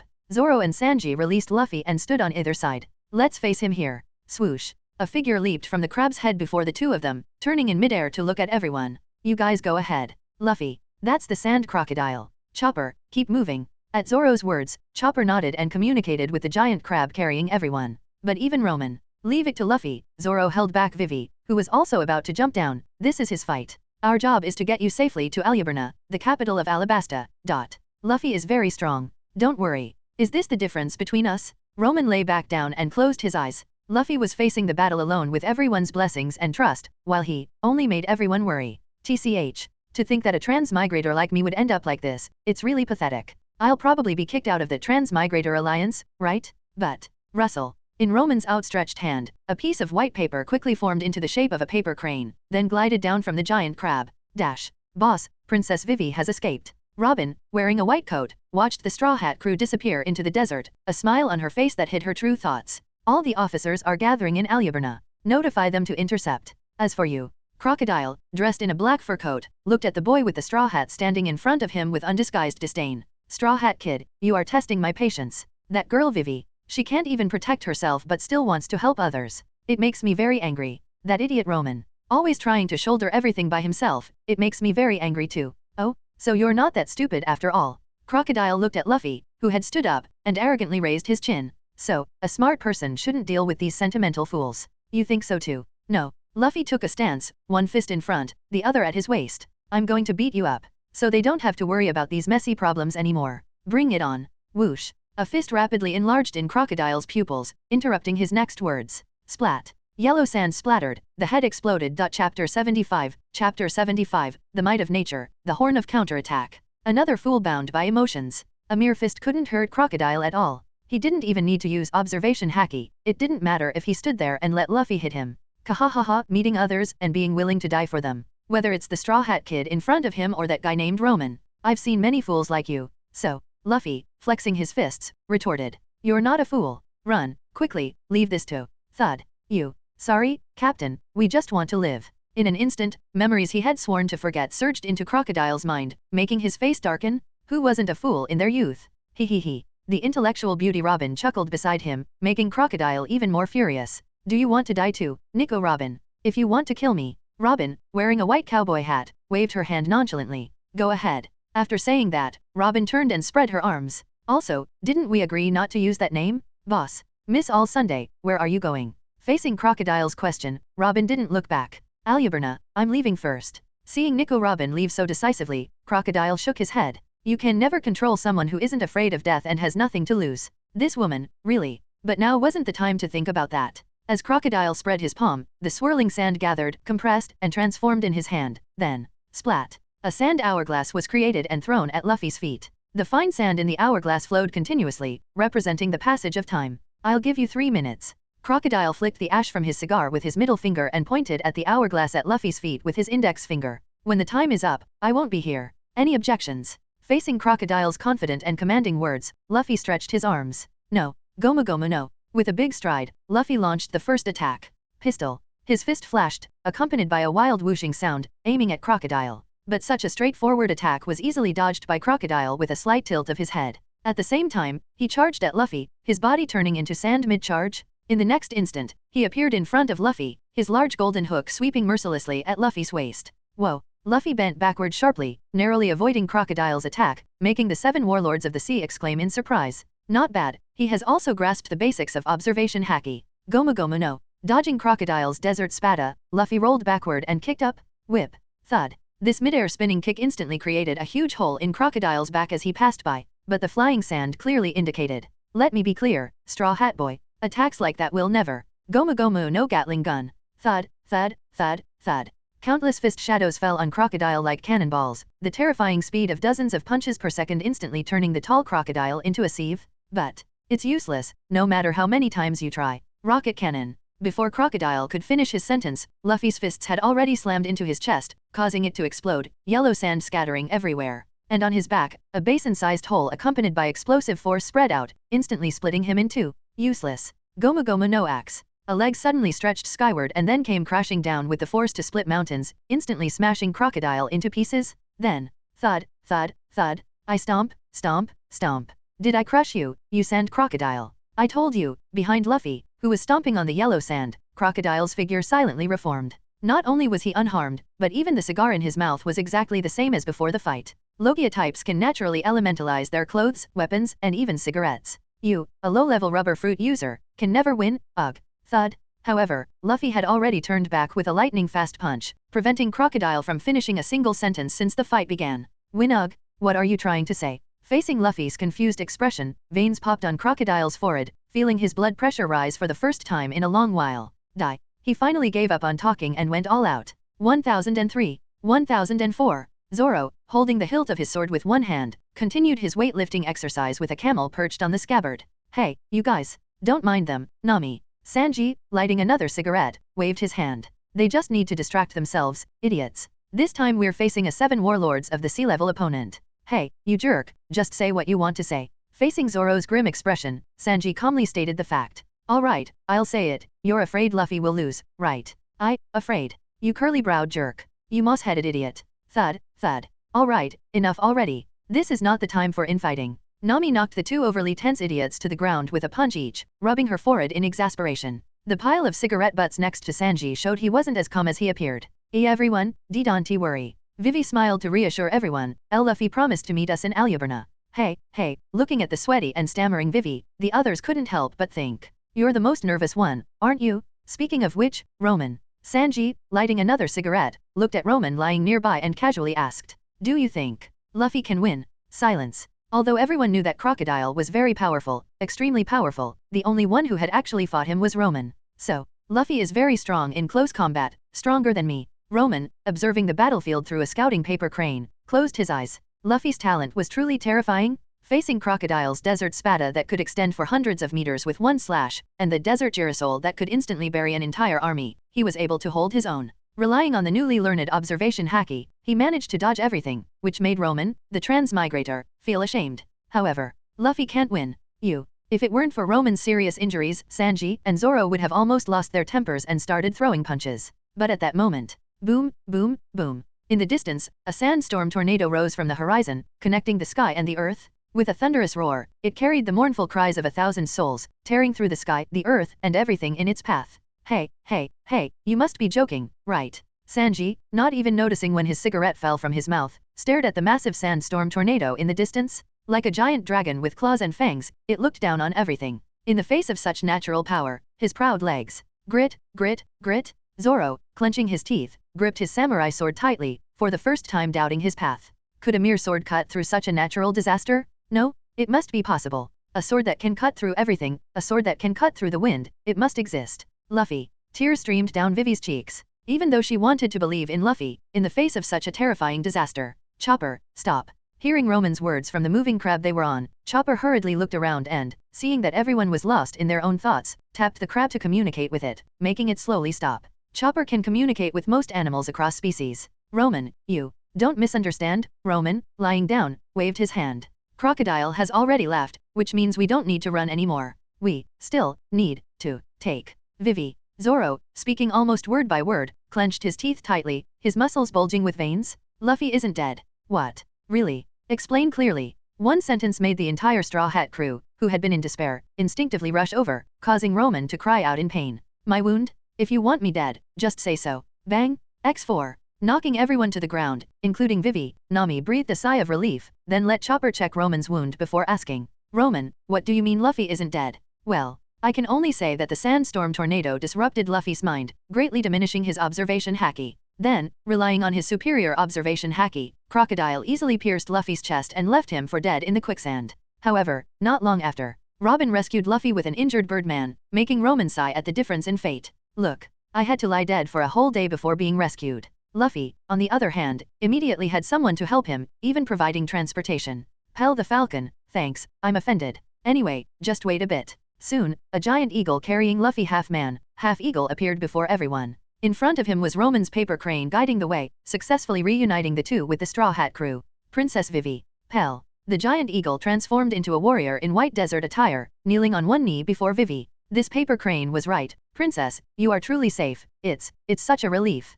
Pell the Falcon, Deputy Commander of the Alabasta Kingdom's Royal Guard, a Zoan-type bird fruit, Falcon model user. He is a staunch supporter of Vivi, almost like family. While the master and servant reunited, on the other side. Doctor? Call a doctor? Ah, I am the doctor. In a flurry of activity, Luffy, with a hole in his chest, received the same treatment as Roman, lying on the moving crab. But at least no one died, which was the greatest fortune. Roman. Even though his chest was pierced, the rubbery nature of Luffy's organs, granted by the Gomu Gomu no Mi, allowed him to turn his head and look at his fellow sufferer. I need to apologize to you, that Crocodile is too strong. I couldn't even leave a scratch on him. I never listened to you, I'm sorry. With these words, the previously jubilant group fell silent. Two of their strongest members had challenged Crocodile, resulting in one with a hole in his stomach and the other with a hole in his chest. Even if they managed to escape now, what about the future? Roman, I want to beat that bastard Crocodile. As Chopper kept saying don't talk, Luffy seriously looked at Roman. Give me a way to beat him. Luffy, you're being too unreasonable. I'm lying here myself.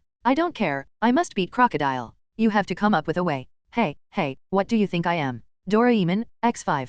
You guys. Are you mocking me so much that I have nothing to say? Facing the expectant expressions around him, Roman covered his face with one hand, unable to suppress the smile on his lips. Ha ha ha ha. Roman, you're crying. You're too honest? No, it's just the sand in my eyes. But, slowly sitting up, with Nami quickly supporting him, Roman smiled confidently. Alright, I'll come up with a way for Luffy. A way for you to beat Crocodile. Betting on my title as a transmigrator, no, betting on the name of companion. Just wait, Crocodile. Chapter 76, Chapter 76, Assigning Tasks and Setting the Stage. Meat, Water, Revival. Are you even human? After a big meal, Luffy was full of energy, and even the hole in his chest had almost completely healed. Roman, sitting in a spider wheelchair, was dumbfounded, and even the porridge Nami made didn't taste good anymore. What kind of rubber fruit is this? It's clearly a regeneration fruit. Roman, why are you staring at me? Luffy was puzzled at first, then reluctantly handed over a piece of meat. I'll share half of my meat with you. Wow, this is comparable to Zoro lending his sword to someone. But, thanks, but my intestines were just stitched up less than half an hour ago. I really can't enjoy it. Ha ha ha, no matter what the injury, as long as you eat meat, you can recover. Meat, not really.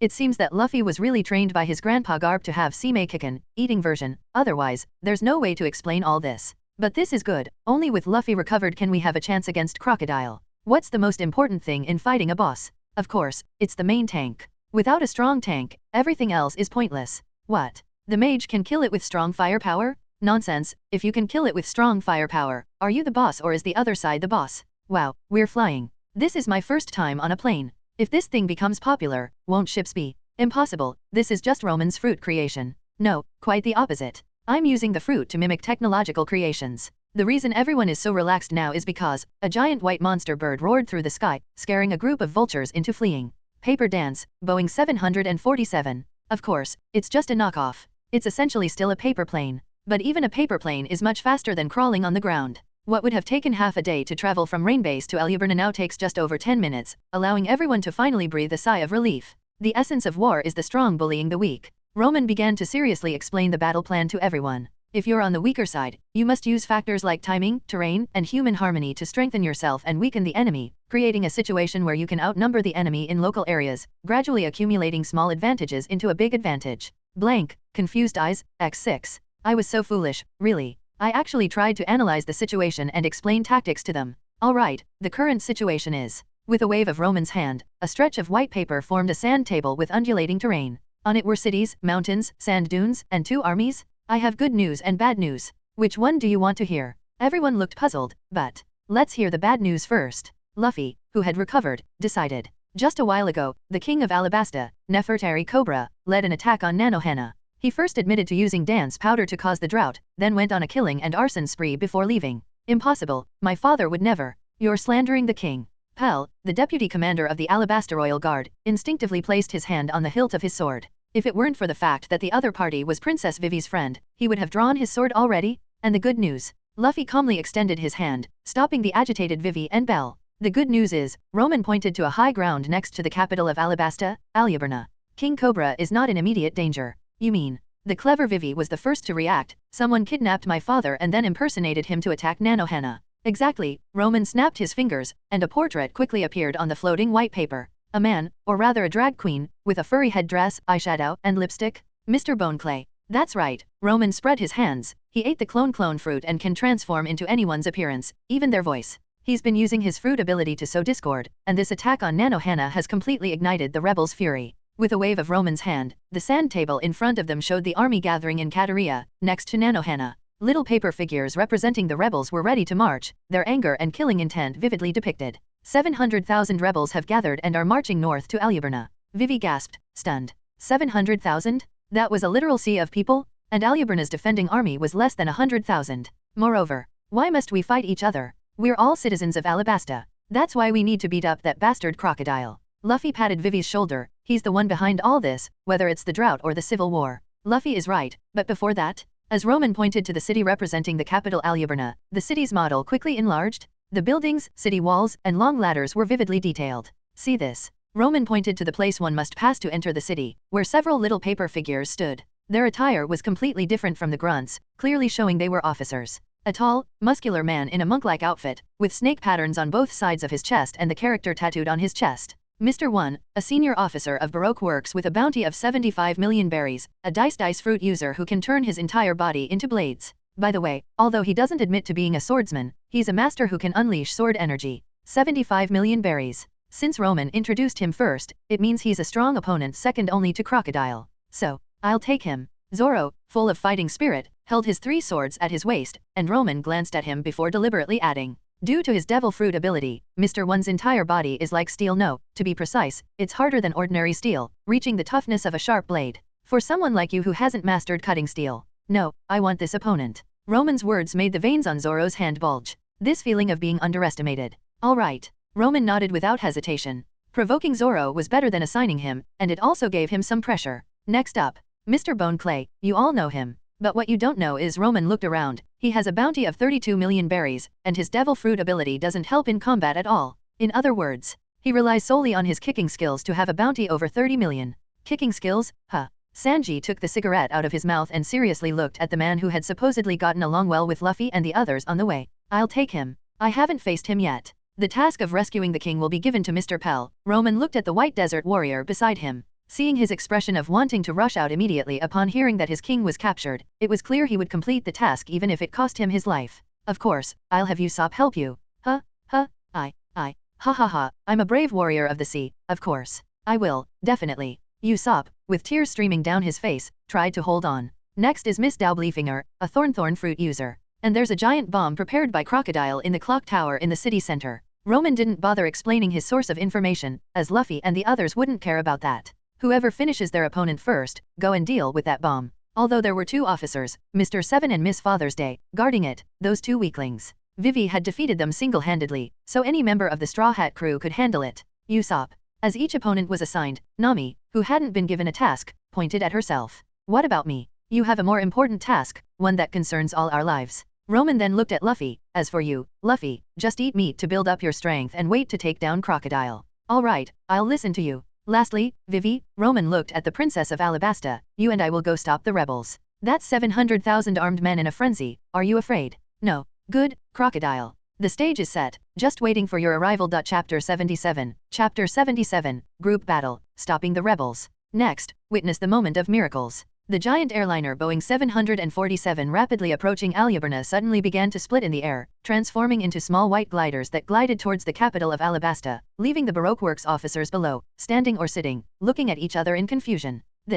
Although they were all devil fruit users, they were all ground-bound fighters. Facing this, Mr. 4, shoot them down. The obese Mr. 4 hoisted the rocket launcher on his back and fired, launching a baseball. Boom! Although the projectile looked comical, its power was no joke. However, the gliders in the air had already scattered lightly in all directions, causing the explosion to miss. Faced with this situation, what should we do? Each of those things has 2 people on board. It's simple, we pair up. The bald and burly Mr. 1 stood up and calmly dusted off his pants. Chase them down and kill the people on board, that's it. Such simple thinking and work. His partner, the blue-haired Miss Daublefinger, calmly puffed on her cigarette. Has our work ever been complicated? With that, Mr. 1 headed towards one of the gliders. The sharp aura on it was his target. Hurry up, Mr. 4, let's get to work. Oh, the impatient Miss Merry Christmas urged the sluggish Mr. 4 to leave. Then I'll take care of the 2 on my own. This was Mr. Bone Clay, dressed in a swan costume, spinning and leaping. As the gliders in the air crossed paths, the opponents were already assigned. Wow, what a sea of people.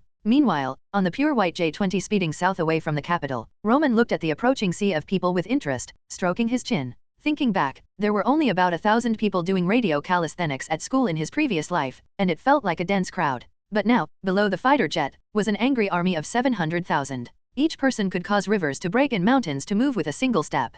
Get ready, Vivi. Roman turned to the blue-haired princess in the co-pilot seat, reminding her. This is a speech in front of 700,000 people. Don't get stage fright. Don't worry, Roman.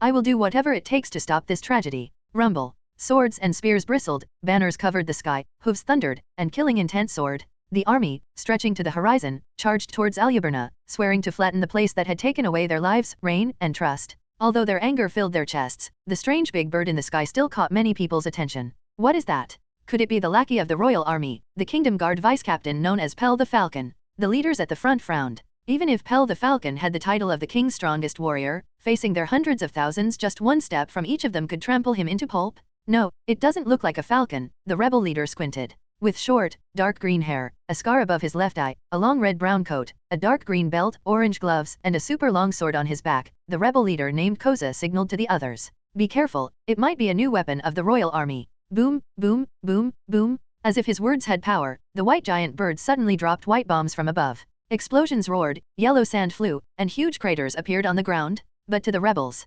completely unharmed. Yes, the white giant bird's bombs were not meant to attack the rebels but to create a long trench in front of them. Although it caused no harm, the intimidation was clear. All troops, slow down. Although the rebel army was large, most of them were using their own 2 feet for transportation, so while there was some chaos, the army gradually came to a halt. After creating several craters and successfully slowing down the rebel army, the strange white giant bird slowly descended, then disassembled and reformed into a square platform blocking the rebels. On top of it was Vivi. The rebel leader, Koza, was shocked. He and Vivi were childhood friends. When they played war games as kids, Koza was the leader of the Sand group, and Vivi was the deputy leader. Incidentally, several of the former Sand group members were now leaders of the rebel army. Vivi, what are you doing here at this point?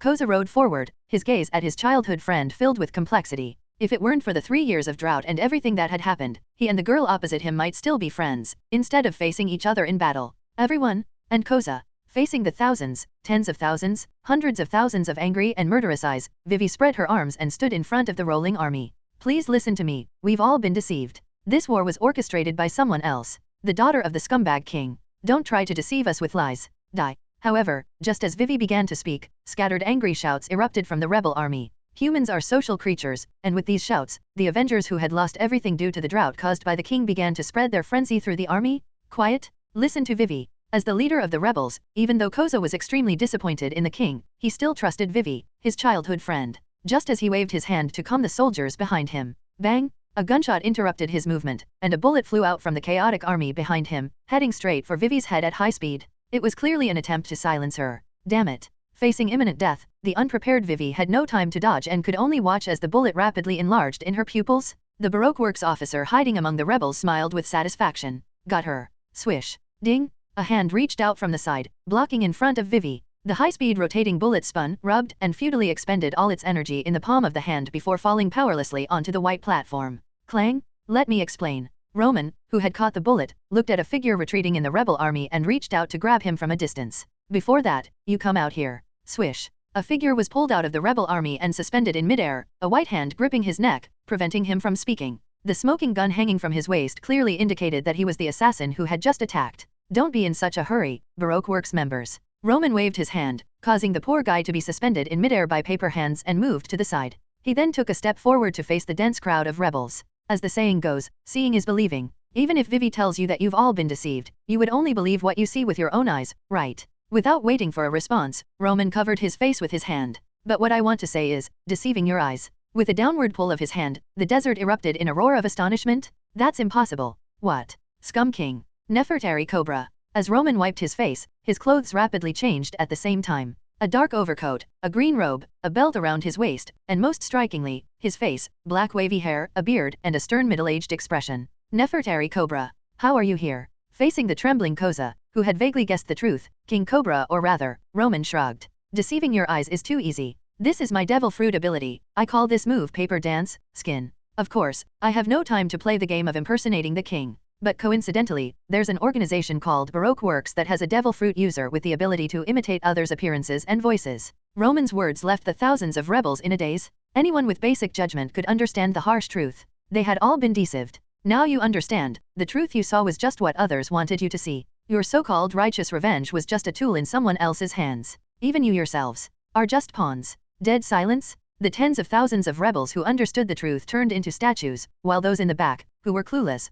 fell into existential doubt after repeatedly questioning those in front. Only, thud. The young man named Koza, leader of the rebels, stepped forward, gritting his teeth as he looked at Roman. Who is the mastermind? Who is behind all this? Who is controlling everything from the shadows? Someone will tell you, but not me. Having completed his show of force and revealed the truth, Roman stepped back, making way for Vivi. Your princess will tell you everything. Chapter 78, Chapter 78, Preparing for Battle. But, how could this happen? How? Facing the regretful, remorseful, incredulous, skeptical, and even despairing rebel officers, Roman calmly spread his hands. Accept reality. If I wanted to, I could replicate everything you experienced. Of course, the fake king you encountered in Nanohana wasn't me. Not to mention, as Vivi's friend, I had no reason to do such a thing. At that time, as Roman wiped his hand, his clothes parted to reveal blood-stained bandages underneath. I had just fought the mastermind. The result? I almost became part of Alabasta's sand, catching bullets barehanded, with her. And now it has become their death warrant. After a chaotic scene, hundreds of Baroque Works combatants were rounded up.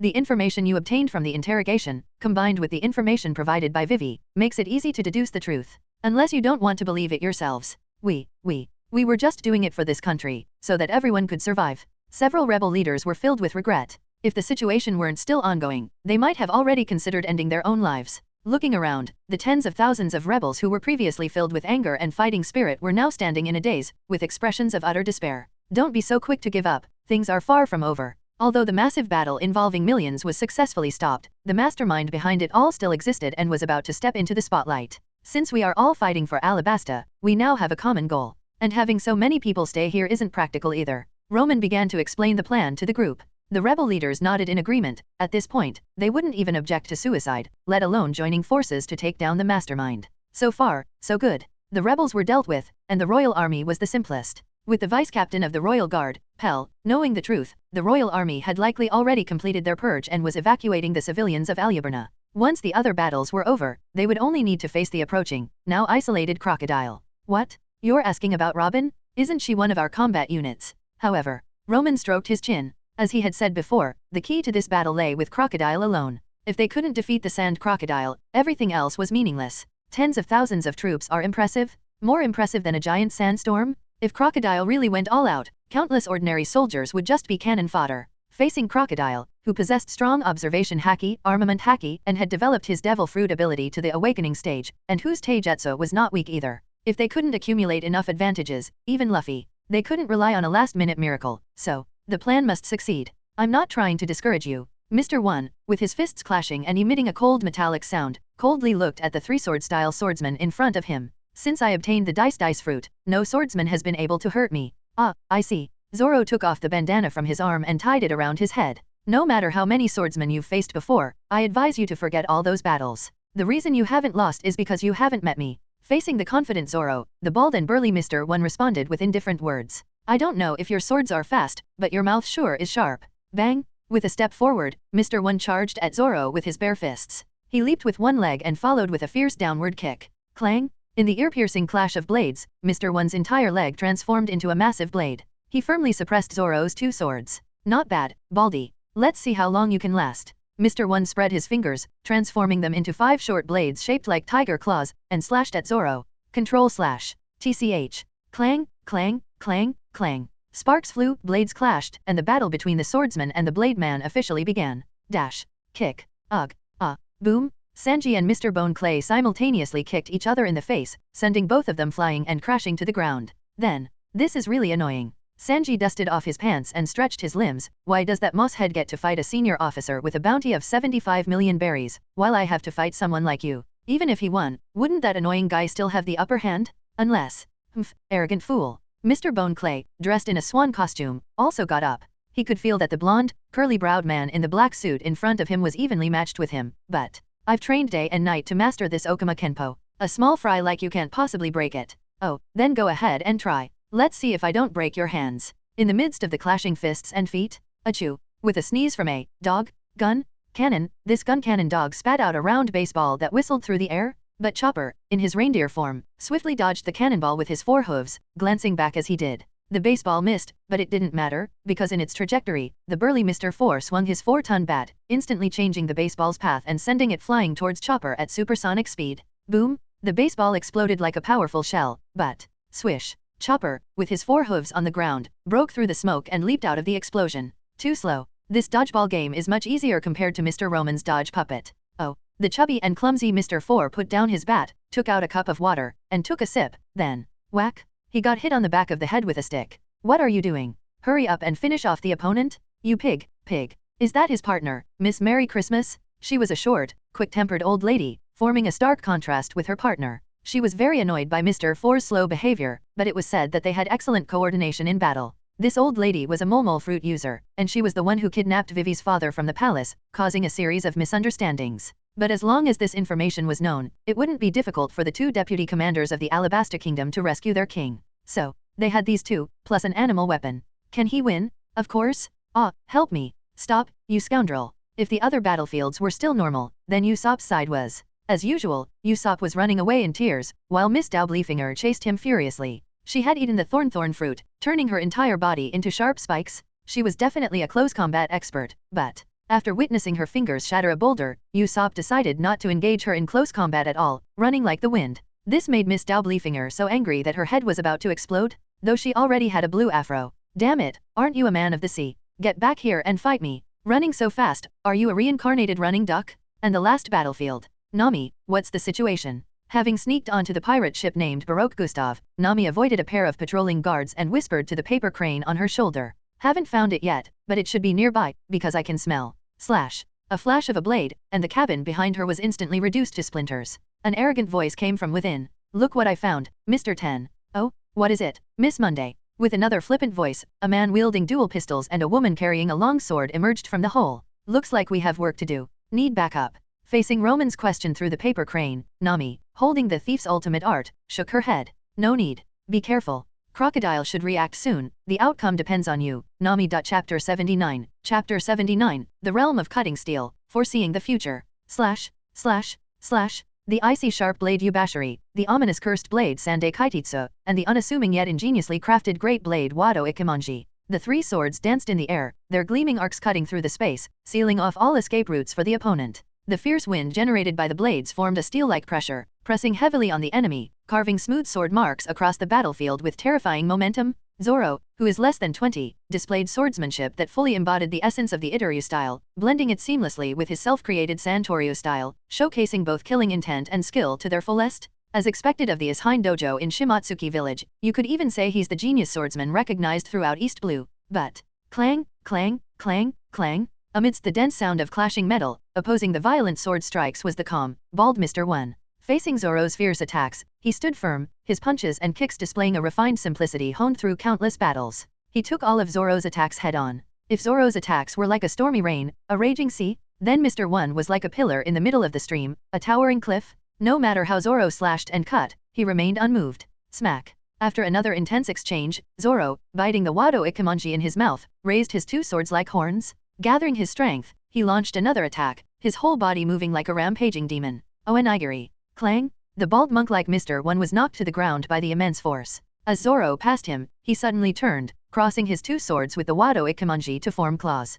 Toragari. Boom. The tall Mr. 1 was forcibly slashed into the yellow sand, creating a house-sized crater in the ground, and Zoro, stepping back to catch his breath, let out a dissatisfied sound. TCH, still nothing. Smack. Mr. 1 stood up from the sand pit, calmly dusting off his clothes. Zoro's combo attack hadn't even torn his clothes. Don't waste your strength. My devil fruit ability makes my skin as tough as a famous sword, even my internal organs are like steel. Seeing that, attacking from the inside through shockwaves won't work either. After being exhausted by Roman's paper dance, iron armor defense, Zoro had thought about how to deal with such high defense opponents. Using slashes to create shockwaves to destroy from the inside was one method he came up with, but it seemed the first attempt was completely ineffective. So troublesome. Devil fruits really are cheating. Of course, because Mr. 1 returned Zoro's words from before the battle. You haven't met me. Being called out like that made the veins on Zoro's forehead bulge. But since you've had enough slashing, Mr. 1 charged at Zoro, his hands coming together into a palm shape.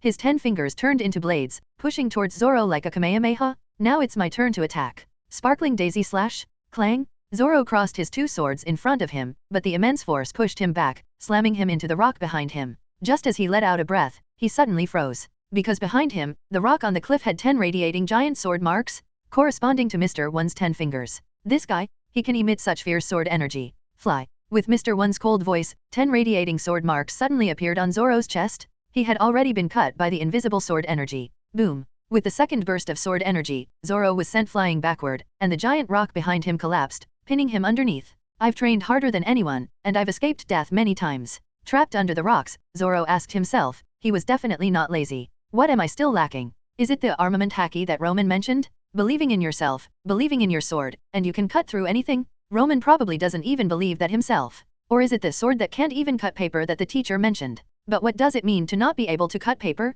I only know that moving forward is the path of the swordsman. Crash. Zoro stood up from the rubble, gritting his teeth. Infusing your soul into your fists and swords. Protecting everything, even paper can't be cut. Boom. Zoro lifted a house-sized boulder and smashed it down on Mr. One. Facing this attack that could turn flesh and blood into pulp, the bald monk Mr. One calmly spread his fingers like blades. No matter what it is, I will cut it into your fists and swords. Protecting everything, even paper can't be cut. Boom. Zoro lifted a house-sized boulder and smashed it down on Mr. One. Facing this attack that could turn flesh and blood into pulp, the bald monk Mr. One calmly spread his fingers like blades. No matter what it is, I will cut it to pieces. Dust slash. In an instant, countless sword energies sliced through the falling boulder, neatly dividing it into hundreds and thousands of pieces. And behind those stones, slash. Zoro's sword slashed down fiercely. If he couldn't cut through metal, it only meant he hadn't worked hard enough. It only meant his strength wasn't enough, so he needed to be stronger, faster, more ferocious. In an instant, Zoro's sword momentum surged, and his killing intent was several times stronger than before.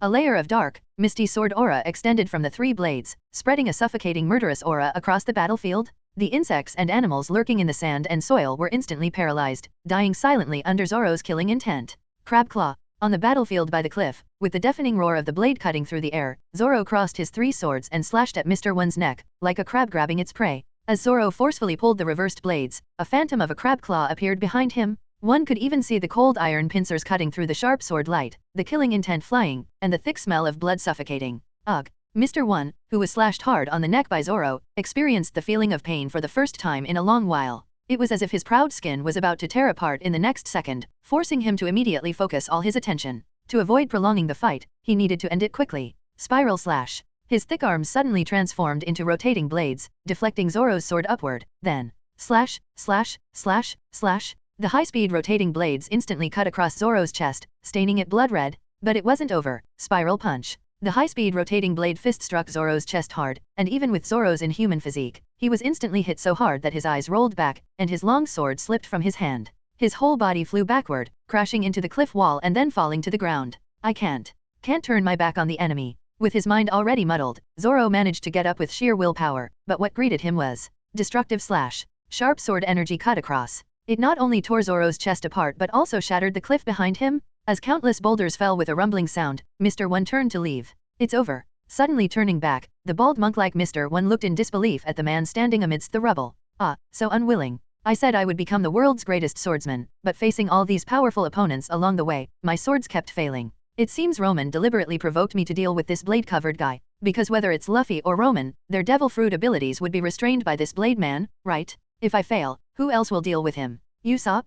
Nami? Chopper. So I can't fall. Only I can. Why are you still standing? Even though I cut you like that, and you still dodged the boulders. Facing the incredulous Mr. One, Zoro didn't even have the strength to answer, but he knew very well. Dodge? No, I just felt the place where the boulders wouldn't hit. In his dying moments, the whole world seemed different in Zoro's eyes. The sky, the earth, the rocks, and that damn blade man opposite. Everything emitted a unique breath, and in Zoro's eyes, it was all so clear. As long as he followed the rhythm of the breath. Is this the observation hacky Roman keeps talking about? It seems a bit different. Well, whatever. Picking up the Wado Ikemonji from under the rocks, Zoro sheathed his sword and took a proper stance. Still want to fight? This time I'll slice you into pieces. Facing Mr. One, who charged with fingers like blades, Zoro calmly drew his sword. As soon as the blade was unsheathed, its speed instantly changed from extremely slow to extremely fast. This slash seemed to transcend time and space, disappearing in an instant. When it reappeared, Zoro was already standing behind Mr. One, slowly sheathing the Wado Ikemonji. Itaru Iai, Shi Sunsen. Thud. Mr. One, who claimed to have never been injured by a swordsman, spat out a mouthful of blood, turning back with a grim face. He didn't even know when he was cut. How did this guy's strength increase so much in an instant? Next step is to cut diamonds. Facing Mr. One's question, Zoro calmly replied. That would be too wasteful. It's not that he can't, it's just too wasteful. I'm impressed with you. Thud. Mr. One, the top fighter of Baroque works, Crocodile is the boss, fell to the ground. Thud. And Zoro, who cut through steel with one slash, also fell onto a white stretcher. Impressive. Before losing consciousness, a familiar voice reached Zoro's ears. As expected of the future world's greatest swordsman. Of course, Chapter 80, Crocodile attacks, friendship with Okama. What? In the desert, a few hours away from Aluberna, a roar came from the carriage of the giant turtle Banshee that traveled on both land and water. Say that again. Wearing a black fur coat, Crocodile stood up abruptly, completely losing his usual composed demeanor, and coldly questioned the Den Mushi in his hand. Why yes. On the other end of the Den Mushi was a squad leader who had narrowly escaped. As a spy from Baroque works embedded in the royal army, he had luckily avoided the purge and contacted the senior officers outside the city. However, the result was Not only did the officers encounter enemies, but most of the rebels also. As a mid-level leader, the squad leader had the privilege of choosing his own attire and didn't have to tattoo the Baroque works mark on himself, allowing him to escape temporarily. But, with a large number of low-level members captured, these mid-level commanders would soon be identified. And their fate would be being cut into 1,000 pieces wouldn't be enough to vent the anger? Thanks to the good deeds of Baroque works, the number of people who died in Alabasta due to the drought and civil war was not in the hundreds or thousands, but in the tens or hundreds of thousands. Even if each person was executed multiple times, it wouldn't be enough. Is Miss All Sunday there? What should we do next? Click. Crocodile hung up the den mushy without caring about the fate of the poor informant. His entire demeanor darkened, and his dangerous gaze fell on Nico Robin beside him. Although I understand your feelings, boss. Facing the imminent killing intent, Nico Robin casually spread her hands. But I still want to say, this wasn't my doing.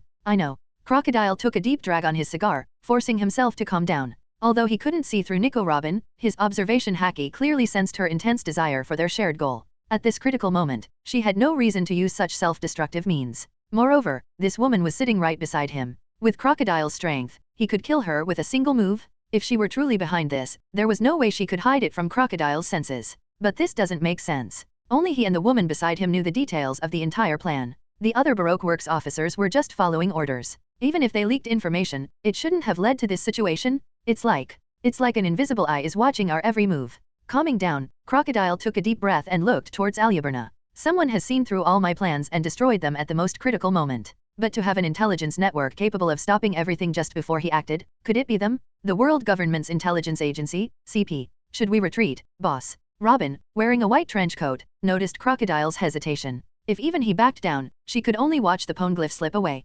He, are you unwilling to, Nico Robin? Crocodile sneered. At this point, no matter what force was secretly sabotaging them, he was already committed. So, it seems I've been playing the hero in this country for too long enough for people to forget my true nature. A pirate. A ruthless pirate? Let's go see who's causing trouble. Since the plan had been completely ruined, the peaceful takeover of Alabasta was now a pipe dream. Crocodile didn't mind taking a gamble. Using the entire Aluberna as a hostage, the merciful Nefertari royal family would know what to choose, right? With a flick of his coat, Crocodile grabbed Nico Robin beside him, and his lower body turned into a spinning whirlwind, flying off into the distance. Since the strategy had failed, he would break through with force. Kill, dash. On the other side of the battlefield. Ha. Sanji was being stepped on by a laughing Vivi, looking like he was at a disadvantage. You're all talk, can't stand up, can you? Third-rate cook. With Vivi's face, wearing a swan costume and a pink coat, Mr. Two-Bone Clay laughed, quite charmingly. Don't think I'll just take a beating? No matter how much you look like Vivi, you're still just an Okama at heart.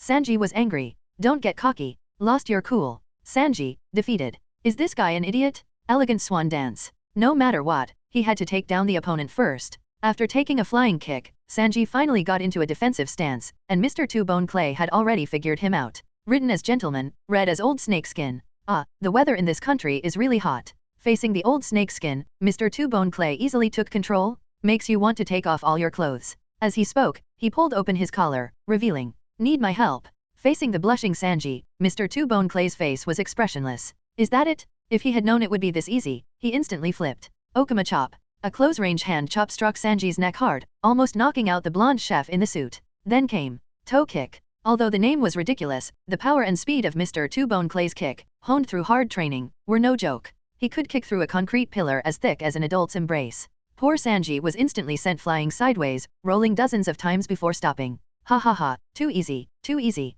unforgivable, using Miss Vivi's appearance to tempt me. Sanji got up and kicked out, his leg shadows intertwining. He instantly attacked the revealed Mr. Two-Bone Clay. However, the opponent calmly touched his face with his right hand. You won't kick me, will you? Facing Vivi's pitiful face, Sanji instinctively twisted his waist in midair to change the trajectory of his attack. But, Okama chop. Sanji was sent flying again, spitting blood all over the yellow sand. The paper crane circling in the air almost fell. What the heck? This is a life and death battle, and the opponent is a shape-shifting Okama? You can't bring yourself to hit him? You call this gentlemanly behavior? It's more like foolish behavior. On the other side, Roman, sitting in a spider wheelchair and leading Vivi and the rebel leaders back to Aluberna, covered his forehead and waved off Vivi's concern. Should he tell Vivi that an Okama is beating up Sanji while wearing her face? Forget it, the Straw Hat crew can't afford to lose face. However, I've seen through your tricks. Sanji, heavily injured again, stood up and calmly lit a cigarette. You can transform into Vivi to make me unable to attack, but when you attack, you switch back to your Okama form.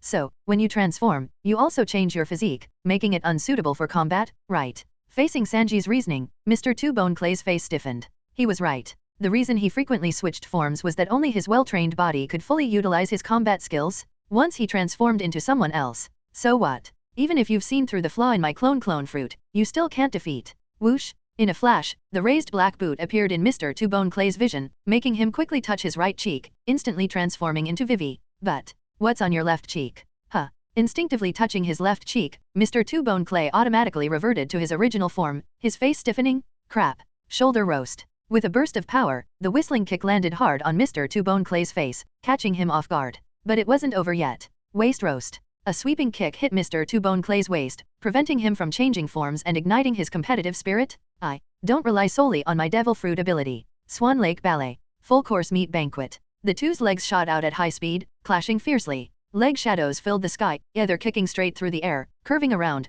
countering each other, or colliding head-on. Smack, smack, smack. The two legs, capable of breaking rocks and cracking metal, clashed repeatedly, causing explosions in the air, sounding like thunder, cracking the ground, and sending yellow sand flying like shrapnel, until veal shoot. In the end, Sanji's skill prevailed, and he kicked Mr. Two-Bone Clay flying several meters away. The spiraling force even made Mr. Two-Bone Clay spit blood in midair. Cough cough, impressive. Lying on the ground without the strength to even turn over, Mr. Two-Bone Clay sincerely praised, then said, "Kill me. If one's skills are inferior, they should accept their fate." But a hand reached out to him, and looking up, it was Sanji's handsome face. This fight was enjoyable, the rest doesn't need to be said. Is this what they call not knowing each other until they fight? This guy is a true friend. Moved to the point of almost shedding tears, Mr. Two-Bone Clay extended his hand, then, bam bam bam, after all that talk, you're still going to hit me. Who told you to turn into Vivi? After giving him a beating, Sanji turned and waved his hand. Let's go. Chapter 81,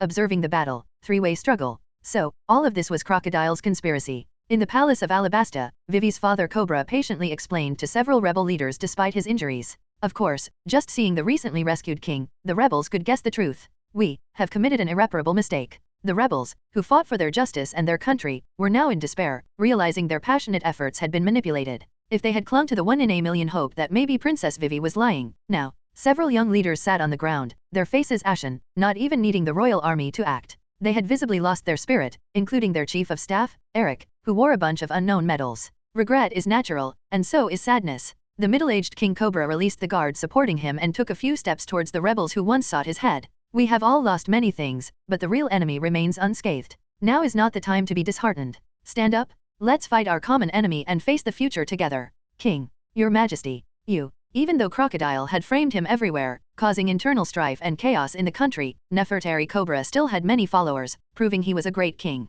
Unfortunately, lacking strength, he could only. As people of Alabasta, you should be well aware of Crocodile's power. The God of the Desert? This was the title given to the 7 warlords of the sea by countless civilians who had witnessed Crocodile's actions. For ordinary people, this title was not an exaggeration. And now, everyone had to face such a powerful enemy. Thud, Roman, Your Majesty. The first to gather his resolve was the rebel leader Koza, who knelt on both knees and slammed his forehead onto the stone slab, leaving a pool of blood. Please give us a chance to atone. Thud, thud, thud. The other rebel leaders also prostrate themselves, their foreheads hitting the floor hard. Please, X5. I have no objections. Roman looked at the middle-aged man Cobra at the head. Your Majesty, what do you think? All right. Good, now they had cannon fodder to exhaust Crocodile. Facing a boss far stronger than them, Roman had no qualms about using others to wear him down first, and then letting their ace, Luffy, take the stage. Otherwise, if Luffy could solo the boss, what would they need the rest of them for? To cheer him on? Rubbing his temples, Roman's frown made Vivi beside him ask in a low voice. Roman, is there a problem with the others? No. Roman waved his hand. No problem, it's just. Dash. Woof woof woof. Woof woof woof woof. Above Chopper's battlefield, the paper crane transmitted such a bizarre battle that Roman began to wonder if he had overdone it. A perfectly good Chopper, and he had corrupted him. On the battlefield, Chopper used his animal form's high-speed movement to dodge the attacks of the Mole fruit user Miss Merry Christmas, while using mouth cannon to suppress the real mouth cannon Mr. Four's weapon, the gun cannon dog named Lasso, which had eaten the dog fruit, Doc's Hund model. Translated roughly, you say you're a dog, but are you really a dog? Dogs are carbon-based life forms, but you clearly have silicon-based characteristics.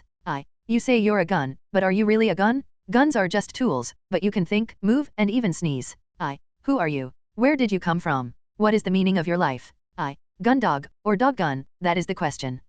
The gun cannon dog fell into identity crisis. What's wrong with you? Even the slow Mr. Four was getting anxious about his confused pet. But, without a provider of cannonballs, the coordination between Mr. Four and Miss Merry Christmas immediately showed a fatal flaw. Normally, Miss Merry Christmas would burrow underground to drive the enemy, the gun cannon dog lasso would provide cannonballs, and Mr. Four would use his immense strength to hit the cannonballs and injure the enemy. But now, reindeer, stop running. I'm not a reindeer, I'm a human. Chopper instinctively retorted, then realized, sorry, force of habit. But dragging it out like this wasn't a solution, once that dog snapped out of it. Rumble ball. Swallowing a golden pill, from now on my fate is in my hands, not the heavens? Cough cough, although it's also a golden ball, the rumble ball is essentially a drug that can disrupt the transformation wavelengths of Zoan-type devil fruits, developed by Chopper himself. It allows him to have several additional Zoan forms, such as jumping boost. Instantly transforming into a half-beast form, Chopper leaped up, dodging the claw attack from the underground mole granny Miss Merry Christmas, and pounced towards the Dachshund cannon dog lasso in midair.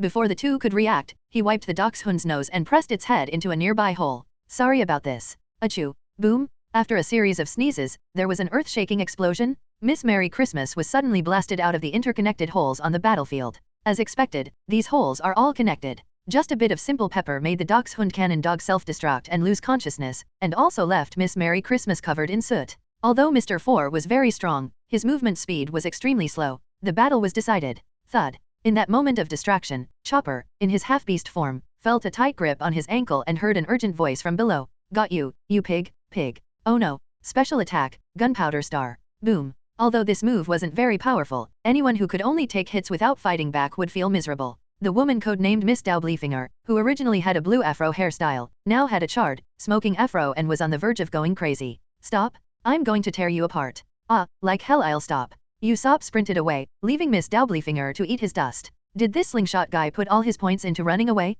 Special attack, gunpowder star. Boom. Ah, I'm going to turn you into a pincushion. Ah, stay away. Not bad, just like that. The battle scene looked comical, but Roman, observing the battlefield through a circling paper crane, nodded in satisfaction. Although Usopp's hit and run, keep distance, hit again, and keep running strategy was very sneaky, it had to be said. That's how an ADC should play. Kiting the enemy to death is the essence of an ADC. Wielding dual swords in close combat and still calling yourself a ranged class, do you think just throwing things makes you an archer? It seems Usopp and Chopper are still reliable. With subordinates who run so fast, no wonder that straw hat wearing captain had to cover the rear alone. How pitiful. What did you say? Usopp's steps faltered. I said, with cowards like you as subordinates, that straw hat kid died so miserably. Luffy isn't dead, and I'm not a coward. My goodness. Usopp, what are you planning? Do you want to go all hot-blooded too? Dude, you're an ADC, just keep your distance and attack. Sigh. Out of sight, out of mind, Roman switched his attention to the third paper crane, and what he saw made his expression serious. Because, dohahaha, run faster. Bang bang bang. Facing Nami, who had disappeared around the corner of the corridor, the cowboy known as Mr. 10 grinned and fired 4 shots with his dual revolvers. Wood chips and smoke flew, but the 4 shots were aimed at the corridor walls. Pop pop pop pop. Despite Nami's best efforts to dodge, she still ended up with several cuts on her body. Magic gun technique, refracted bullets. It was the cowboy Mr. 10 behind her who cleverly used the bullets' collision with the walls, seemingly shooting at the walls absurdly, but the 4 bullets miraculously refracted into the left corridor, successfully injuring Nami? No, it should be said that all of this was intentional. Nyahaha, run faster, even faster. Miss Monday, wielding a giant long sword, passed Mr. 10 with his dual guns and swung her long sword towards the left corridor. Soft sword, waltz. The long sword, as tall as she was, flowed like water, like a gentle breeze, easily deflecting several pieces of white paper flying towards her, embedding them in the corridor wall behind her. I advise you not to waste your energy. Dressed in leather, Miss Monday swung her long sword in circles. It was as soft as noodles, protecting the two of them. Even if Nami stubbornly threw a bunch of white paper as flying weapons, they were all easily deflected by her. Don't think that just because we're ranked low, we're weak. Chasing Nami through the ship's cabin were the dual-gun cowboy Mr. 10 and the leather-clad longsword woman Miss Monday. In fact, if they weren't bored and playing around, with their strength, Nami would have been captured long ago. Huff huff. Although they were just playing, Nami was now covered in gunshot wounds and sword cuts, and Roman's serious voice came from the paper crane on her shoulder. Wait for me. No need. I can handle them. Roman, we're partners, not just relying on you. All right, you little. The worried words turned into firm ones. Take them down. Got it. Chapter 82, ready for battle, 3-way breakthrough. Chomp, chomp, chomp.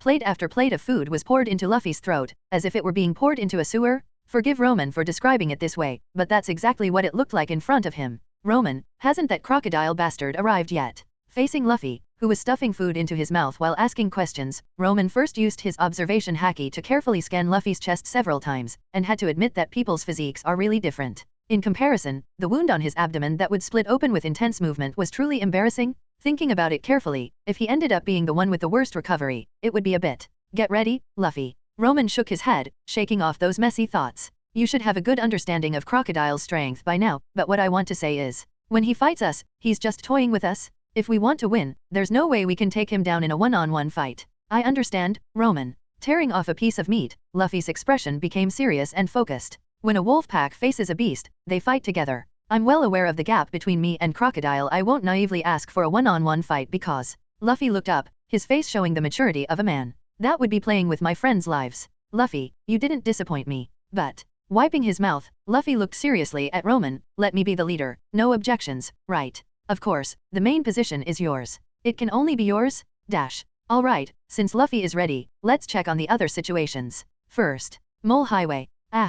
Chopper's legs were firmly grabbed by the Mole fruit user Miss Merry Christmas, who used her ability to speed through the sand like it was water, making it look like Chopper was suddenly mastering sand flying. But, stop it. Who would listen to you, pig? 4-ton bat. In front of the speeding Chopper was Mr. 4, in a batting stance. A 4-ton metal bat coming down, it wouldn't just break bones, it would turn them to powder. Combo technique, number 4 crossroad. Boom. Miss Merry Christmas, holding Chopper, was hit hard by Mr. 4, who had been preparing for a while. The air was pushed out in white waves by the immense force, and Chopper turned into a meatball, flying high. Wait, a meatball? Fur boost. Chopper, transforming into a round defensive form, reverted to human form in midair, landing on one knee and spitting out blood. What terrifying strength. Even my fur boost specialized for defense absorbed most of the impact, but still broke a few bones. Slap. You can't escape from our grasp, pig.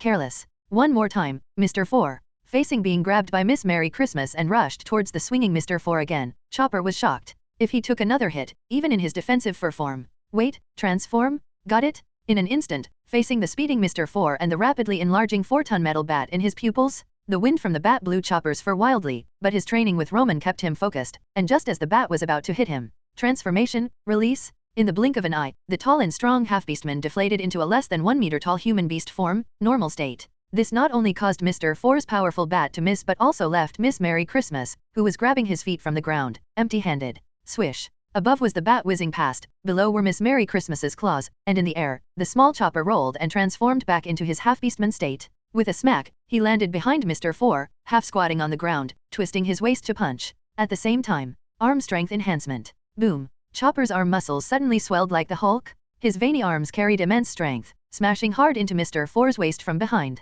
Carving hoof cherry blossom. Boom. Mr. 4's burly body was sent flying high into the air. The intense impact from his kidneys instantly robbed him of his consciousness, and he was already foaming at the mouth in midair. Compared to his proud strength, his defense was not as impressive. Mr. 4. Miss Merry Christmas, the mole fruit old lady, hadn't recovered from the shock of her partner being taken down in one move when Chopper suddenly rushed in front of her, raising one leg high. Leg strength enhancement. Boom. His leg muscles swelled suddenly, and as Chopper stomped down, the sandy ground within a radius of 10 meters rippled like water. It trembled violently like a drum, and a short, fat figure simultaneously jumped out from the ground. Tremor kick. With one kick, Miss Merry Christmas was shaken out of the ground. Once off the ground, the so-called mole fruit ability user was left with nothing but, you lie down too, carving hoof. Boom. A cherry blossom-shaped hoof print appeared on Miss Merry Christmas's forehead as she was sent flying backward, marking her defeat. Phew. Chopper let out a long breath, returning to his small form and wiping the sweat from his forehead. That was close. Tactics are indeed necessary.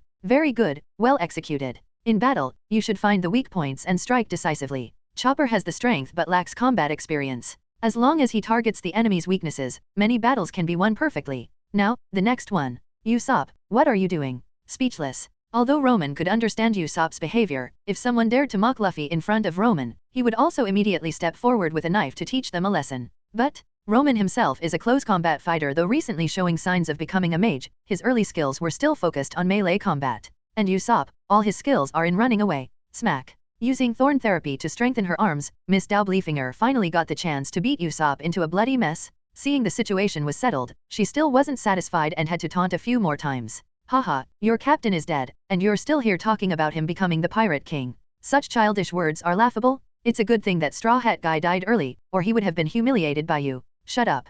Take back your words, or I won't forgive you. Facing the blood-covered Usopp, Miss Daublefinger, the Thorn Woman, sneered. What will you do to not forgive me? Now that you're my prey, I won't give you a second chance to escape. Seeing Usopp pull out a bunch of explosives from his bag, Miss Daublefinger was completely stunned. Hey, you don't mean to. Don't you dare mock my friend's dreams. Boom! The explosion engulfed both of them, leaving Roman, who was watching from afar through a paper crane, completely shocked. But what surprised him even more was, step. A figure with goggles and a long nose emerged from the flames of the explosion. This move. This move is like a marksman trading blows up close to solo kill the jungler. A tanky AD, truly terrifying? Huff, huff, huff, huff. Running into a room and closing the door behind her, Nami was still panting. Several slashes appeared on the door, and then, Nyahaha, keep running, keep running. With Mr. Ten and Miss Monday maliciously blocking the door, Nami took step after step back until her back hit the wooden wall. This was clearly a room with no other exits. A thief trapped in a dead end. What should we? He. Facing this desperate situation, Nami smiled slightly and opened the book The Ultimate Art of Thievery. Give up, although this book that ate a devil fruit is interesting, in front of us. The two thought this book was like Mr. Four's gun dog. A dead end. Nami raised the book and suddenly activated the 100,000 kilogram ability, smashing it down on the wooden floor. With a loud crash, wood chips flew, and Nami disappeared into the hole in the floor, her mocking words echoing. This is my escape route. Chase. With Mr. Ten's furious order, Miss Monday slashed the floor with her long sword, creating a neat circle around them, and they fell to the lower level. Smack. As the two landed on the lower level, before they could react, Nami, holding the book, extended a white finger and shook it, a confident smile on her face. The ones trapped in a dead end are you. Mr. Ten and Miss Monday were standing in the corridor where they had previously chased Nami, surrounded by pieces of white paper. Realizing the book's ability, the two Baroque Works officers' faces changed drastically. Damn. Explode. Boom boom boom boom. As the scattered pieces of paper simultaneously exploded, Mr. Ten and Miss Monday were immediately engulfed in the blast. Nami had already turned gracefully, flipping her orange short hair. As a thief, if you can't remember the layout of a building, you'd have been caught long ago. Trying to catch me? You're still too inexperienced. Chapter 83, Sandstorm approaches, artificial rain. Alyaburna. The huge city that could accommodate hundreds of thousands of people was now deserted. All the civilians had been evacuated to several oasis cities in the east, leaving only tens of thousands of elite royal soldiers, making the capital of Alabasta filled with a chilling atmosphere. All the water that could be collected was stored in wooden barrels, hidden in most of the buildings, just waiting. They're here. In the center of Alyaburna, in the Grand Nefertari Royal Palace Square, Roman, sitting in a spider wheelchair, looked up towards the west. Although the others couldn't see the approaching figures with his observation haki, the strange phenomenon in the sky was clear to see. It was now afternoon, and the scorching sun was shining from the west. But the sunlight was completely obscured by a golden yellow light coming from the west, like a long rainbow piercing the sun, vast and boundless. The entire sky was a hazy yellow, and the sun had turned into a dim, flickering remnant. Before the people arrived, the entire western sky was already covered by a rolling sandstorm. The rumbling sound echoed through half the sky, and even the distant desert seemed to be swallowed by the golden yellow, sweeping towards Alyaburna. Connecting heaven and earth, it was like the end of the world. The inexplicable pressure pouring down from the sky made all the remaining royal soldiers in Alyaburna tremble. If they weren't using their weapons to brace themselves, they would have had difficulty even standing. It was like a natural disaster, treating all living things as ants. Is this crocodile's full strength? Besides Roman in the wheelchair, the heavily injured Zoro and Usopp,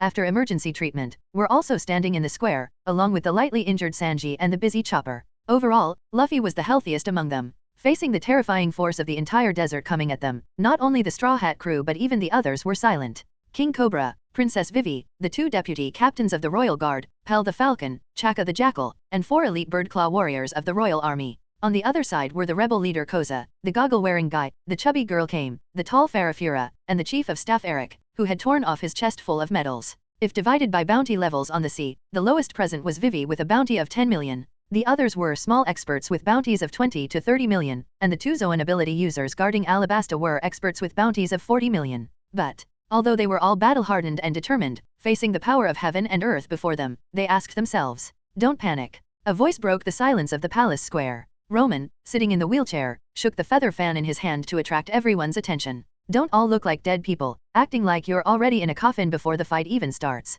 If we're not afraid, you have no reason to be afraid, right?" Roman turned to look at Luffy beside him. "Isn't that right, Captain?" Of course, Luffy stepped forward, cracking his knuckles, his face showing no fear. "I'm going to beat that crocodile bastard. Today, right here." Heh. As Alabasta's strongest fighter, Pel the Falcon smiled at Vivi, who was protected by him and Chaka the Jackal. "Princess, you've made some precious friends." "Yes, they're coming." The wind howled first, making everyone's clothes flap wildly, followed by a sweeping sandstorm that covered the sun, turning everything yellow, suffocating the sky, and shaking the earth. Give the order, Luffy. Usopp. With Luffy's shout, Usopp immediately commanded dozens of the king's elite to slowly turn a cannon, aiming it at the approaching sandstorm. If you're wondering what this is, Mr. Crocodile, you can enjoy your super bomb yourself. Although Roman didn't know how this bomb achieved such power, claimed to have a 5-kilometer range, it didn't stop him from using it as the first strike. After all, if it can't even kill a Zoan Birdman, what's the point of claiming to destroy 5 kilometers? Pell the Falcon, thanks, I'm offended again.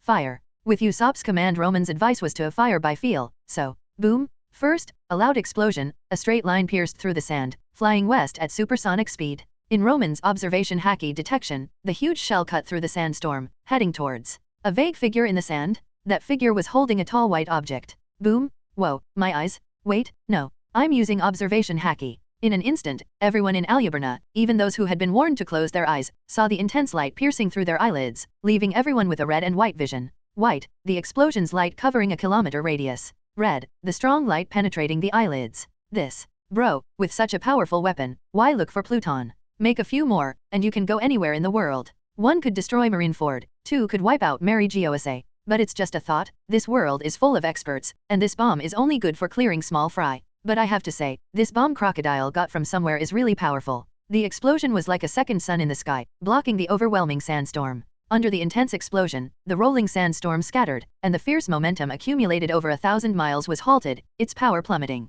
But in the next moment, a shocking change occurred. Like a thunderbolt turning night into day, yellow light exploded from a figure in the sky, and in the next moment, yellow-brown light filled the entire sky. In the sky filled with yellow light, the ground, plants, buildings, were all covered in a layer of yellow-brown. In this domineering and cold light, the world was filled with an indescribable coldness and dryness. Everything seemed to age 1,000 years in an instant, rapidly decaying into yellow sand. Brother, playing like this is no fun, starting with awakening? Crocodile. Even though the soldiers in the city were pouring water everywhere, the city was still gradually turning into a desert. Roman controlled the spider wheelchair to move forward. I'm here to negotiate, and the topic is Pluton. Oh. With a cold and domineering voice, the yellowish-brown light in the sky dispersed, and Crocodile, with his black fur coat billowing, descended step by step. As he stepped down, the flying yellow sand formed steps out of thin air, as if welcoming their king. Behind Crocodile was Nico Robin in a white trench coat. Judging by her shocked expression, she probably didn't expect her boss to look so godlike and demonic once he went all out. As the two of them descended the golden steps, the people in the palace square went from being stunned to terrified, from terrified to desperate, and from desperate to resolute. Fight? Even if it means splattering blood on the enemy. Speak, what do you know? Tell me, and I'll leave you with an intact corpse. Crocodile, taking a puff of his cigar and flicking the ash, looked at Roman in the wheelchair and Luffy beside him. Although his expression remained unchanged, his mind was filled with doubts. These two guys. One was stabbed in the stomach, the other in the chest. How did they suddenly appear in front of him again? Do they have a master backing them? I know a lot, but since this is a negotiation, it should be mutual. Don't think about stalling for time. Crocodile waved his hand with haki. I encountered a group of Marines on my way here. If you're counting on them, I've already dealt with them. May I ask, was it that smoker? Crocodile sneered. He ran fast, thinking I would be afraid of him just because he had a Marine badge. Ah, poor smoker, everyone is showing off, and he's the only one getting beaten up. All right, Mr. Crocodile. Roman spread his hands. Since they had already discussed it, Roman was in charge of stalling. So Luffy was just on guard against Crocodile's possible sneak attack, which gave the heavily injured Roman the confidence to use words to buy time. But if you think we're only connected to the Marines, you're gravely mistaken. The background of the Straw Hat crew would scare you to death. I advise you to be cautious. Seeing Crocodile's face getting darker and darker, ready to make a move, Roman suddenly smiled. But none of that matters to us. Because our captain is going to beat you up. Roman pointed his paper fan at Luffy beside him. Our captain said, even the Marine Fleet Admiral can't save you. Sengoku, hit him hard, don't give me any face. You. Just as Crocodile, unable to suppress his anger, raised his hand, a drop of moisture in his palm made him pause. Drip, drip, drip. And then it turned into rustle. Rain suddenly started pouring from the sky, covering the entire battlefield in a mist. Although the rain wasn't heavy, it represented dance, powder. The words were almost spat out one by one through gritted teeth. Soaked, Crocodile looked up, his fierce gaze sweeping over. Nefertari Cobra? You hypocritical. Don't slander us. Roman interrupted Crocodile, the rain falling on him slid off like dewdrops. With a layer of life paper covering him, he was no longer as afraid of water and fire as before. We're not the ones with dance powder, it's a ship called Roman grinned, showing his white teeth. The Baroque Gustav. You'll be the one held accountable by the Marines and the world government, Crocodile. Crocodile looked at the young man in front of him, reading the message in his provocative gaze. Hey, don't naively think that framing others is your exclusive right. It seems you've been on land for too long, crocodile. How dare you, scoundrel. Chapter 84, The Anger of the Weak, Chaotic Observations. Desert Spada. Although the rain suppressed Crocodile's large-scale abilities, and he couldn't even use his invincible elemental form, it didn't mean he was powerless. In fact, even without his devil fruit abilities, he still had the strength of an 80 million bounty. Moreover, small-scale sand manipulation was still possible. Swish. A flash of the blade, transforming into a golden sand blade stretching for dozens of meters, slashed down. The target was Roman, sitting in a wheelchair, but, bullying me because I'm injured. Splash. Prepared, Roman didn't use his paper-splitting elemental form, but instead slapped his spider wheelchair. White paper fluttered, and large pieces of life paper quickly reassembled, then nimbly dodged to the side. Just like Mr. One's dice fruit easily developed Tekai, Roman's paper fruit allowed him to master Kami after learning observation haki. Although Kami is called the invisible Rokushiki, and only CP9 members have been seen using it, it's not because Kami is ineffective, but because people in this world prefer direct, hard-hitting combat. Just like Roman entering paper form to dodge Crocodile's attack earlier, it may not look impressive or haki-like, but the result was unscathed. Then, thud.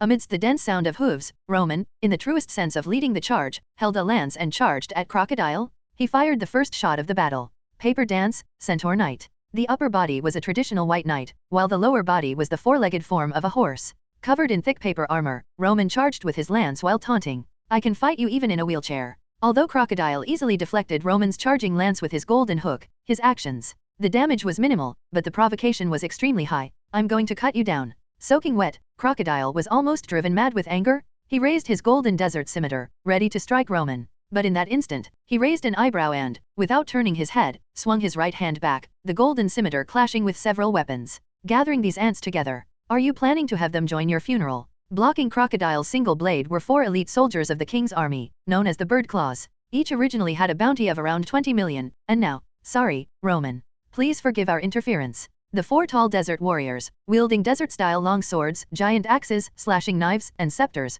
pressed down on Crocodile's desert scimitar. "We need this guy to understand the pain of this country. A person can die from not drinking water for 3 days. 3 years of drought, bones scattered everywhere." Crocodile's plan had already caused over 1 million deaths. Correspondingly, there were 1 million shattered families. To self-regulate, humans resorted to mutual slaughter to drastically reduce water consumption. And the anger of this country. Crack. The metal decorations on the 4 elite warriors' bodies shattered as their muscles bulged, leaving King Cobra and the 2 vice-captains stunned. Could it be? It's the hero water that can unleash human potential, but after using it, they only had a few minutes of life left. It's enough, at least it gives us the strength to fight. Swords, axes, and scepters whistled through the air with immense force. All 4 were born from the military, and battlefield coordination was instinctive. They managed to hold their own against Crocodile for a short time. No fancy techniques, no tricks, just pure strength and anger. It's time for us to atone. For our sins, for the innocent lives lost. With Koza's words, the rebel army collectively took out a bottle of liquid from their pockets and drank it, then, their muscles swelled, making the rebel leaders' faces look particularly fierce, but also granting them strength far beyond their usual. Crocodile, die. As the elite warriors and rebel leaders launched their attack, Roman stepped back to face a new enemy. Nico Robin. Compared to Crocodile, this intellectual beauty in a white trench coat and cowboy hat didn't have the same earth-shattering presence, but her abilities were equally formidable. The flower fruit, which allowed her to sprout her limbs like flowers anywhere. This devil fruit gave her the ability to attack her target with a thought, combined with her skilled joint techniques, making it easy to take down any humanoid creature. Unless their strength was overwhelming or their physique was special, like the rubber fruit. 6-wheel flowers, anchor flower. Facing Roman, who had escaped from Crocodile's grasp, Robin wasted no time and launched her attack. 6 arms sprouted from Roman's Centaur Knight form, grabbing his neck, arms, and legs, trying to bend his body backward and break his jaw. But paper dance, hard. Ahem, don't misunderstand, this is a very formal move. Roman instantly fused all the paper covering his body into one, achieving an immovable effect. Like a giant steel statue, so, seeing Robin's frown, it was clear her move had failed. She couldn't bend him. Don't get excited, I mean you no harm. As the arms on his body disappeared, Roman waved his hand. In fact, I don't even mean any harm to your boss, Crocodile, if it weren't for our captain insisting on beating him up. However, Roman's words made the intellectual beauty opposite him even more nervous. Robin took a step back, her face wet with either cold sweat or rain. Are you with the government? What are you talking about? I'm a pirate. If I were with the government, you might as well say our captain is a marine. Wait, think about it. If Luffy expressed a willingness to turn over a new leaf and join the Marines, wouldn't Garp laugh himself awake? If Garp agreed, then Sengoku would agree, and with the fleet admiral's order, Luffy would instantly start as a junior officer, become a general in a year, and an admiral in 3 years, commanded dozens of the king's elite to slowly turn a cannon, aiming it at the approaching sandstorm. If you're wondering what this is, Mr. Crocodile, you can enjoy your super bomb yourself. Although Roman didn't know how this bomb achieved such power, claimed to have a 5-kilometer range, it didn't stop him from using it as the first strike. After all, if it can't even kill a Zoan Birdman, what's the point of claiming to destroy 5 kilometers? Pell the Falcon, thanks, I'm offended again. Fire. With Usopp's command, Roman's advice was to fire by feel, so, boom. First, a loud explosion, a straight line pierced through the sand, flying west at supersonic speed. In Roman's observation haki detection, the huge shell cut through the sandstorm, heading towards a vague figure in the sand. That figure was holding a tall white object. Boom. Whoa, my eyes. Wait, no. I'm using observation haki. In an instant, everyone in Aluberna, even those who had been warned to close their eyes, saw the intense light piercing through their eyelids, leaving everyone with a red and white vision. White, the explosion's light covering a kilometer radius. Red, the strong light penetrating the eyelids. This. Bro, with such a powerful weapon, why look for Pluton? Make a few more, and you can go anywhere in the world. 1 could destroy Marineford, 2 could wipe out Mary Geosa. But it's just a thought, this world is full of experts, and this bomb is only good for clearing small fry. But I have to say, this bomb Crocodile got from somewhere is really powerful. The explosion was like a second sun in the sky, blocking the overwhelming sandstorm. Under the intense explosion, the rolling sandstorm scattered, and the fierce momentum, although he immediately reacted to dodge, the red on the ultra-long sword clearly indicated. Crocodile was injured. And he was injured by a group of ants he usually wouldn't even look at. You are courting death. Sure enough, while confronting Nico Robin and watching the battlefield, a flash of understanding appeared in Roman's eyes. Those who don't understand always think observation haki is invincible, with 100% dodging. However, the reality is, there's no such thing as an invincible ability. Just look at the boss next door, who can perfectly predict the future, almost getting solo killed by the captain. Observation haki, which can only predict attacks, is far from invincible. Moreover, the essence of observation haki is to sharpen one's senses, allowing them to detect the presence and emotional changes of nearby beings, and to predict and avoid danger. But, what if everyone around you is filled with killing intent towards you? What if they all simultaneously aim to kill you? In that case, the so-called observation haki can at most distinguish who has the greater killing intent and whose moves are more dangerous, and it can easily be disrupted by the overwhelming amount of intense killing intent. This is why duels between experts can last for days, because both sides' observation haki can predict the opponent's attacks, making it impossible to land a fatal blow. Anyone familiar with combat knows that the damage caused by a defended attack and an unexpected one is vastly different. But in a chaotic battle, refer to Whitebeard getting stabbed by Squard at Marineford. Who would dare say Whitebeard's observation haki wasn't strong? But his observation haki was all focused on guarding against marine experts, and the intense killing intent and hostility from the numerous marine experts made it impossible for the world's strongest man to distinguish them all. That's why he was stabbed through the chest by Squard. So, Roman had a reason for gathering these small experts of Alabasta.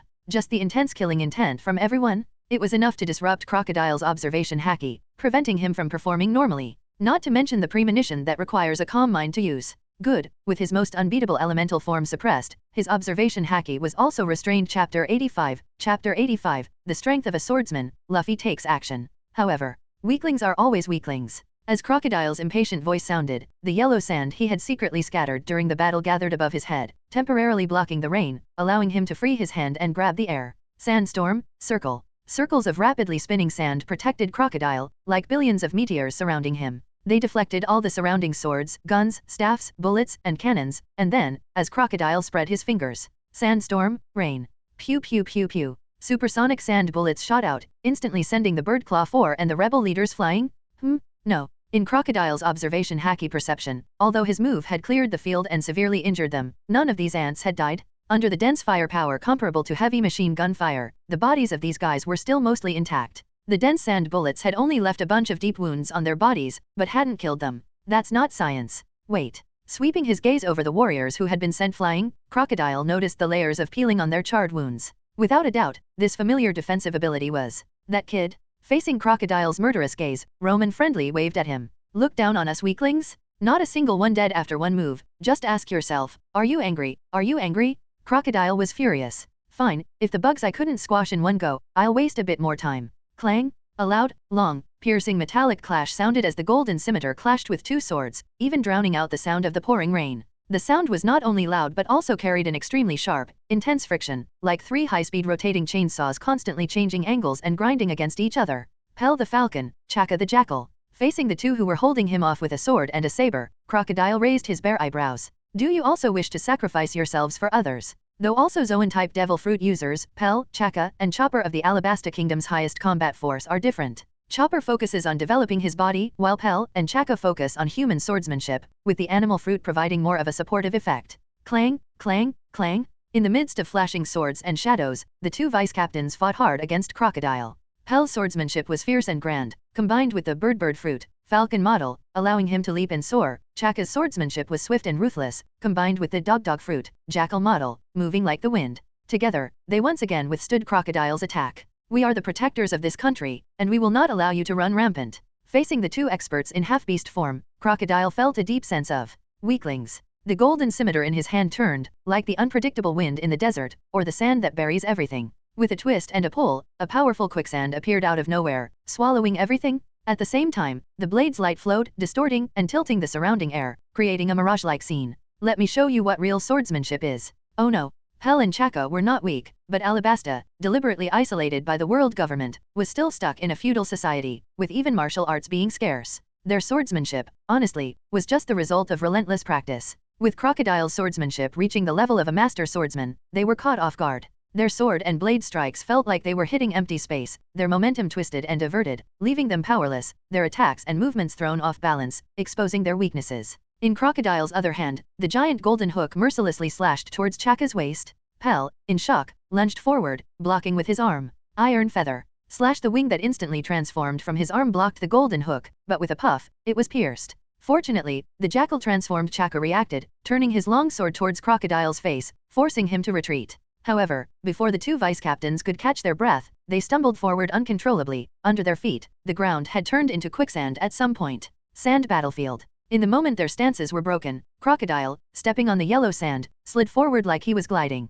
One side was bound, the other accelerating. In a flash, the black fur coat passed between the two vice-captains. At the same time, the golden scimitar in Crocodile's hand drew a clever arc, like an unpredictable whirlwind. Avoiding their swords, it slashed towards their throats. Sand throat slash. Puff, puff. With a light sound, the two vice-captains clutched their throats and knelt on the ground. If not for the Zoan devil fruit's strong vitality, they would have been finished in one move. Weakness. The invincible Crocodile turned around, looking down on everyone. The blood dripping from the golden scimitar in his hand seemed to fall heavily on everyone's hearts. Is a crime. How could this happen? They had gathered the kingdom's elite combat force, and with the rain weakening him, they should have had a fighting chance, right? Why was it still? Watching the elite soldiers and rebel leaders, as well as the two vice-captains, all defeated, Vivi's mind went blank, not even knowing what was keeping her standing. Such a hopeless gap. Thud. A straw hat was placed on her head, and the blurry-eyed blue-haired princess saw a figure in a red vest standing before her. All right, it's my turn. Smack. Luffy, wearing straw sandals, took a step forward and looked seriously at Crocodile.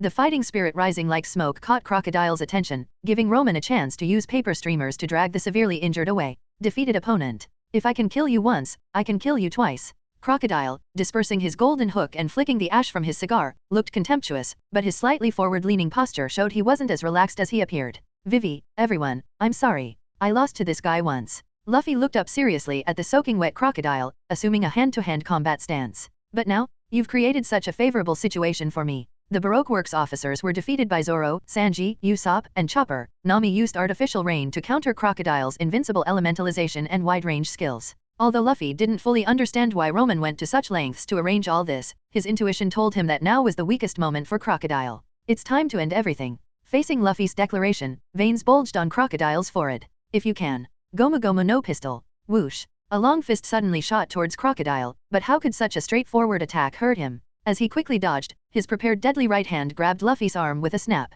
In the blink of an eye, I can drain you. Useless. In the moment Crocodile was stunned, Luffy kicked off with both feet, leaping into the air in front of him, with his other hand forming a high-raised fist. Damn. Boom. The cigar flew out of Crocodile's mouth, and before he could react, years of complacency, bullying weaklings, had made him forget how deadly it was to be distracted in battle. Luffy's hands grabbed his shoulders, and his whole body spun, twisting his arms into tight coils. Damn, next he's going to. Buzzsaw. Whoosh whoosh whoosh. Luffy's high-speed spinning kick came, and although Crocodile predicted the attack, what could he do? With his hands tightly held, how could he counterattack? With his head? Bang! Barely avoiding a critical hit to his chin, Crocodile was still kicked away. Luffy didn't give him a chance to recover, pouncing on him with the rubber's ability to throw dozens of punches per second. The sky filled with fist shadows like dense cannonballs surged towards the flying crocodile. Gomu Gomu no Gatling gun. Boom boom boom boom boom. Crocodile was instantly engulfed in the fist shadows, causing the onlookers to gasp. This kid is terrifying. But it's not enough yet. Only Roman knew that this was just the beginning. Although it seemed like Luffy's combo had stunned Crocodile, in the end, Crocodile, no, it should be said that the further one goes on the Grand Line, the more resilient the people become. To deliver a one-hit kill, you need to be a swordsman like Zoro, able to consistently cut through iron and possess your own aura. But with fists and feet. Sigh, after all the planning, it still comes down to who can last longer. So, touching the wound on his abdomen, Roman wisely gave up the idea of joining the battle. Let's bet everything on Luffy. It's up to you, Captain. Chapter 86, Combined Skills, Haki Resistance. Boom, boom, boom. Crocodile, flying out like a skipping stone, seemed to have given up resisting, and Luffy remembered Roman's advice, never give the opponent a chance to recover with a speech. He pounced and continued the pursuit. The two almost simultaneously reached the edge of the square, but enough. In a cold voice, Crocodile did a backflip and got up smoothly. With a snap, he caught Luffy's fist in his right hand as he got up. And as expected. As I thought, I can't drain you because of this. On Luffy's body and fists, there was also a layer of Roman's life paper. What, don't you feel ashamed to duel using someone else's power? Facing the taunt from Crocodile, whose slicked back hair was now disheveled, Luffy just looked at him seriously, his eyes unwavering. There's absolutely nothing wrong with borrowing a companion's strength. In fact, the word companion exists precisely because we support each other. Boom! His other hand clashed with Crocodile's golden hook, and both stepped back. Now, Luffy was bulkier than usual, thanks to his combined skill with Roman. Paper dance, rubber knight Luffy. So, why is a pirate like you meddling in other people's business? Crocodile spread his hands, looking exasperated. What do you think you are, Marines with justice written on their backs? Or heroic champions of justice? Or, no. Luffy clenched his fist, because Vivi is our companion. Hey, do you know what you're saying? Risking your life for someone you just met. What did that princess promise you? I can give you 10 times more. Because you made Vivi cry. This. Crocodile, trying to launch a speech attack, finally understood Roman's pain.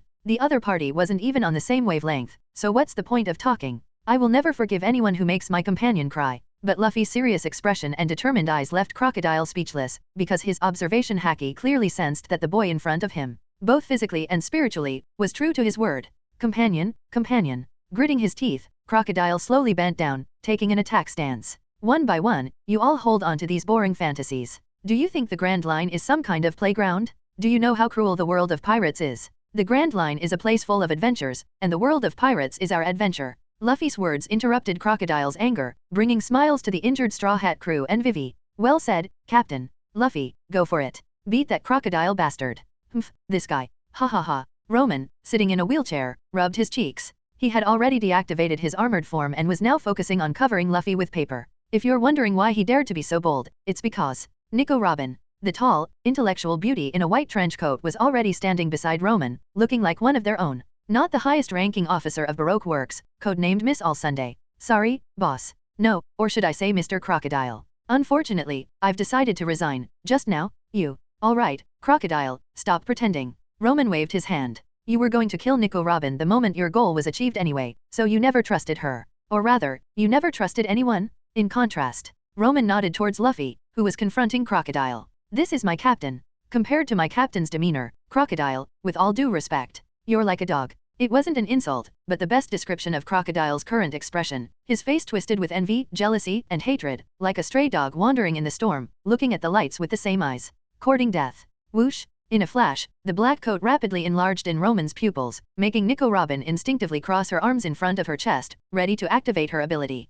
But, whoosh! A figure in a red vest and black short hair blocked Roman first. With a piercing clash, the fist wrapped in layers of white paper forcefully stopped Crocodile's golden scimitar. You. What do you want to do to my companion? Rubber boy. Baroque Works had already been completely defeated, and the Straw Hat crew was all injured. Now it was down to the duel between the two captains. Their victory or defeat would not only decide the fate of the two ships but also the future of millions in the kingdom of Alabasta. Boom, boom. Watching Crocodile and Luffy clash again, their every move causing buildings to collapse and the square to crack. Even with confidence in Luffy, Roman's hands were tightly gripping the wheelchair's armrests, unsure if it was sweat or rain in his palms. He had to fully activate White Knight to cover Luffy, without hindering his attacks, requiring precise observation Haki. Luffy's close combat skills were definitely among the best in the pirate world. After all, he was trained by Garp.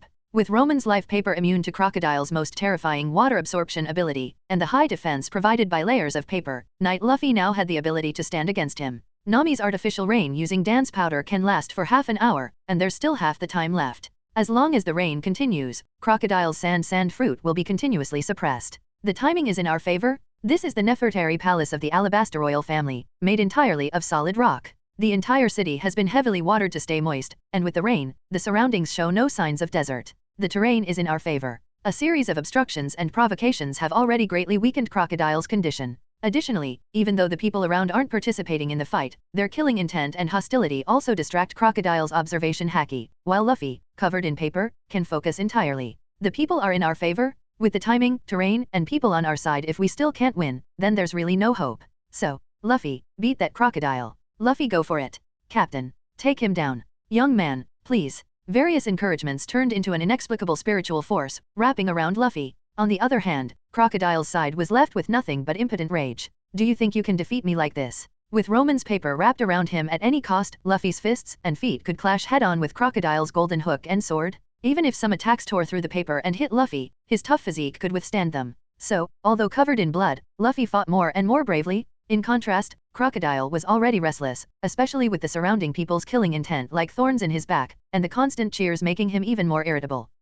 To be pushed to this extent. Don't underestimate my experience on the seas. In another clash with Luffy's fist, the light of Crocodile's desert sword flashed. Using his old trick, the sword's huge suction force suddenly pulled, catching Luffy off guard and pulling his fists apart. Then, the golden hook in his other hand smashed down on Luffy's head. To ensure the power of this strike, armament haki, coding. After a long battle, Crocodile finally used his trump card. If observation haki could be self-taught by some talented individuals in the first half of the Grand Line, then armament haki was the most secret of secrets. Armament haki could enhance personal defense, acting like an invisible armor. It could also be used offensively to counter devil fruit users, even touching the real body of Logia users. Simply put, armament haki not only had offensive and defensive capabilities but also inherently countered devil fruit abilities. Die, rubber boy. Even if you're covered in that kid's paper, even if you have the rubber fruit ability, in front of my armament haki, you'll all be pierced through. Boom! The huge golden hook slammed into Luffy's forehead, and for a moment, the entire battlefield fell silent. Everyone stared at Luffy, who was hit on the forehead by Crocodile, with concerned eyes, and only the sound of raindrops falling could be heard.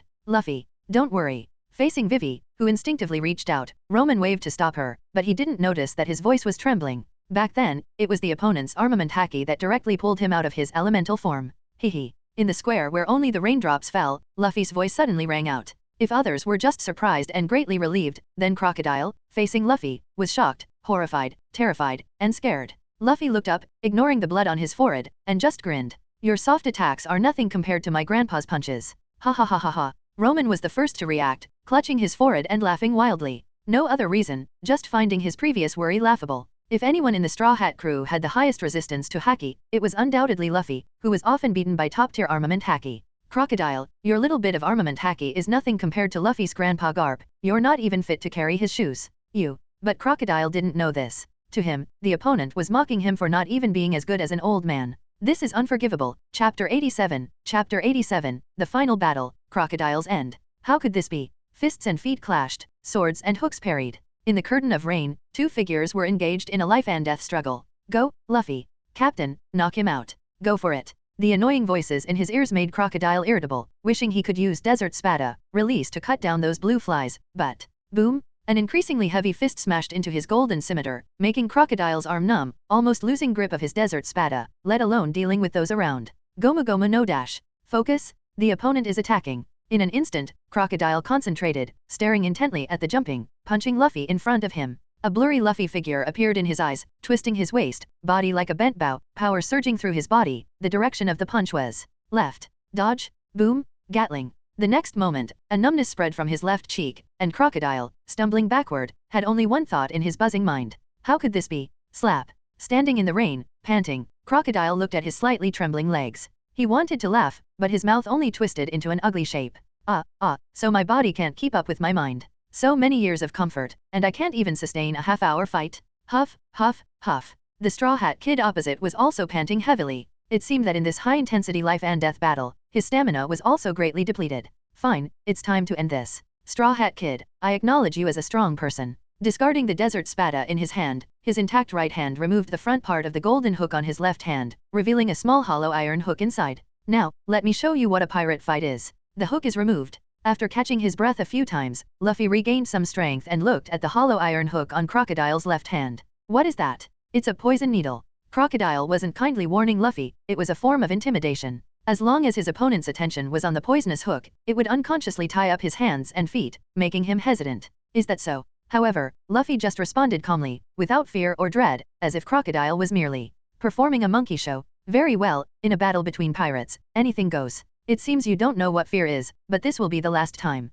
Whoosh! Suddenly charging forward, the black fur coat behind him spread out like ominous wings, and the poison hook in his left hand was the key to victory. Since his opponent was fearless, even better, because this poison could kill a sea king, just a scratch on a wound. Boom! Smack! The speed of the two combatants in the battlefield had gradually slowed down. It was no longer the high speed that even the small experts around couldn't react to. In the exchange of punches and kicks, blood and sweat splattered continuously, and the silent encouragement of the onlookers, biting their lips tightly. Do you need my help? Everyone on this battlefield was injured, with broken bones and ruptured organs. The only ones with lighter injuries, Chopper and Sanji, were busy bandaging the wounded from the king's army and the rebels. As for Vivi, better not. The only expert completely unscathed was Nico Robin. Crocodile was already at his limit, and with Robin's strength and the flower fruit's abilities, she was qualified to intervene in the battle. With some luck, she might even take down the non-elemental crocodile in one move. No. Roman, sitting in a wheelchair, focused on patching up Luffy's broken defenses, refused without turning his head.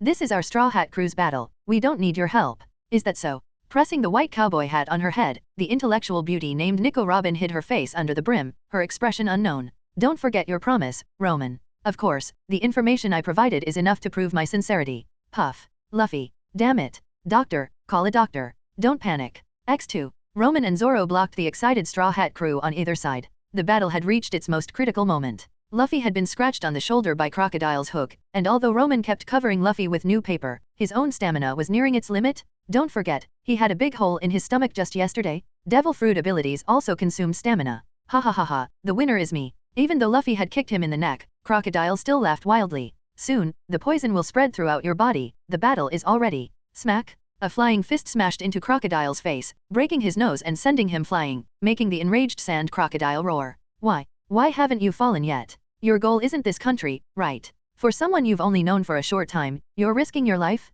You're an idiot. You still don't understand, Vivi is. Smack. Supporting his knees with both hands, the poisoned Luffy gasped for breath. You tell others not to die, but you risk your life to help them. If I don't care about her, she'll definitely be killed by people like you. So, if I just give up on this burden I've only known for a short time. Facing Crocodile, who was already scared and trying to solve the problem with words, Luffy straightened up and roared to the sky, because she is a companion. I will never let her die. Woo woo woo. Luffy. Seeing Vivi beside him covering her mouth, tears falling like broken pearls, Roman touched his chin. Luffy, you still dare to say you don't know how to flirt, woman? Even if it means dying. Facing Crocodile's question, the trembling Luffy seriously assumed a fighting stance. If it means dying, I'll deal with it when the time comes. Smack. However, before he could throw a punch, his legs gave way, and Luffy suddenly fell to one knee. Crocodile was first stunned, then overjoyed. Ha ha ha ha ha. No matter how pretty your words are, your body is still honest. You can't stand up anymore, can you? Meanwhile, the artificial rain in the sky was getting sparser and gradually stopped.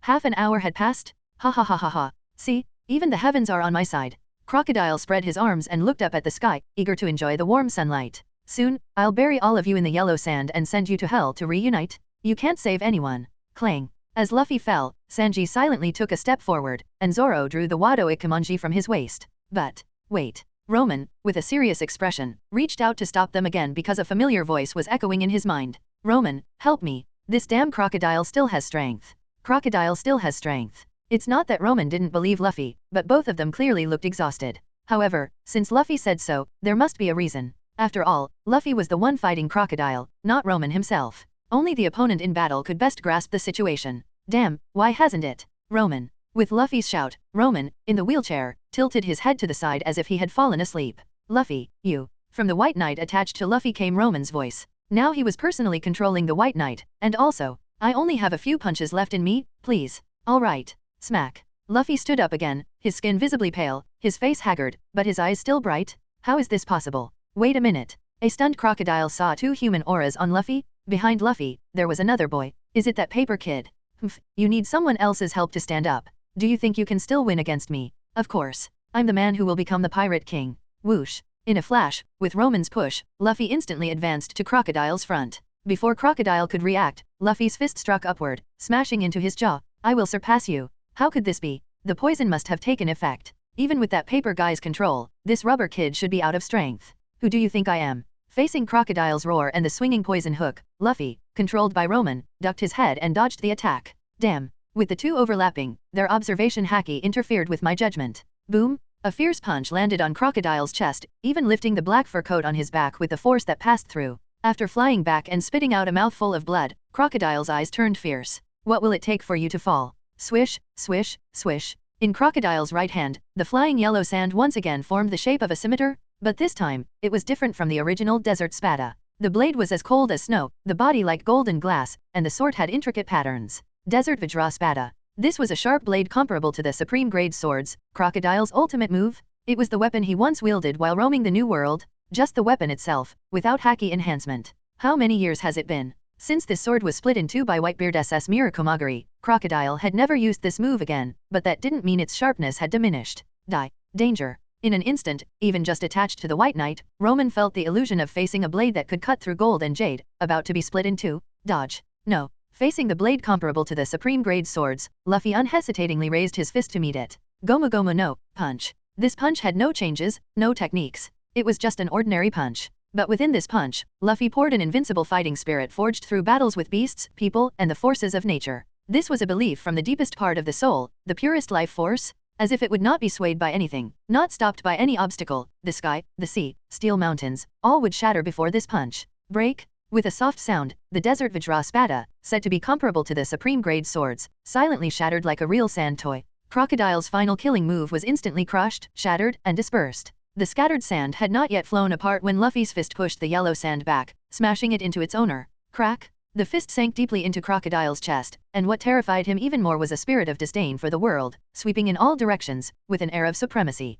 This mental impact, following the fist, rampaged through his body, paralyzing his nerves, like thousands of troops charging into Crocodile's mind. Conquerors. Haki. How could this be? Without even finishing his last sentence, Crocodile turned into a cannonball, flying backward from the palace square, crashing through buildings, houses, everything in his path. After carving a crack hundreds of meters long in the city, he finally landed in a deep pit. But his white eyes and motionless body already indicated the result of the battle. 7 Warlords of the Sea, Crocodile. Defeated. Chapter 88. Chapter 88, The Fruit of Victory and Recuperation. At the critical moment when the 700,000 rebel army was approaching the kingdom's capital, Alyaburna, Marine Headquarters Rear Admiral Smoker keenly noticed something unusual about the rebellion. Leading many Marine soldiers, including Ensign Tashigi, they braved the dangers and pressed forward. They finally succeeded in stopping the rebellion, saving millions of Alabasta's people from disaster. They won the praise of Alabasta's citizens and promoted the justice of the Marines. During this time, Rear Admiral Smoker, with the help of the Alabasta royal family and some adventurers, uncovered the horrifying nation-stealing plot of the former warlord, Crocodile, once again proving the Marines' firm stance on justice. Pfft. Flipping through the newspaper in his hand, Roman could imagine the coal-black face of the foul-tempered Smoker when he saw these reports. The White Hunter must be so angry that he's turning into the Black Hunter. It seems that no matter where you are, the government's public relations work is always the same. Putting down the newspaper, Roman looked at the many hospital beds in the room. On them lay the severely injured members of the Straw Hat crew, Luffy, Zoro, Usopp, Sanji. Nami only had minor injuries, and Chopper was in the best condition. He was currently discussing medicine with Alabasta's royal physician and making reasonable plans for the others' recovery. 2 days had passed. 2 days ago, after turning the palace square into ruins, the Straw Hat crew finally defeated Crocodile. Although Luffy collapsed from poison and blood loss, with Roman around, there were no casualties after the victory. In fact, Nico Robin had long anticipated a fallout with Crocodile, so she had secretly prepared an antidote for Crocodile's poison hook and even a sealed sea stone knife. Unfortunately, these items were never used, but the antidote did save Luffy in the nick of time. Then, Nico Robin drifted away, and neither the Straw Hat crew nor Alabasta had the strength to stop her, so they tacitly allowed her departure. Shortly after, like the police arriving late in a TV drama, when Smoker arrived with marine reinforcements, they found an unconscious Crocodile and many defeated Baroque Works officers. And, this guy committed many evil deeds and was defeated by a passing hero. The hero has hidden his achievements and name. You Marines can write your own report, said the Alabasta royal family. As for whether the Marines believed it, well, the Alabasta royal family believed it. Any objections? Ask the 200,000 soldiers of our kingdom and the 700,000 militia outside with their swords and guns. Smoker is not Crocodile, He doesn't have the strength to fight a whole country alone. Besides, Alabasta is a member of the world government, and the world government is the Marines' boss. So, rounding up, Alabasta is also a patron of the Marines. So, after capturing Crocodile and the Baroque Works officers, Smoker had to leave Aluberna reluctantly. As for the follow-up report in Roman's hands, no need to think, it's definitely the world government crediting this achievement to Smoker. The government can't admit that their appointed 7 warlords of the sea not only conspired to seize a country but was also defeated by a group of rookie pirates who just entered the Grand Line, right? Even more embarrassing is that the Marines played the role of being deceived and beaten in this. How could that be? Doesn't the world government care about face? In any case, we're safe now. Roman patted the newspaper, reminiscing while touching his chin. Even when Luffy and Zoro's bounties come out, the only one who will actually come to arrest the Straw Hat crew is Smoker's peer Black Cage Hina, whose rank is just a colonel. Although this colonel is quite skilled, there are no signs of the Marines' higher UPS taking action. After all, in Roman's view, unless they're young and reckless, wouldn't the first reaction to seeing Luffy's name be to think of the legendary Vice Admiral Garp? You know, in this world, those who dare to have a D in their name are as rare as phoenix feathers and unicorn horns. With such an obvious surname, the more cautious officers wouldn't want to push things too far. Otherwise, if Garp ever ambushed them, who would they complain to? Fleet Admiral Sengoku? Don't be silly, isn't Fleet Admiral Sengoku's office just Vice Admiral Garp's lounge? Going there to complain is just asking for a beating. So, everyone, let's rest here for a while before setting off again. After finally defeating a big boss, there's no need to rush off like we're escaping. Anyway, Roman had already used the White Knight to move the Going Merry to a port city on the East Blue Coast and hid it there. With the local rebels, no, they should be called Alabasta Militia guarding it, the Marines patrolling the sea won't catch a thing. If there's any impact, it might be the friendship between Mr. Two-Bone Clay and the Straw Hat crew, but that's a minor issue. After all, as the saying goes, as long as we're friends, we'll meet again on this vast sea someday. My goodness, this medicine is truly marvelous. After observing Chopper's medical skills, the royal physician of Alabasta was amazed, but it's very reasonable, so brilliant. May I ask who your teacher is? They must be a very skilled doctor, right? Chopper, who had been unapproachable, suddenly became adorable, pulling out a chair and pushing a cup of hot tea over. So annoying, stop staring at me, you idiot. Get lost, you jerk. Just understand that as please sit, please have some tea. Roman waved his hand. Seeing Vivi walking over, she had already changed out of her battle clothes and into a casual short-sleeved long dress, holding a basin and towel. Vivi, here to see Luffy again. Yes, tisk tisk tisk, a princess personally wiping sweat and cleaning the body. Luffy, you big sea king. I'm going to check on the others' injuries. Roman didn't want to be a third wheel here, so he got up and went to the next room, opening the door to find a room full of injured people, the 4 elite bird claws of the Royal Army and the leaders of the Rebel Army. The 2 vice captains, Chaka and Pell, who had their throats cut, were already up and about, thanks to their Zoan-type devil fruits, directing the aftermath. Roman, Facing Koza's confusion, Roman shrugged with a smile. Sorry, the hero water I gave you was diluted. So you'll probably feel weak for half a month, but dying is unlikely. Yes, the truth is, during the fight with Crocodile, the power you unleashed was actually your own. So don't underestimate your potential. Why? Because my captain wants a happy ending for everyone, so I lied to you. You don't mind, do you? Facing Roman's question, both the Royal Army and the rebels bowed their heads seriously. No, if it weren't for you, we couldn't even imagine what kind of dark future our beloved country would face. Thank you very much, X8. No, Roman waved his hand, you should thank our captain. When Luffy recovers, you can thank him. Seeing that these people were mostly recovered, Roman felt relieved. He still had many things to handle. Although, walking to the door, Roman opened it and turned back. Luffy probably doesn't care. Boom. Leaving a room full of injured people looking at each other. They really are a group of dashing heroes. Chapter 89, Poneglyph, Seawater Desalination. This way, Mr. Roman. In the royal tomb on the west side of the palace, Vivi's father, the middle-aged King Nefertari Cobra, was waiting solemnly. King Cobra, please don't call me Mr. Just call me by my name. Facing Roman's words, the middle-aged man nodded kindly, instantly transforming from a majestic king to a friendly neighbor.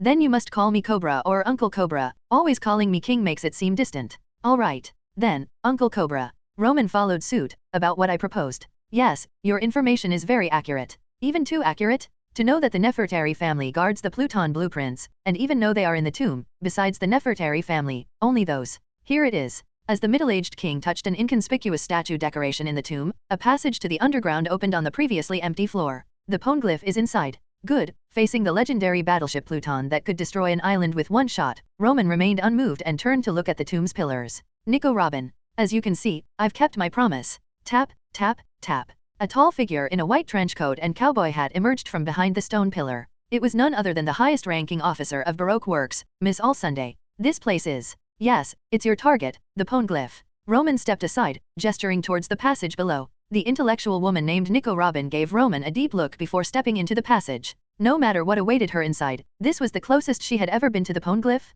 so she couldn't give up. Aren't you going to take a look? As Nico Robin entered the underground tomb, King Cobra casually chatted with Roman outside. Look at what? A big stone I can't read. Roman leaned nonchalantly against the stone pillar. I know what you're worried about, Uncle Cobra. It's nothing more than the Pluton falling into the hands of an ambitious person, and then what? What? To be honest, I'm surprised you didn't have 300 axemen ambushed around here. Although in the original story, Vivi's father, the king of Alabasta, was known for his wisdom. When faced with events that could lead to world chaos, the wiser the king, the more decisive he would be. From the original story, where he unhesitatingly blew up the tomb, it was clear he was no naive fool. He, Roman, you sly young man. Why can't you be as straightforward as the others? Facing the middle-aged man's teasing, Roman rubbed his forehead. Sorry, I have to take care of this ship full of naive people. Especially our captain, so I have to think about all the problems they should be considering. But, you can rest assured. I'm not interested in Pluton. Roman thumbed towards the passage, and that woman inside isn't interested in Pluton either. You might not believe it, but she's just a simple archaeologist.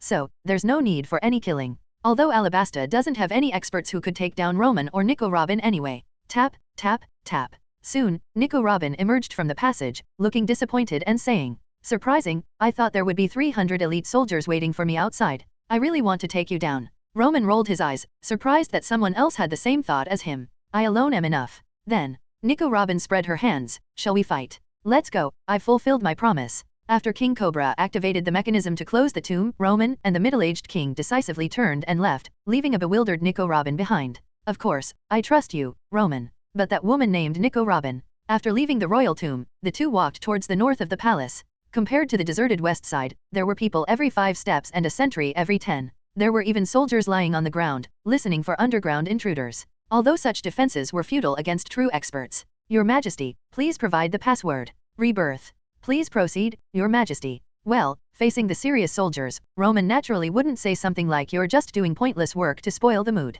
Don't worry. Roman picked up where King Cobra left off. I know Nico Robin quite well. As I said before, she's not an ambitious person, just a simple archaeologist. Besides, thinking of his hint, with that woman's obsession with the poneglyph, she would most likely choose to board Luffy's ship. It won't be long before you see news of her joining the Straw Hat crew in the papers. Alright, I believe you. Although being so emotional isn't behavior befitting a king, Nefertari Cobra is a great ruler who loves his people like his own children and is wholeheartedly devoted to them. Your Majesty, Mr. Roman. As Cobra and Roman walked into the heavily guarded building, Igaram, the captain of the royal guard with golden curls, greeted them. Yes, he was the Baroque Works officer Mr. 8 they encountered in Whiskey Peak. Although he was seemingly blown into the sea by Robin, she actually spared his life. The room was filled with various experimental equipment, huge water tanks, and pipes. Someone once said, technology is the primary productive force. Roman approached a container that had been built according to his specifications, waved his hand, and sheets of special white paper fell into it, dividing the container into 2 sections. Even in this world,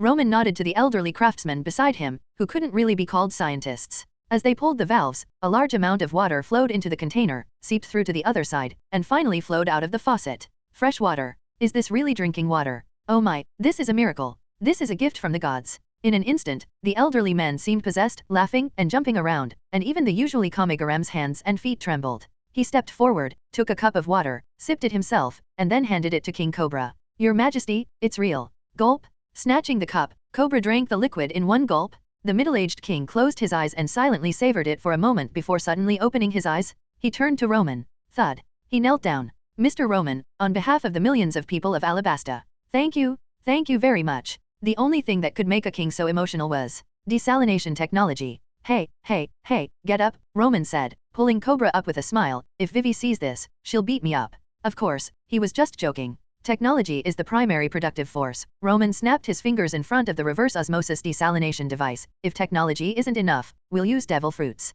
Whoosh. Sheets of white paper flew from Roman's body, folding neatly into squares in the room. The others looked at the paper as if it were gold. Paper Dance, Purification, Chapter 17. In fact, devil fruits are not only used for combat but are also incredibly useful for everyday life. Originally, Roman used them to purify seawater on the Going Merry. If this method were used on a large scale in Alabasta. However, I can't stay in Alabasta for long, so you still need to experiment and find suitable filtration materials yourselves. In the meantime, you can use the paper I made. Roman pointed to another disc solar distiller beside him. The solar method, with Alabasta's vast coastline and abundant sunlight, is actually the simplest and most convenient way to desalinate seawater. Although I don't want to question your traditions, just waiting for rain is not the attitude humans should have. With these methods, even if crocodile causes trouble again, it won't lead to the current situation. Man can conquer nature. That is the secret to humanity standing at the pinnacle of all things. Chapter 90. Chapter 90. Luffy awakens, assessing strength. On the third day. How's it going, Nami?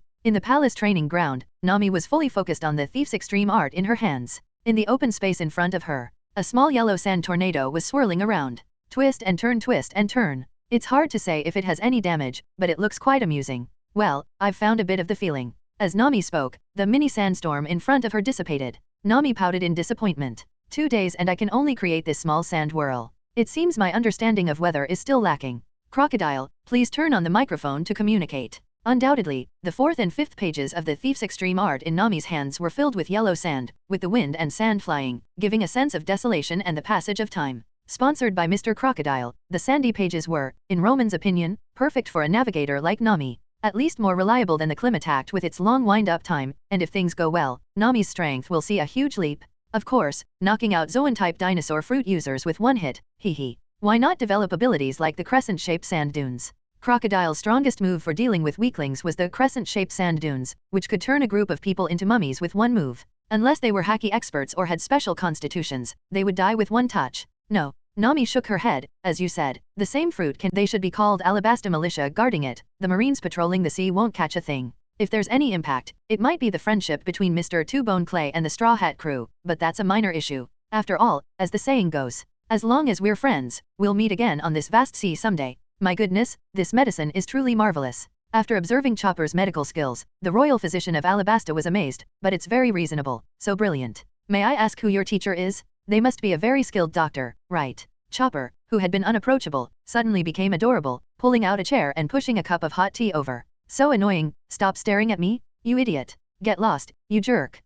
Just understand that as please sit, please have some tea. Roman waved his hand. Seeing Vivi walking over, she had already changed out of her battle clothes and into a casual short-sleeved long dress, holding a basin and towel. Vivi, here to see Luffy again. Yes, tisk tisk tisk, a princess personally wiping sweat and cleaning the body. Luffy, you big sea king. I'm going to check on the others' injuries. Roman didn't want to be a third wheel here, so he got up and went to the next room, opening the door to find a room full of injured people, the 4 elite bird claws of the royal army and the leaders of the rebel army. The 2 vice-captains, Chaka and Pell, who had their throats cut, were already up and about, thanks to their Zoan-type devil fruits, directing the aftermath. Roman, Facing Koza's confusion, Roman shrugged with a smile. Sorry, the hero water I gave you was diluted. So you'll probably feel weak for half a month, but dying is unlikely. Yes, the truth is, during the fight with Crocodile, the power you unleashed was actually your own. So don't underestimate your potential. Why? Because my captain wants a happy ending for everyone, so I lied to you. You don't mind, do you? Facing Roman's question, both the royal army and the rebels bowed their heads seriously. No, if it weren't for you, we couldn't even imagine what kind of dark future our beloved country would face. But we seek to die on the same day. Good brothers should cross the river Styx together and break through the gates of hell. The vow was as firm as the oath of the Peach Garden. Rubbing her orange bangs, Nami let go of Roman, the atmosphere completely ruined. I'm very sure you are Roman? You didn't eat the paper fruit, but the iron fruit. What? If I'm not Roman, who else could I be? Mr. Two-Bone Clay. Roman frowned, deep in thought. And the iron fruit, let me recall, the owner was an ugly brute. Hopeless. Just as Nami was speechlessly covering her forehead, Vivi's excited shout came from the corridor. Luffy is awake. What? I've been unconscious for 3 days. Does that mean I've missed 15 meals? When Roman and Nami arrived at the ward, they saw Luffy sitting cross-legged on the bed, looking like he had suffered a great loss. Why is your brain working so fast at this moment? Nami couldn't help but complain. And you even use 5 meals a day as the standard. Usopp added. All right, it's good that the captain is fine. Although Nami seemed angry again, Roman felt it was probably his fault. So he decided to lighten the mood. Why don't we take stock of our combat power upgrades after this battle? The air suddenly became quiet. Oh, sounds interesting. Except for Zoro, who perked up at the mention of combat power, everyone else looked uninterested. Fortunately, at this moment, I heard the captain is awake. A middle-aged woman with golden curls walked in. Wait a moment, lunch will be ready soon. She motioned for the servants behind her to push a cart of fruit to the bedside. Before eating, have some fruit. Burp. Everyone turned around abruptly, only to see an empty cart, and Luffy patting his stomach. Are you here to perform magic, X5? Is this the legendary rubber gulp? Love it, love it. I think we should discuss combat power instead. After Crocodile, it's Sky Island, then an ice lobby, then Gecko Moria, followed by Sabayati, Marineford. If we don't work hard now, are we going to rely on cheats during battles? Ha ha ha. Facing Nami, who laughed with her hands on her hips, everyone looked puzzled. Sorry, I just thought. Luffy, who is never full, and Roman, who has a fear of insufficient combat power. This is the you I'm familiar with. But speaking of combat power, Luffy, sitting on the bed, moved his arms a bit, eager to try. I feel like I'm several times stronger than before. Not quite, but being twice as strong should be no problem. After fighting Crocodile, Luffy's energy and spirit have improved significantly. In terms of bounty, he's at least at the 80 million level. Can you still throw the final punch you used against Crocodile? Facing Roman's question, Luffy seriously rubbed his chin and pondered deeply. Maybe I can, maybe I can't. Okay, that means it's not happening under normal circumstances. It seems unrealistic to expect Luffy to master armament haki now, so, what about you, Zoro? Can you consistently cut steel? No problem. Zoro, now in a black samurai outfit, nodded. But if I want to recreate the state where I heard the sound of everything during the fight with Mr. One, it might. Got it. That state will have to wait until 2 years later for you to get familiar with.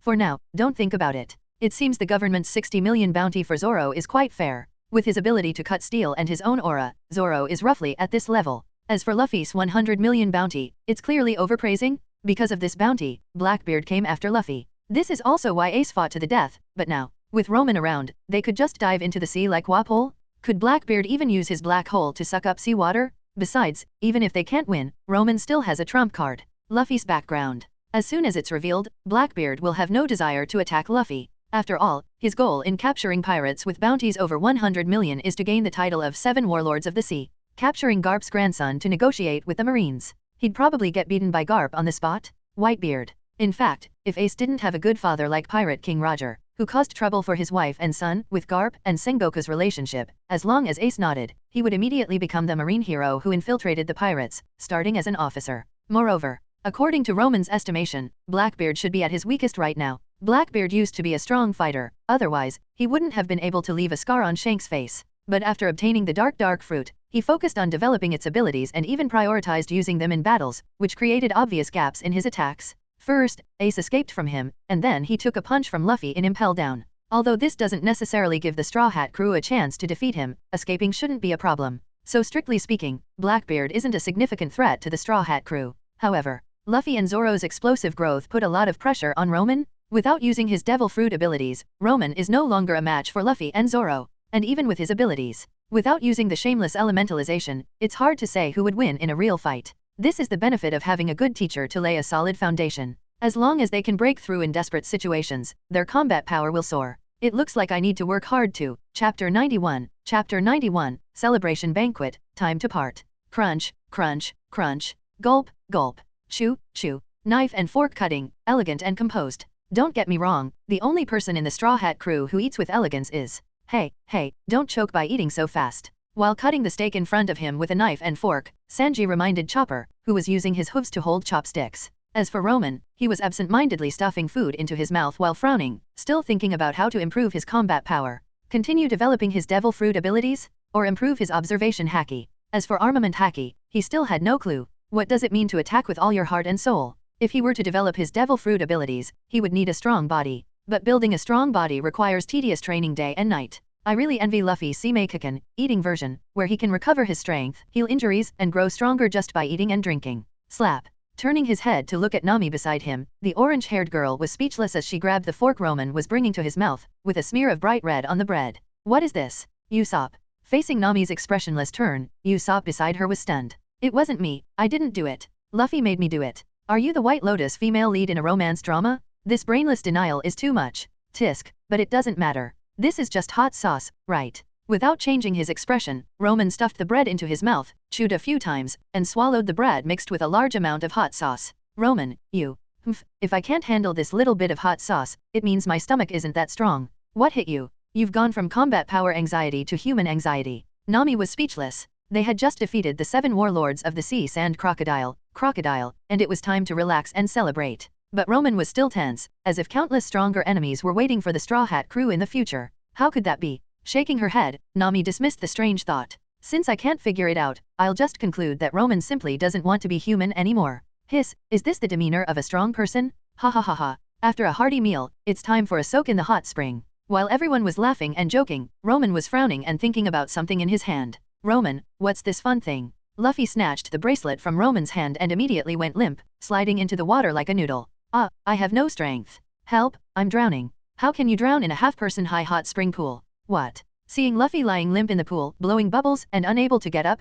Zoro and the others quickly pulled the limp Luffy out of the water. What is this? This is a wristband embedded with sea stone. Roman took the iron ring from Zoro, and a feeling of extreme weakness immediately spread throughout his body. It felt like he was holding a 1,000-pound weight. The wristband was embedded with sea stone particles, courtesy of the generous crocodile. Sea stone is a scarce resource. The cage in Crocodile's rain dinners that held ability users was just an alloy iron cage embedded with sea stone particles. It wasn't luxurious enough to be made entirely of sea stone. So Roman asked the royal army to remove the sea stone particles and quickly made several wristbands. This is the one in his hand. These wristbands are embedded with sea stone particles, which can greatly suppress the stamina of devil fruit users. But on the flip side, they are excellent training equipment for devil fruit users. Roman glanced at Luffy, who was performing water release, water dragon bullet technique with his mouth, with a puzzled look. In the future, Luffy trained at Kaido's labor camp with Eustace Kid, wearing sea stone handcuffs and moving bricks. Not only did he build a strong physique, but he also learned advanced armament haki, earning the title of Brick King.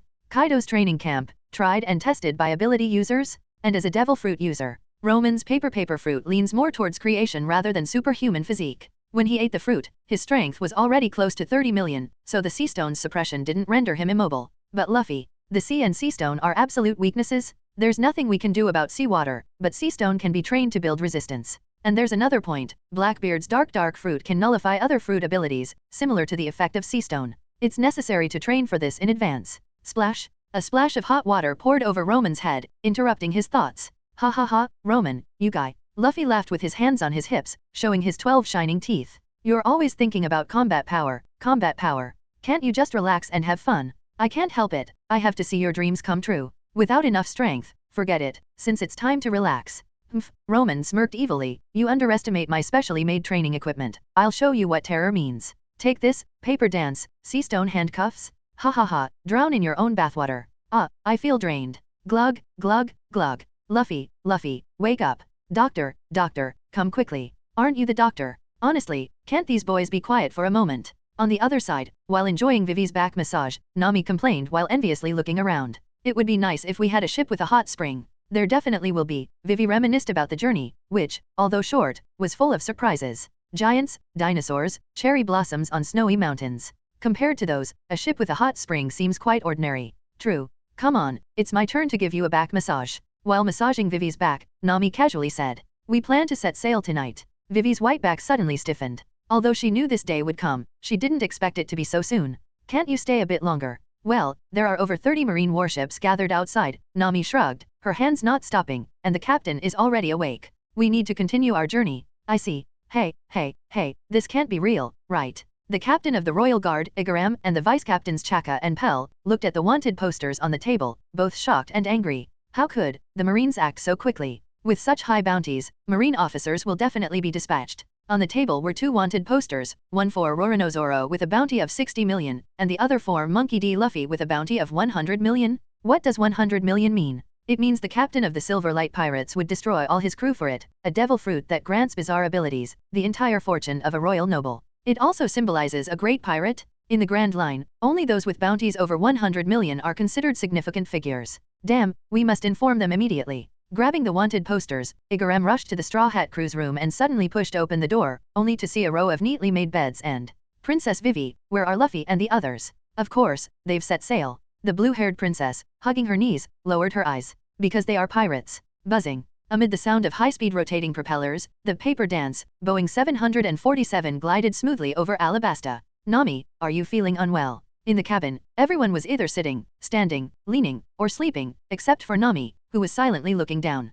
How about I share some of my meat with you? Luffy said reluctantly. You're thinking about Vivi, aren't you? No wonder. Sanji, for once, wasn't smoking, but Vivi still has the fate of a country on her shoulders. Everyone else had the same serious expression. Although they all considered Vivi a comrade, her identity meant, no, I'm heartbroken. What about the 1 billion berries we were promised for helping Vivi defeat Crocodile?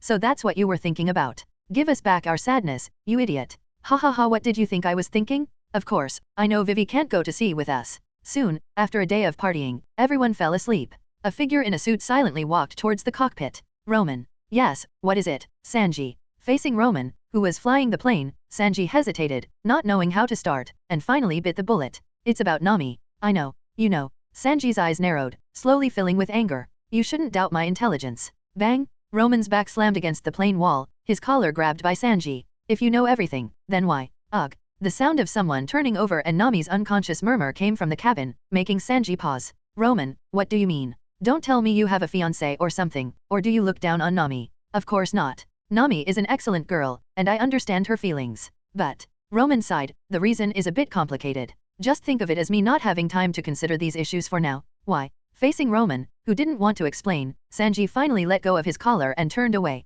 I don't know what you're afraid of, Roman. You aren't even afraid of crocodile, so why are you afraid to face your own feelings? In any case, this is between you and Nami, and I shouldn't interfere. But a gentleman shouldn't break a girl's heart. As Sanji went back to sleep, Roman touched his chin and smiled wryly. In his previous life, he often saw slogans like XX will never die, how can we call it home? Now, should he also shout if I don't become an admiral, how can I call it home? Strength, strength. If he had the strength of an admiral, no, even the strength of 7 warlords of the sea, Roman wouldn't have to deliberately ignore it. Only Roman knew how many strong enemies awaited the Straw Hat crew ahead. Maybe he shouldn't have. What am I thinking? Roman shook his head self-deprecatingly. Without the Straw Hat crew, he might have already become Blackbeard 2.0. Since he chose to stand in the light, he must bear the corresponding price. Sorry, Nami, at least wait until after the Summit War. Chapter 92, Comrades Mark, Robin joins the crew. Ha ha ha, I am the king of the sky. Standing on top of the Boeing 747, Luffy spread his arms and shouted, making everyone getting off the plane speechless.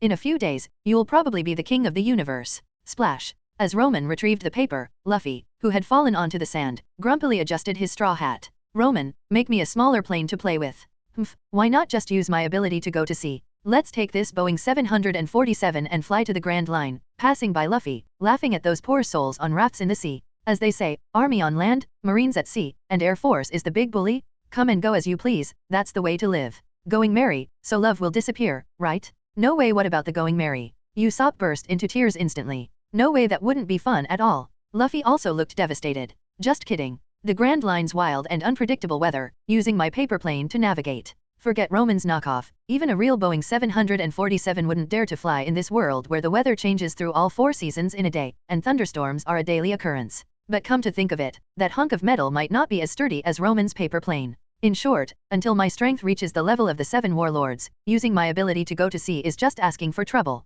That's good, that's good. The two instantly revived, patting their chests in relief. By the way, Roman looked at Luffy, if we're waiting until 12, there's no need to set sail now. They were currently on the outskirts of a port city in eastern Alabasta. Nami had given Vivi half a day to decide whether to join the Straw Hat crew, meaning they would set sail again at noon today. Whether Vivi wanted to board the ship was entirely up to her. If we set sail now, we'll easily attract the Marines' attention. Strictly speaking, there were 3 Marine warships patrolling outside the port. If the Going Merry showed up, they'd be met with cannon fire. Yeah, makes sense. Luffy rubbed his chin, then let's go adventure. Russell, I've already got a detailed training plan for how to spend this time. Sheets of white paper flew out, forming a large training ground. Roman also held the wristbands that made Luffy shiver. Come on, don't be shy. Luffy and Chopper, 1 each, I'll wear a pair myself. Alright, X2. With tears streaming down their faces, Luffy and Chopper silently took the sea stone wristbands and put them on. Then, I feel drained. Oh, I can't go on. Alright, everyone, let's start training.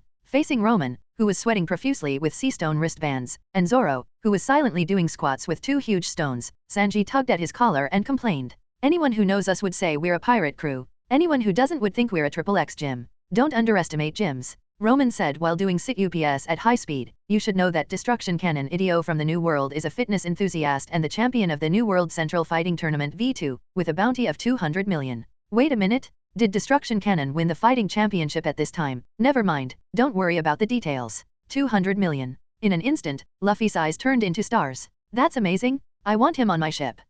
That's your future crew member. Anyway, since we have nothing else to do, exercising is never a bad idea. At least we'll be able to run faster, right? So, the group started sweating and celebrating their youth. Then, I didn't expect training with these sea stone wristbands to be so tough. After spending the whole morning, the group staggered back to the Going Merry. They left footprints with every step, their sweat drying and wetting again and again. I feel like I've been touched by crocodile. Chopper is already half cooked. Water, give me water. Here. In a calm, mature voice, a large wooden bucket was handed to Luffy. After he grabbed it and drank it all down, finally revived. There's some for you too. One by one, hands handed cups of water to the group, who gulped it down after a morning of training. Thank you X4. Then, spit, X4. Why are you here? Are you here for revenge? A stranger. Beautiful Miss All Sunday. Facing the yelling Nami, Chopper, Usopp, and Sanji, well, Sanji's eyes had already turned into hearts, and he was floating around like a dandelion. You're only noticing now. Roman took a sip of water and put down the cup. Looks like we can't slack off on your observation haki training. You devil coach? X3. Usopp and Nami were in tears, and Chopper was already lying down. For him, a reindeer living in the icy cold, the desert environment was hell, not to mention the crazy training with Roman, his thick fur was a nightmare. So, why are you here, woman? With his hand on the hilt of his sword, Zoro, the only one who didn't take the water cup, raised an eyebrow. Oh, it's you. Thanks for the antidote. Luffy, however, remained calm, as if the person in front of him wasn't a former life and death enemy. Nico Robin? Yes, the person who appeared on the Going Merry was this tall, intellectual beauty. She had taken off her boss-like white fur coat and changed into a shirt and pants. However, the top 2 buttons of the shirt couldn't be fastened, and the pants looked like capris. When did you get on the ship? Facing Nami's question, the tall Robin pulled over a chair and sat down, calmly opening the book in her hand. I've been on the Going Merry all along, reading, taking a bath. The clothes I'm wearing are yours, right? I borrowed them. No wonder this outfit looked strange, it turned out to be Nami's clothes. Roman, are you thinking something inappropriate? No, absolutely not. Liar. Could it be that Nami has awakened her observation haki? Roman, touching his chin, seriously pondered, making Zoro beside him unable to watch. Roman, I think you should learn some expression management. Although Roman didn't have the exaggerated facial expressions unique to the Straw Hat crew, he liked to touch his chin when thinking and would unconsciously look up when lying. These small details had long been noticed by the others. Don't mind these details. The important thing is. Waving his hand to change the topic, Roman looked at Nico Robin, who had changed into casual clothes and was lying on a chair reading a book. Although her appearance here was part of Roman's deal, the final decision had to be. As the Going Merry slowly sailed out of its hiding place, the marine ships on the sea immediately noticed the Straw Hat skull flag on the ship. After circling once, they quickly sped towards them. Of course, this wasn't Roman's main concern. The main concern was thud, thud, thud. Amidst a series of dense footsteps, a giant land duck rushed towards the port. On it sat a blue-haired girl in a gorgeous long dress, the Princess of Alabasta, the next heir to the kingdom, Nefertari Vivi. Oh, Vivi is here. Stop, stop. Wait for Vivi to get on board. Following Luffy's order, Roman immediately slowed down the Going Merry, although he knew Vivi wouldn't get on board. But how could a few marine ships be more important than a companion? If it weren't for Luffy always avoiding the marines, Roman could have flown over and beaten those 3 ships to pieces. Everyone. Waving to them, Vivi took the Den Den Mushi from the land duck Karu, and her voice came from the nearby port city. I'm here to say goodbye.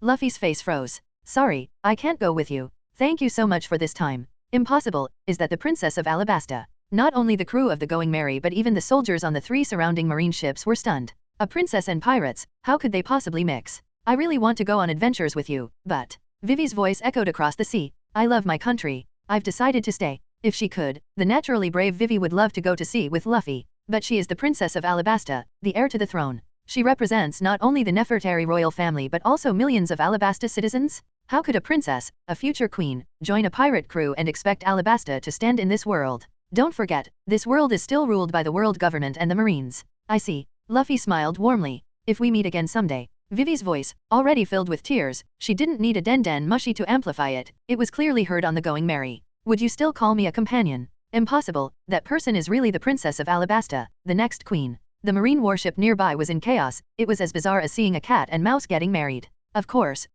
Luffy's words were cut off by Nami's iron claw grabbing his face. Roman shook his head, stopping Luffy's struggle. Luffy, the marines over there are almost scared to death. He pointed with his thumb, indicating the 3 warships that had already entered firing range but seemed unmanned. So, don't provoke them anymore. Know that colluding with pirates is a serious crime? Even royalty can be executed on the spot. Of course, secretly raising their own pirate crew is a game rule most royal families tacitly accept. But such things can't be done openly. Roman is right, so we can't respond to her. Everyone silently turned around, then, one by one, they raised their left hands, forming a line at the ship's rail. Wrapped around them were paper bands made by Roman, unique in the entire ocean. This is the mark of comrades. Luffy, everyone. Tears streaming down her face, Vivi looked at the row of arms, undoubtedly receiving the Straw Hat crew's silent answer. As Vivi and the running duck beside her raised their left hands, Luffy's loud shout echoed. Set sail. Depart. Chapter 93, Blending in, Straw Hat Daily Life. As the 3 pursuing warships disappeared, the port no longer visible, Vivi believed the Straw Hat crew would always have a place for her.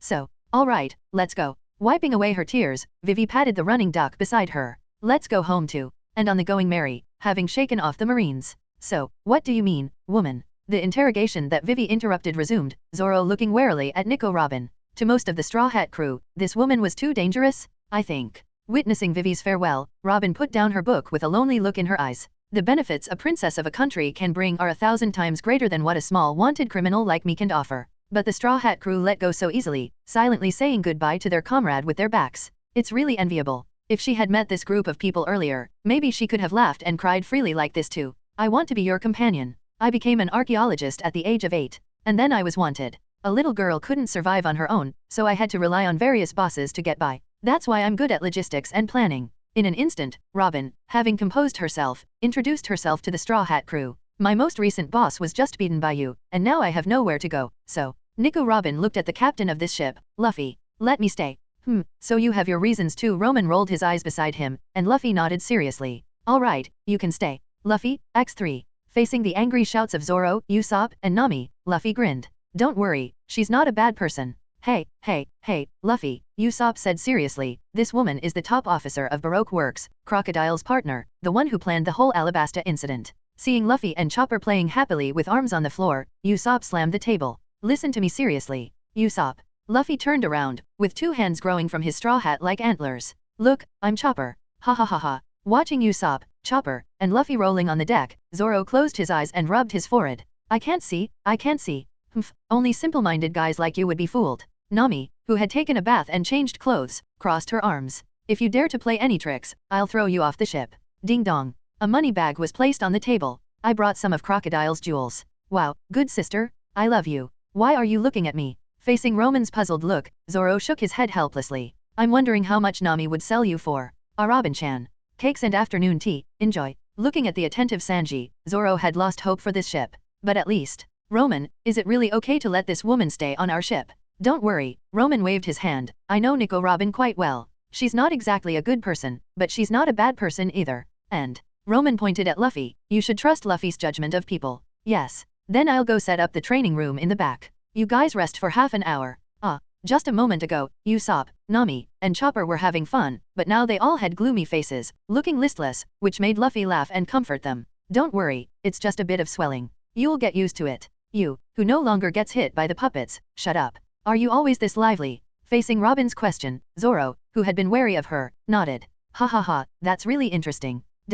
Alright, break time is over. After lunch, Roman clapped his hands and led the group, who looked like they were facing death, to the training ground at the back of the Going Merry. Is this Roman's devil fruit creation? Looking at the spacious training room and various exercise equipment, Robin couldn't help but marvel. What a convenient ability. Alright, except for Luffy, everyone else starts the puppet dodging training. Now Luffy could perfectly dodge Roman's paper puppets with his eyes closed, so Roman took out the sea stone bracelet. Luffy, your next step is to strengthen your body as much as possible. Only with a strong enough body can he use his famous Gear 2nd and Gear 3rd techniques. With Luffy's current body, Roman didn't dare let him develop these moves prematurely, because forcing these moves with insufficient physical fitness would shorten his lifespan.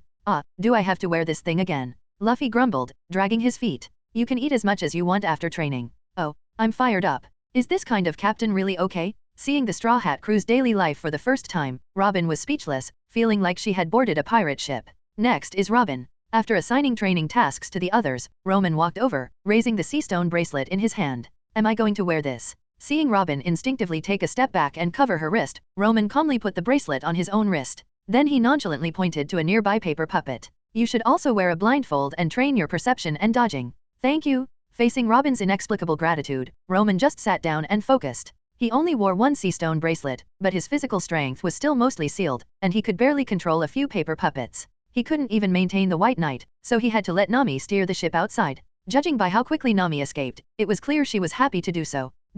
Wio, is this your daily life in the Straw Hat crew? I've learned a lot. Sitting on the deck, Robin turned to thank the little reindeer beside her as Chopper applied medicine. Thank you, Chopper. You're really good at this. Idiot saying that won't make me happy, dummy. Is that pose Sanji's doing? Phew, the day's training is finally over. Nami lay on the table, tilting her head to look at the mature and intellectual beauty opposite her. A hint of envy flashed in her eyes. Those curves, those legs, that If I didn't know you guys took down Crocodile, I'd think you were from some fitness club. Faced with Robin's teasing, Nami couldn't help but complain. Who says we're not? Roman makes us train every day. Anyone who didn't know would think we're out to participate in the world's strongest martial arts tournament. Well, Robin glanced around at the Straw Hat crew. How should she describe them? Zoro sleeping against the ship's rail, Sanji looking dapper, Luffy, Usopp, and Chopper goofing around, and the orange-haired girl Nami in front of her. They looked more like a tour group than pirates. Do you all train regularly? What about your income? Nico Robin was very curious about this. On the ships she had been on before, the captains always made her prove her value immediately, through assassinations, espionage, strategizing.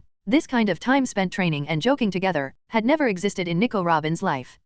Nami, lying on the table, looked dejected. Don't mention income. No amount of money is enough to feed our gluttonous captain. I'm worried sick. Don't worry. Roman walked over and waved his hand. A bundle of berries landed on the table with a thud, the dark green stack exuding the fragrance of money. I got 100 million from the Alabasta royal family. Bang! Roman. However, Nami didn't even look at the money on the table. She stood up angrily. How could you take Vivi's money? Alabasta's reconstruction needs a lot of funds. Vivi needs the money more than we do, and we were the ones who decided to take on Crocodile. Yeah, what's the money for? Luffy chimed in righteously. You can't eat it. Bang! Luffy, his head embedded in the deck, fell silent. Shut up, you eat the most.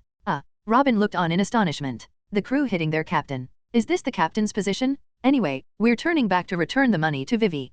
This money has nothing to do with Crocodile. Roman rubbed his chin and thought carefully. No, this money is related to Crocodile. It's the gambling money we confiscated from rain dinners. Even so, don't worry, this money isn't our reward for defeating Crocodile. Besides, Luffy was the one who defeated him. If anyone should get it, it's Luffy. Roman waved his hand. As the strategist of the ship, or chief of staff in this world, he didn't want to see headlines like shocking. The great pirate Straw Hat crew refuses to pay 100 berries for newspaper. The reason is, someday. This is the payment for a project I collaborated on with Alabasta. By the way, this 100 million berries is just a symbolic amount. If you ever decide to stop sailing, there's a mayor's position waiting for you in Alabasta. What kind of project is worth that much? Desalination. In an instant, Nami held her head in regret. I'm so stupid, I didn't think of your convenient ability, Roman. If I sold you to Alabasta, wouldn't that be tens of billions of berries in income every year? This. Of course. Nami stood up and smiled with her hands behind her back. Roman, you're not that cheap. Well, thank you very much. I hope when you see Golden Emperor Guild Tesoro and Diamond King Yozu, your first reaction isn't to sell them. Chapter 94, The Assassin's Fate and Past Dreams. While Roman, Luffy, and the others set sail, in Alabasta. Miss Golden Week, what's the situation outside? In a hotel in the city of Nanohana, Mr. 5, with his collar turned up, sneakily looked at the little girl who entered. On one hand, she was a high-ranking officer in Baroque Works, and on the other hand, he and his partner Miss Valentine didn't dare show their faces, as they hadn't completed their assigned task, eliminating the Straw Hat crew. According to Baroque Works rules, they were to be dealt with. But Miss Golden Week, who had applied calm green to herself, didn't have such concerns. As long as she didn't encounter experts, ordinary people wouldn't notice her. There's news. The expressionless little girl held a newspaper with the headline Former Warlord Crocodile's Shocking Plot to Seize Alabasta. It was accompanied by large portraits of Mr. 0, Sir Crocodile, Mr. 1, Daz Bonet, Miss Daublefinger, Paula, Mr. 2, Bone Clay, Mr. 4, Babe, Miss Merry Christmas, and the Gundog, Lasso. Although it's surprising that our boss was one of the warlords. Mr. 5, or rather the man named Jem, stared at the report in disbelief, flipping through it repeatedly. Due to Baroque Works' secrecy, they only now learned who their real boss was, but he's still a warlord, right? How did he end up being sent to prison? But anyway, the cautious Miss Valentine, whose real name was Makita, breathed a sigh of relief. At least we don't have to worry about the organization's pursuit. That's true. Mr. 5 also breathed a sigh of relief, then suddenly realized. No, look here. The Marines are still hunting down the remaining Baroque Works officers? That means us three and Mr. 3. This. Miss Valentine shed 2 lines of tears. Is the fate of assassins either prison or dying in a ditch? Put in. Miss Golden Week, what are you doing? Seeing the little painter girl packing her luggage, Mr. 5 asked in confusion. Is she planning to run away? Well, the Baroque Works has already fallen apart, and with the Marines' wanted notices, it would be best for him and Miss Valentine to leave quickly too. I'm going to prison. Hey, what did you just say? I'm going to prison to rescue everyone. Don't be foolish. Miss Golden Week, Mr. 5 and Miss Valentine hurriedly tried to stop the little girl. That's a Marine prison. How could we possibly break in? Yay, and according to the rules, we didn't complete the mission, the organization will kill us. However, the girl codenamed Miss Golden Week, whose real name was Mary Ann, calmly put her painting tools into a suitcase and prepared to leave. They are my comrades. There was no other reason, just this ridiculous one. The friendship yellow-green I painted here will last for a week. During this week, anyone who approaches this room will subconsciously say the people here as friends, so you two stay here and wait for the heat to die down. Click. Watching the door close in front of them, Mr. 5 and Miss Valentine looked at each other. Are we just going to let Miss Golden Week go alone? Facing Miss Valentine's question, Mr. 5 took off his tea-colored sunglasses and tied his messy hair into a ponytail. What are you talking about? Letting a little girl go to break into prison alone? I haven't fallen that low. Meanwhile, Miss Valentine had already changed into a leather outfit and picked up her parasol weapon. After all, we are senior officers of the Baroque Works, we can't let people look down on us. Let's go. X2. Creak. The door opened, and two figures caught up with the little girl carrying the suitcase. Help. Although they left in style, in no time, Miss Valentine was on the gallows by the sea. Mr. 5 and Miss Golden Week, hiding in the nearby woods, looked at each other. The reason? Hina is very angry. The tall, pink-haired, sexy woman with a lady's cigarette in her mouth pointed at Miss Valentine on the gallows. Because the Straw Hat crew tricked us? So, spread the word, have the other Baroque Works officers surrender by noon, or I'll hang this one. Original plot, don't say I'm bashing the Marines.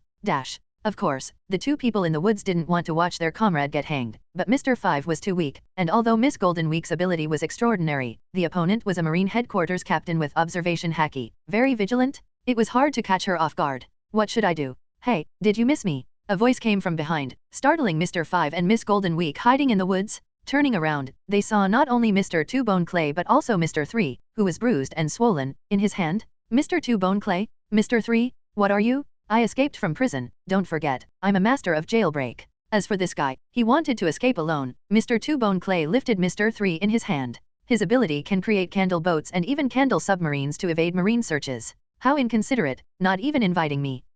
Having been beaten up by the other, Mr. 3 dared not speak out. Knowing the details of his fruit ability, Mr. Two Bone Clay had no chance of winning. By the way, what are you doing here? Mr. Two Bone Clay looked at the gallows by the sea. Isn't that Miss Valentine? Are you trying to save her? Yes. Mr. 5 lowered his head dejectedly. We originally planned to rescue others, but we ran into this Marine captain, and even Miss Valentine was. Ha ha ha. Keep your voice down. Are you looking for death? Faced with Mr. 5's surprise and Mr. 3's scolding, Mr. Two Bone Clay suddenly stood up and stretched out his arms. Risking our lives to save a comrade, how can we let such loyal colleagues die? Though you say that, we are assassins. Wait. Mr. 3, held by Mr. Two Bone Clay, found a blind spot. What do you mean by we? Swish. Before he could finish his sentence, his collar tightened, and he was suddenly flung into the air. Mr. Two Bone Clay threw him like a cannonball towards the Marines by the sea. What the? Who goes there? Fire. Maintain formation. Boom. Mr. Two Bone Clay. You bastard Okama. The giant candle champion cop stood up from the pit on the ground, and the forced Mr. 3 began to fight back with tears in his eyes. Meanwhile, Mr. 5, rushing at high speed, bit his finger. Exploding blood. The ejected blood landed precisely on the ropes binding Miss Valentine, and with a few small explosions, Mr. 5 leaped and caught the falling Miss Valentine. Over here. Facing the Marines on the nearby warship, the little girl Miss Golden Week swiped her paintbrush. Betrayal black. Commander, we await your orders. A group of Marines instantly betrayed, treating the little painter girl as their superior, forming a circle to protect her in the center. Set sail. Take us to the Baroque Works detention center. As the warship turned and set sail, under Miss Golden Week's command, a group of Marines escorted her, Mr. 5, and Miss Valentine away. Don't even think about it. As the highest combat power here, Black Cage Hina wouldn't let them leave so easily, but, whoosh. A man in prison clothes blocked her way, his face painted with lipstick and eyeshadow, yet filled with masculine determination. Bring it on. Hina is ashamed. Bang! Two legs collided fiercely. This is today's newly captured criminals. Led by a Marine with black paint on his back, Miss Golden Week, Mr. 5, and Miss Valentine successfully entered the heavily guarded Marine detention center. In fact, not to mention ordinary people, even those with abilities could easily be defeated if they carelessly fell into the hands of the bug-like Miss Golden Week. Everything went smoothly. First, they rescued Miss Daublefinger and Miss Merry Christmas from the women's prison, then headed to the men's prison. Crocodile sat grandly on the only chair, Mr. 1 sat on other prisoners, and Mr. 4 stood against the wall like a statue, creating a scene straight out of a prison drama. Even with sea-stone handcuffs, the strong are not to be trifled with. Reorganize Baroque Works. Seeing this group of tools trying to rescue him and wanting him to continue leading them, Crocodile grinned. You can leave. There is no more Baroque Works. Boss, don't lose hope. We can rise again. Yeah, you're Crocodile. If I had even a little trust in these fools, I wouldn't be in this situation now, would I? Ha ha ha, sorry fools. The man before you is not worth your trust? Go on. The disinterested Crocodile lit a cigar, watching the Baroque Works officers leave. Except for Mr. 1, why aren't you leaving? My job isn't finished, so I won't leave, boss. Suit yourself. The wall beside them was blasted open by Mr. 4's gun dog, creating a large hole. Freedom was within reach, but Crocodile didn't want to take that step. Maybe it was to maintain his remaining dignity, or maybe he disdained, or felt unworthy of relying on fools to escape. With a cigar in his mouth, Crocodile could see the departing Baroque Works officers on the warship through the hole, and Miss Golden Week standing at the ship's rail. Then, let me add the final touch of color to Baroque Works as a farewell gift. The little girl dipped her brush in all the colors and flicked it into the sky. Dream rainbow? The colorful hues fell, dreamlike and magical. They shone on each Baroque Works officer, revealing their inner selves. Miss Doublefinger as an innkeeper, Mr. 4 as a delivery man, Miss Merry Christmas in a princess dress, Mr. 5 as a firefighter, Miss Valentine as a pastry chef, and even the gundog Lasso as a tank. Childish. Crocodile, with a cigar in his mouth, looked at his former subordinates. Your wishes are to be ordinary people? Ha ha ha ha ha. Even Crocodile, with his composure, was amused by Mr. 1 beside him. Who would have thought that the famous assassin from the West Blue dreamed of being a hero? That's right, Mr. 1 was now dressed in a tight suit, with his red underwear on the outside, wearing a mask, and a big red cape on his back. A classic hero outfit. Hey, Mr. 1, your outfit looks great. Miss Golden Week's full-powered dream rainbow even affected reality, transforming everyone's prison uniforms into their dream outfits, and it allowed others to see. I still think yours looks better, boss. Crocodile was startled and looked down to find himself wearing a neat sailor suit, a red wide belt, a black captain's coat adorned with luxurious golden tassels, and a tricorn hat with his pirate emblem. Pirate King? Why, how could this be? Is this my... Crocodile's eyes trembled as he looked at everything before him. Is this the dream he had always longed for? What had he been doing all these years? Why did he set sail in the first place? And for what? Ah, so I am a fool too. Ha ha ha ha ha ha ha. His wild and unrestrained laughter echoed in the cell, as if bidding farewell to the Baroque Works officers. A chilling aura rose from Crocodile, who was dressed in the Pirate King's attire. Wrong. I've been wrong all along. Mr. 1, will you still follow me? Of course, boss. Mr. 1, who was sitting nearby with his arms crossed, remained ever so serious. This is my job. Damn it, we're under attack. Don't move. Sand Crocodile. Sea Stone? Bring the Sea Stone handcuffs. Why didn't you take the chance to escape? He, who do you think I am? I am Crocodile. Sitting on the stone slab, Crocodile let the Marines, who were treating him like a formidable enemy, put the sea stone handcuffs on him. He glanced sideways at the two people thrown to the ground. Yo, Mr. 0. Mr. 2 Bone Clay, with a happy face, blinked. We meet again. Why? Mr. 3 was in utter despair. It seems your training is still lacking, Mr. 1 said seriously from the side. Welcome back. Taking a puff of his cigar, the man named Crocodile rarely showed a cool smile on his face. You useless guys. Don't get too happy, because of your danger level, you will soon be sent to Impel Down. On the other side, under Miss Golden Week's lead, the other Baroque Works officers found an abandoned inn in the desert of Alabasta. After renovating it, the inn named Spider Cafe officially opened,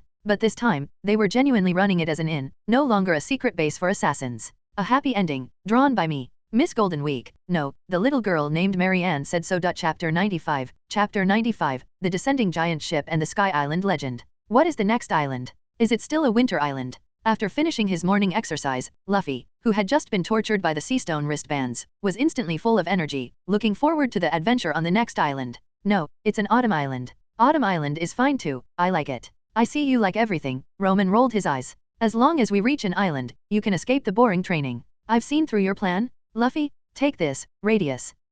Drip. Is it raining? Raindrops began to fall from the sky, and... Wait, what is all this mess? As the raindrops fell, various wood chips and iron fragments also came down, making everyone instinctively look up at the sky. Then, in the sky, a large sailing ship fell down. Not to mention the exaggerated expressions of the usual trio, even Sanji's cigarette fell onto the deck in shock. Zoro instinctively reached for the sword at his waist. Even the always calm and intelligent Robin stood up in surprise. Because, in the sky, a giant sailing ship, several times wider than the length of the Golden Mary, was crashing down. The various debris on the ship had already started to scatter down, revealing the truth behind the rain just now. While everyone else was dumbfounded, Roman could only think, how on earth can you make a sailing ship as big as an aircraft carrier? Is it because the wood in this world is stronger than steel from the previous life? Everyone, hold on tight, be careful of the impact. Nami, holding on to Roman's left leg, had 2 tear streaks on her face, feeling that since coming to the Grand Line, she had shed more tears in a day than in the past 10 years. This is a dream, it must be a dream. Usopp, holding on to Roman's right leg, shouted to the sky, as if his sheer willpower could break through the illusion called reality. It's a dream? That's great. Chopper had already started self-hypnosis. Bang! A wooden barrel fell on Chopper's head, putting him into physical hypnosis. Quick, turn the rudder. Nico Robin, who had hurriedly used her flower fruit ability to fix herself on the deck, shouted, only to find that the Straw Hat crew had already given up steering the ship to avoid the impact, and instead, Roman, think of something, X6. At this moment, they were still joking around. However, Nico Robin soon realized she was wrong. Alright, leave it to me. With two people hanging onto his legs, Roman clapped his hands, and white paper flew out from his body. It quickly covered the entire Golden Mary, then spread out from the bottom of the ship into a spherical shape, finally closing at the top. It swiftly wrapped the entire ship. Paper dance, dumpling. Thud, thud, thud. As the paper, as strong as steel, wrapped the Golden Mary, the giant sailing ship in the sky had already fallen, and various debris pounded on the paper ball with loud thuds. Fortunately, they were on the sea, so even if something heavy fell, it would only push the paper ball aside, avoiding a direct impact. It was like a balloon that wouldn't fall over. Under the wise leadership of Captain Usopp, the Straw Hat crew has once again overcome a crisis. Well done, worthy of praise. Why is the skill name so lame this time? Yeah, it should be called Invincible Iron Wall Absolute Defense or something. As the giant sailing ship fell into the sea, the crisis was averted, and Roman dispersed the white paper. The few guys who were crying and shouting just now immediately regained their spirits and even started to mock Roman's naming, leaving Robin dumbfounded. Is this the daily life of the Straw Hat crew? Compared to the sea, weren't we just like dumplings in a hot pot just now? Roman's righteous words left everyone speechless. If the Golden Mary was a dumpling, then what were they? The filling. Nami's exclamation made everyone turn their heads. The recording pointer on her wrist was trembling, pointing. How can it be pointing up? Is it broken? No, Robin rubbed her forehead, starting to use her knowledge expertise. The recording pointer must have been attracted by a stronger magnetic force, changing its direction. So, she looked up at the vast sky, incredulously revealing the truth. The recording pointer has been taken by Sky Island. Oh, there are islands in the sky. Could it be that the ship just fell from the Sky Island? Luffy and Usopp immediately got excited. This kind of thing sounds like an incredible adventure. So then, turn the rudder up, head towards the Sky Island. Faced with Luffy's command, Roman asked with a black line on his face. Does your ship have the function of turning the rudder up? And does the Going Merry look like it can fly? It's a ship, not a plane. Then use your plane to go up. Luffy pointed to the sky without hesitation. It just so happened that Roman really had the ability to fly. Going Merry, life as a ship is not worth it. Stop joking, that's 7,000 meters high? Do you think my paper plane is a rocket? Roman, you just said 7,000 meters. Robin noticed a blind spot. Since the other party accurately mentioned the height, it means. That's right, above us, let me think. Yes, at an altitude of 7,000 meters, there is a white sea. What kind of place is that? Nami also became interested. A sea in the sky, what a bizarre thing, but since Roman said it exists, there must be a basis for it. After all, Roman is not Usopp. Hey, Usopp said seriously, I feel like someone was bad-mouthing me just now. That's your illusion. Nami waved her hand without looking back. Roman, please continue. Well, it's a bit complicated to explain. Simply put, above us is a very dense cloud. It's generally called cumulonimbus cloud, and when it appears, it can even cause the famous midnight, daytime turning into night, in the sea area. And within the cumulonimbus cloud, a sea cloud forms a navigable sea. This strange sea is called the White Sea. Above the White Sea, at an altitude of 10,000 meters, is a cloud layer called the White Sea, where sky islands inhabited by humans exist. By the way, those wing-degenerated angel people also known as moon people are also humans, right? Forget it, no need to mind these details. Roman is really knowledgeable. Faced with Nico Robin's admiration, Roman shook his head. I'm not knowledgeable at all, I just happen to know these things. In fact, Roman looked at Luffy, who was jumping around on the wreckage of the giant ship that had just fallen, and said something that immediately caught his attention. Pirate King Gold Roger went to the Sky Island more than 20 years ago. If we go up, we might even see his signature. Swish. A long neck instantly stretched over, it was Luffy's excited face. Then what are we waiting for? Let's go right now. The problem is, Roman shrugged, how do we get to an altitude of 10,000 meters? Don't count on my paper plane. My creation relies more on Newton's third law and Bernoulli's principle for flying, so it doesn't need too much power. And if we want to go straight up, unless I eat the golden lion's float fruit. What, Roman, you also have things you can't do. Looking at Luffy's disgusted face, Roman couldn't help but feel a few veins pop on his forehead. I'm sorry, I'm not a blue magical robot cat with magic pocket. Roman, you really know everything. Facing Nico Robin's compliment again, Roman sighed and waved his hand. I'm not omniscient, I just happen to know what I know. Looking at Nico Robin sorting through the messy pile of weapons, boxes, and skeletons salvaged from the sailboat on the deck, Roman pointed at the items on the ground. For example, I don't know which era, country, or place these things are from. Is that so? Lacking basic knowledge, yet well-versed in various government-sealed secrets. Roman is truly mysterious. Playing with the skull in her hand, Nico Robin's thoughts were racing, then. Luffy, pull yourself together. Help, glug glug. As the giant sailboat wreck beside them gradually sank into the water, Luffy and the others started their daily antics again, making Roman rub his temples. You're a devil fruit user. Without any means of swim, what gives you the courage to play in the sea? However, ha ha ha, I found something great. The rescued Luffy unfolded the map in his hand, making Roman raise an eyebrow. Look, it's a map of Sky Island. Is this the power of maxed out luck? Sky Island, Sky Island? We're going on an adventure soon. X3. Facing the trio's excited antics, Roman had to clap his hands to pour cold water on them. First of all, we have no way to reach 10,000 meters high. X3. Roman, think of something. Alright. Facing the three faces that had lost all meaning in life, Roman sighed. There is a way, but before that? Bang bang bang bang bang bang. Amidst the loud sound of gongs and drums, a very unique, well, in this world, except for the Marines, most people's ships are very unique. In short, a large ship with a monkey banging a gong at the bow, decorated with bananas and tropical trees, approached.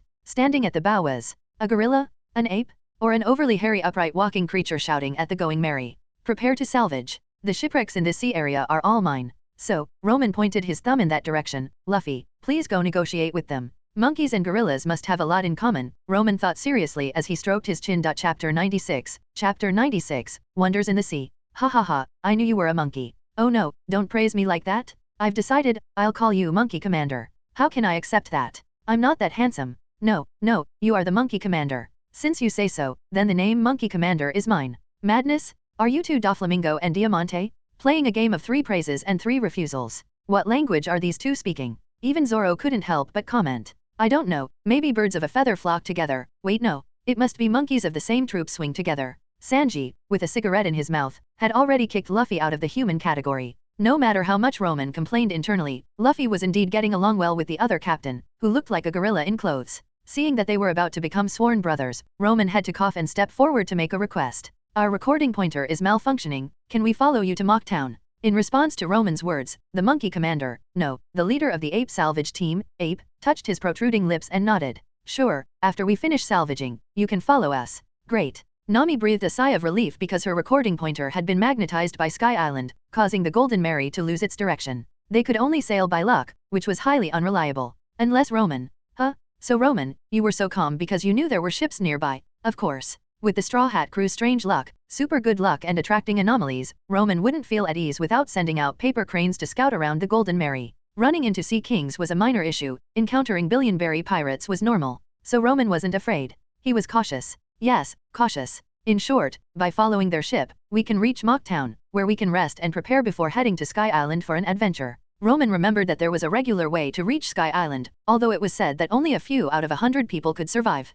But compared to Luffy's choice of riding the rising sea current, which had only 2 outcomes, everyone survives or everyone dies. No, it's better to honestly take the rising sea current. If other ships failed to reach the White Sea by riding the rising sea current, they would definitely be destroyed. But with Roman around, they could just deploy a giant parachute. With Roman's current strength, maintaining a paper umbrella to ensure the Going Mary's safe landing shouldn't be a problem. If they went further, they could even try a hot air balloon. No, forget it. The Going Mary is a sea ship, and Roman couldn't lift it to 10,000 meters high even if he exhausted himself. Unless they left the ship behind, which was obviously not an option. Not to mention Luffy, even Roman wouldn't want that. Where's Luffy? After finishing his thoughts, Roman looked around and found that a few people were missing. They went with the sailors of that ship. Nami pointed to the monkey ship beside them. They went to the seabed to salvage the sunken ship. Oh, this. Devil fruit users going into the water, even with protective gear, is extremely dangerous. Roman is definitely not willing to try it. Maybe that's why he can't learn armament haki? Not bold enough. Roman fell into deep thought again, while Nami, Usopp, and the others clapped and cheered. The giant salvage ship beside them had already dragged the sunken sailboat up from the seabed. And along with it. What is that thing? A continent. It's a dream. It must be a dream. It's all an illusion. It can't fool me. So it was a dream. Phew. Looking at the self-deceiving coward trio, Roman had to burst their fantasy. It's not a dream, that's a sea turtle, just a very large one. Its head is twice the size of the salvage ship beside it. Ah, Roman. Don't make us face this terrifying reality. Don't panic. Facing the giant sea turtle that was drawn out of the water by the salvage ship, and Luffy and the others jumping around in its mouth, Roman remained calm. Although this sea turtle is very large, probably comparable to the whale laboon at the entrance of the Grand Line, such giant creatures have few natural enemies, which means they don't have terrifying combat power. Their threat level is actually lower than an 80 million bounty pirate. Besides, at worst, I'll take you all flying to escape. After all, this sea turtle can't fly. Roman, you're so reliable, let's leave now. Seeing Nami, Usopp, and Chopper hanging on to Roman, Nico Robin was speechless once again. Shouldn't you all be united and thinking of ways to save the captain at this time? Don't worry. Roman misunderstood Robin's look, thinking she was afraid of the giant sea turtle beside them, so he gave the intellectual beauty a hearty smile. You'll get used to this kind of thing. Back when they first entered the Grand Line, Roman was also scared by Luffy's various crazy directions. Now, even if the giant turtle beside them suddenly started talking, Roman could calmly accept it. Nico Robin, is it too late to get off the ship now? Black. At this moment, the sky suddenly darkened. Hey, what's going on? Why did the sky darken? Is this the midnight Roman mentioned? Don't panic, Roman waved his hand. Although it looks very dark, it's not completely pitch black, it's more like the black clouds pressing down on the city situation before a storm. In other words, we've encountered the special weather here, cumulonimbus cloud. Shock. Monster. In the dark sky, there were several gigantic figures towering over the land. They had wings on their backs and spears in their hands. Even the giant sea turtle beside them looked like a rabbit in front of these figures. What the heck is this? Set sail. Run. Roar roar roar. In an instant, even the fearless Luffy lunged at the sail. Facing this towering figure that seemed to be at least several thousand meters tall, it was no longer a matter of courage. Even Nico Robin joined in turning the triangular sail, only to realize, is this the projection of Sky Island? It was a terrifying scene, but once you know the truth, it becomes dull. Facing this sky-high giant, the island-like sea turtle beside them also dived into the sea in shock. The Going Merry and the ape salvage ship both went full throttle, leaving 2 long white trails on the sea as they sped away. Until they left the area, the sun reappeared, the crisis was over, and everyone collapsed on the deck. Sanji, what kind of day is today? Zoro, first, a giant sailboat fell from the sky. Nami, then the log pose pointed to the sky. Usopp, then we encountered a strange ape salvage team. Chopper, and it attracted an island-like sea turtle. Robin, even night fell. Luffy, and a giant shadow dozens of times taller than a giant. Good, we didn't lose them. Roman glanced at the ape salvage ship lying on the deck. Tisk tisk tisk, more than half of their crew wet their pants. In comparison, even Usopp on the Straw Hat crew was calm, showing they had developed strong nerves. Sailing with Luffy, if nothing else, definitely sharpens your courage. Why aren't you panicking at all? X7. Facing everyone's complaints, Roman spread his hands. That's because I know the reason behind all this. Do you want me to? No. Luffy was the first to stand up and refuse. I feel like if you start talking, Roman, any interesting adventure will become dull. Such keen intuition. Indeed, the truth about the giant was just the projection of the people on Sky Island. The real bodies might just be a few weak kids. Alright, but anyway, let's take a break first. Pointing ahead, although it was not visible to the naked eye, Roman's paper crane had already flown far ahead. It had observed a pleasant island with a small town. Jaya Island, Mock Town. The island ahead was a spring island, with a gentle breeze and pleasant climate, which allowed Roman's paper crane to smoothly. What's wrong, Roman? Noticing Roman's change in expression, Nami was the first to ask. Because Roman's current expression clearly indicated they had encountered a strong enemy? Nothing, my paper crane was shot down. No way, your paper crane is so small, and it's white. Flying in the sky, no one would notice it, right? Usopp thought so, but he also knew Roman was a serious person. So, we've encountered a strong people. The last message from the paper crane was about a person on the rooftop of that small town. He was wearing a strange hat, had a monocle over his right eye, a long face, and was dressed in a black cloak. He was also aiming a long gun at us. If it weren't for Roman's observation Haki being good at long-distance observation, he wouldn't have known where the attack came from. Van Augur, the future captain of the 3rd ship of the Blackbeard pirates, and currently Blackbeard's sniper, capable of ultra-long range and high-speed shooting. For the current Straw Hat crew, he is more dangerous than Blackbeard himself. Fortunately, it seems they don't have any hostile intentions towards the Straw Hat crew right now. Let's hurry to Sky Island to relax a bit, or else encountering these billionberry pirates every day will drive Roman's nerves to the breaking point. A seagull? No, it's a paper crane. Sitting on the rooftop of the small town, the man named Van Augur put down his beloved gun. I felt a gaze fall on me. Maybe I've provoked a strong enemy. Although he said this, there was no fear on his face. Because this is Fate Chapter 97. Chapter 97, Successive Appearances. Come and play when you have time. We, the Monkey Mountain Allied Army, are on the east coast of Jaya. As an island appeared ahead, the Going Merry separated from the giant monkey salvage ship beside it and sailed towards the seaside port of Magic Valley Town. The port was filled with pirate ships of various flags, clearly a lawless place. Meanwhile, do you really not need me? No need, X2. Alright, Roman, sternly rejected by Luffy and Nami, stopped his spoilers, but there were still some things he had to say. After we get off the ship, everyone should keep a low profile. But does Luffy even know what keeping a low profile means? Forget it, I'll go shopping with you. The thing is, the paper cranes I sent out scouted a few real experts on this island before he could finish. Luffy and Zoro's eyes sharpened, eager to fight, making Roman look up at the sky in exasperation. Don't just rush to fight when you hear experts. Those are terrifying people with bounties over $1 billion. If we really fight, we won't stand a chance. That's right, on this Jaya Island, there is currently a group of unremarkable people, the Blackbeard Pirates, all of whom are at least 3 meters tall. Although the bounties of the Blackbeard Pirates are currently low, that's because they just debuted. As the captain, Blackbeard Marshal D. Teach doesn't even have a bounty yet, but in terms of strength, 1 billion each is not an exaggeration. They are undoubtedly dual haki users, so there's no doubt they can easily crush the current Straw Hat crew. Therefore, once we get on the island, just do what you need to do, don't cause trouble or act foolishly. In short, follow my lead.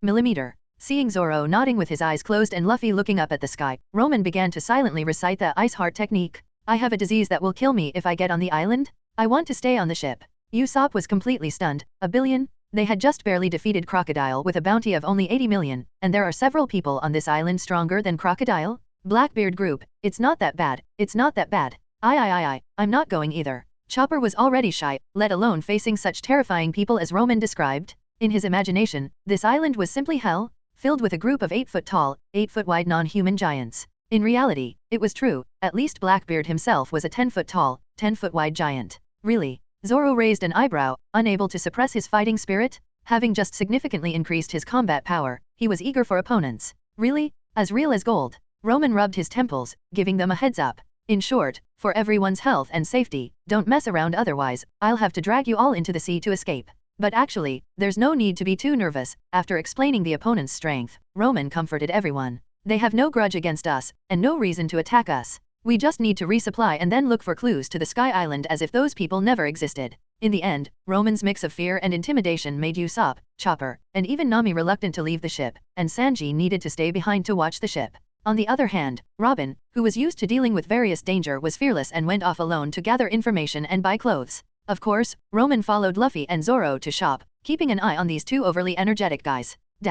Mocktown, a small town developed by pirates. As they walked, Roman introduced the town to Luffy and Zoro. As you can see. What are you looking at? What are you looking at? Try it again. Try and you'll die. The fight began. In short, this was the typical style of conversation along the way. Drawing swords at the slightest disagreement, fighting and competing was the daily routine here, making it a town full of violence. However, Luffy and Zoro remained calm, as they were also used to solving problems with violence. Fortunately, pirates don't attack civilians. On one hand, they are extravagant and spend money lavishly, and on the other hand, if they have money but no one to serve them, wouldn't that be disappointing? So, humans are the most adaptable creatures. As long as there is profit, even bloodstained belly will have plenty of people to earn it.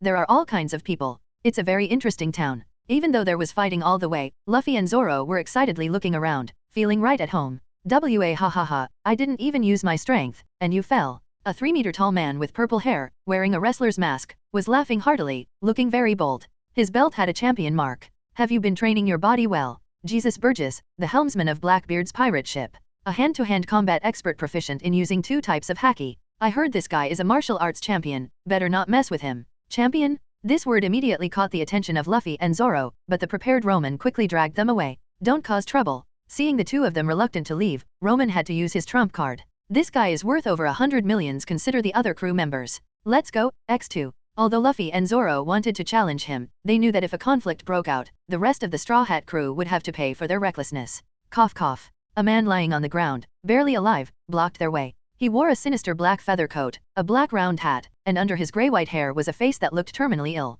If it weren't for his height of over 3 meters, he would indeed look like a dying patient. Hey guys, can you give me a hand? Facing the man coughing up blood on the ground, Zoro calmly retorted. You're just too lazy to get up, aren't you? This sickly appearance might fool others, but not the incredibly intuitive Zoro and Luffy, especially since Roman had forced them to awaken their observation haki. Cough cough, sorry. Struggling to climb onto the nearby horse, the panting man patted the horse. I was born weak and sickly, let's go, sturdy. Pfft. Hey, your horse is coughing up blood too. Truly, like master, like servant, even the horse pretended to be sickly. Death God Doc Q. The doctor of the Blackbeard Pirates, a mysterious guy who liked to hide his strength. Like the sniper who always talked about fate, he also believed in fate. So, a little token, have one. Facing the basket of apples he handed over, Roman and Zoro naturally wouldn't accept such a strange thing, but Luffy, thanks. Chew, chew, boom. At that moment, a series of explosions and chaotic exclamations came from the side. What happened? Just now, a sickly guy gave them apples, and after eating them, they exploded.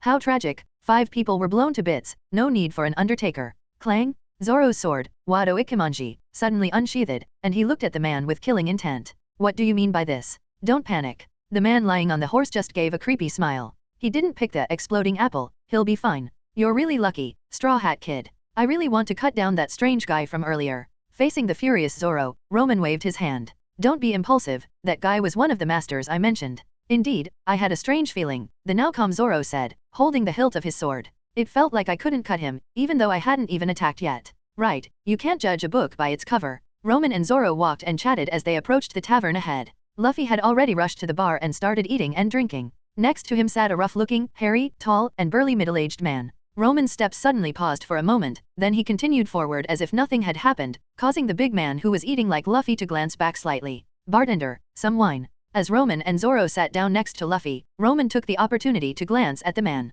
He had dark skin, fluffy black hair wrapped in a headscarf, and was missing a few teeth. He was gulping down food with gusto. This cherry pie is awful. This cherry pie is delicious. Luffy and the big man looked at each other, then picked up their wine glasses and chugged them down. Then, why is this wine so good? Why is this wine so bad? I'm not a chef, how would I know? The burly bartender answered calmly, but the two customers in front of him were already glaring at each other. Is your tongue broken? Your brain is broken. Bartender, give me 50 servings of meat to take back as gifts. Bartender, give me 51 cherry pies to take back as gifts. Then change my meat to 52 servings. Bad luck, then I'll take 53 pies, 54 meats, 55 pies. Madness? These are the future Pirate King and Yonko? Even elementary school kids argue better than this? Is it true that the simpler you are, the stronger you become in this world? Listening to Luffy and the big man's boring argument, Roman could only feel his temples throbbing. This man, who behaved very similarly to Luffy but had completely opposite tastes, was named Marshall D. Teach. He had a famous nickname. Blackbeard, Chapter 98, Chapter 98, Hyena's Provocation, Provoking the Hyena. Bang! Luffy stepped on a stool with one foot and the bar counter with the other, raising his fist. He barely matched the height of the big man standing up. Blackbeard. Do you want to fight, X2? Come on, you two. Roman, standing nearby, couldn't help but laugh. What's there to argue about? Maybe this is Luffy's charm, turning even serious matters into comedy. Are you a pirate? In response to Blackbeard's question, Luffy answered without hesitation. Yes. Then, what's your bounty? 30 million. The Straw Hat crew hadn't received the latest wanted posters. You, liar, you didn't even think before you spoke, you big liar. I'm not lying, everything I said is true. You too. Have we gone from elementary school intelligence to kindergarten? Luffy, leave the shopping to me. Or rather, I've always been the one handling it, right? What meat are you buying? Haven't you always just eaten meat? When did you suddenly remember your captain role? Roman had lost all hope in the strong of this world. If it weren't for Mihawk, these bizarrely styled strongmen would just make one's worldview collapse. Wait, Mihawk, who usually grows pumpkins alone. All right, big guy. The hotel owner stepped in to mediate. Here are the 50 cherry pies you ordered. Don't fight in my shop. Humph. Blackbeard snorted coldly, took the packaged food from the owner, put down the money, and turned to leave. In fact, as long as his dream wasn't hindered, Blackbeard was usually easy to talk to.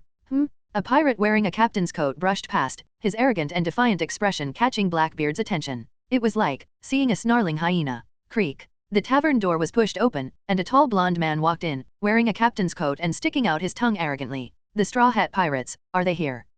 Bellamy. Why is he here? Don't look, be careful not to get into trouble. As the other people in the tavern reacted like they were facing a great enemy, Luffy, Zoro, and Roman all turned their heads. After all, the term Straw Hat Pirates often referred to Luffy himself. Bellamy. Why is this unlucky kid here? Roman had been careful not to provoke this unlucky guy, but he still came to get beaten up. But thinking about it, it made sense. This town was the base of the Bellamy Pirates, so noticing Luffy's arrival wasn't surprising. Are you the one with a 30 million bounty? Straw Hat Luffy. A blonde man with a long scar over his left eye, arms crossed and wearing a coat, walked into the tavern. The pirates on both sides made way for him, giving him a boss-like demeanor. Did you hear that? That Straw Hat kid is worth 30 million. Really? The pirates whispered among themselves, but for those who didn't even have a bounty. Don't meddle, just drink. Hehe. Following Bellamy were his pirate officers. Although their actual strength was questionable. What's with this place? It's dirty and smelly. A silver-haired man with a coat, smoking a cigarette, wearing sunglasses, and holding a beauty in his arms, walked in with an arrogant gait and started mocking everyone.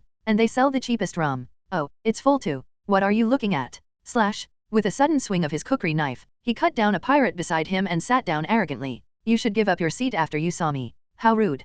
Who is this guy? If Roman had some impression of Bellamy, he really couldn't remember this guy. Fortunately, there were other spectators around. SHH, keep it down. He's a big shot with a 38 million bounty. 38 million and he dares to call himself a big shot. Roman shook his head speechlessly. Just a shrimp among a bunch of mud, yet he dares to boast. I want the most expensive wine, said the blonde pirate captain named Bellamy, sitting next to Luffy. He then pointed at Luffy, whatever this kid likes, get him one too. What, so you're a good guy after all? Hearing Luffy's words, the crew members who followed Bellamy in all sneered. Bellamy sure likes to play. The show is about to start. Just as Luffy took the wine from the bartender and started drinking, a big hand suddenly covered his straw hat from behind and slammed it onto the bar. Good. The rest of Bellamy's pirate crew were ready to burst into laughter, as this was Bellamy's signature performance. First, give the opponent a scare. Scare? What do you think you're doing, small fry? Bellamy's hand froze in midair because another hand beside him grabbed his wrist, making him unable to move. Hey, don't go around breaking things. Oh no, I reflexively dodged to the side.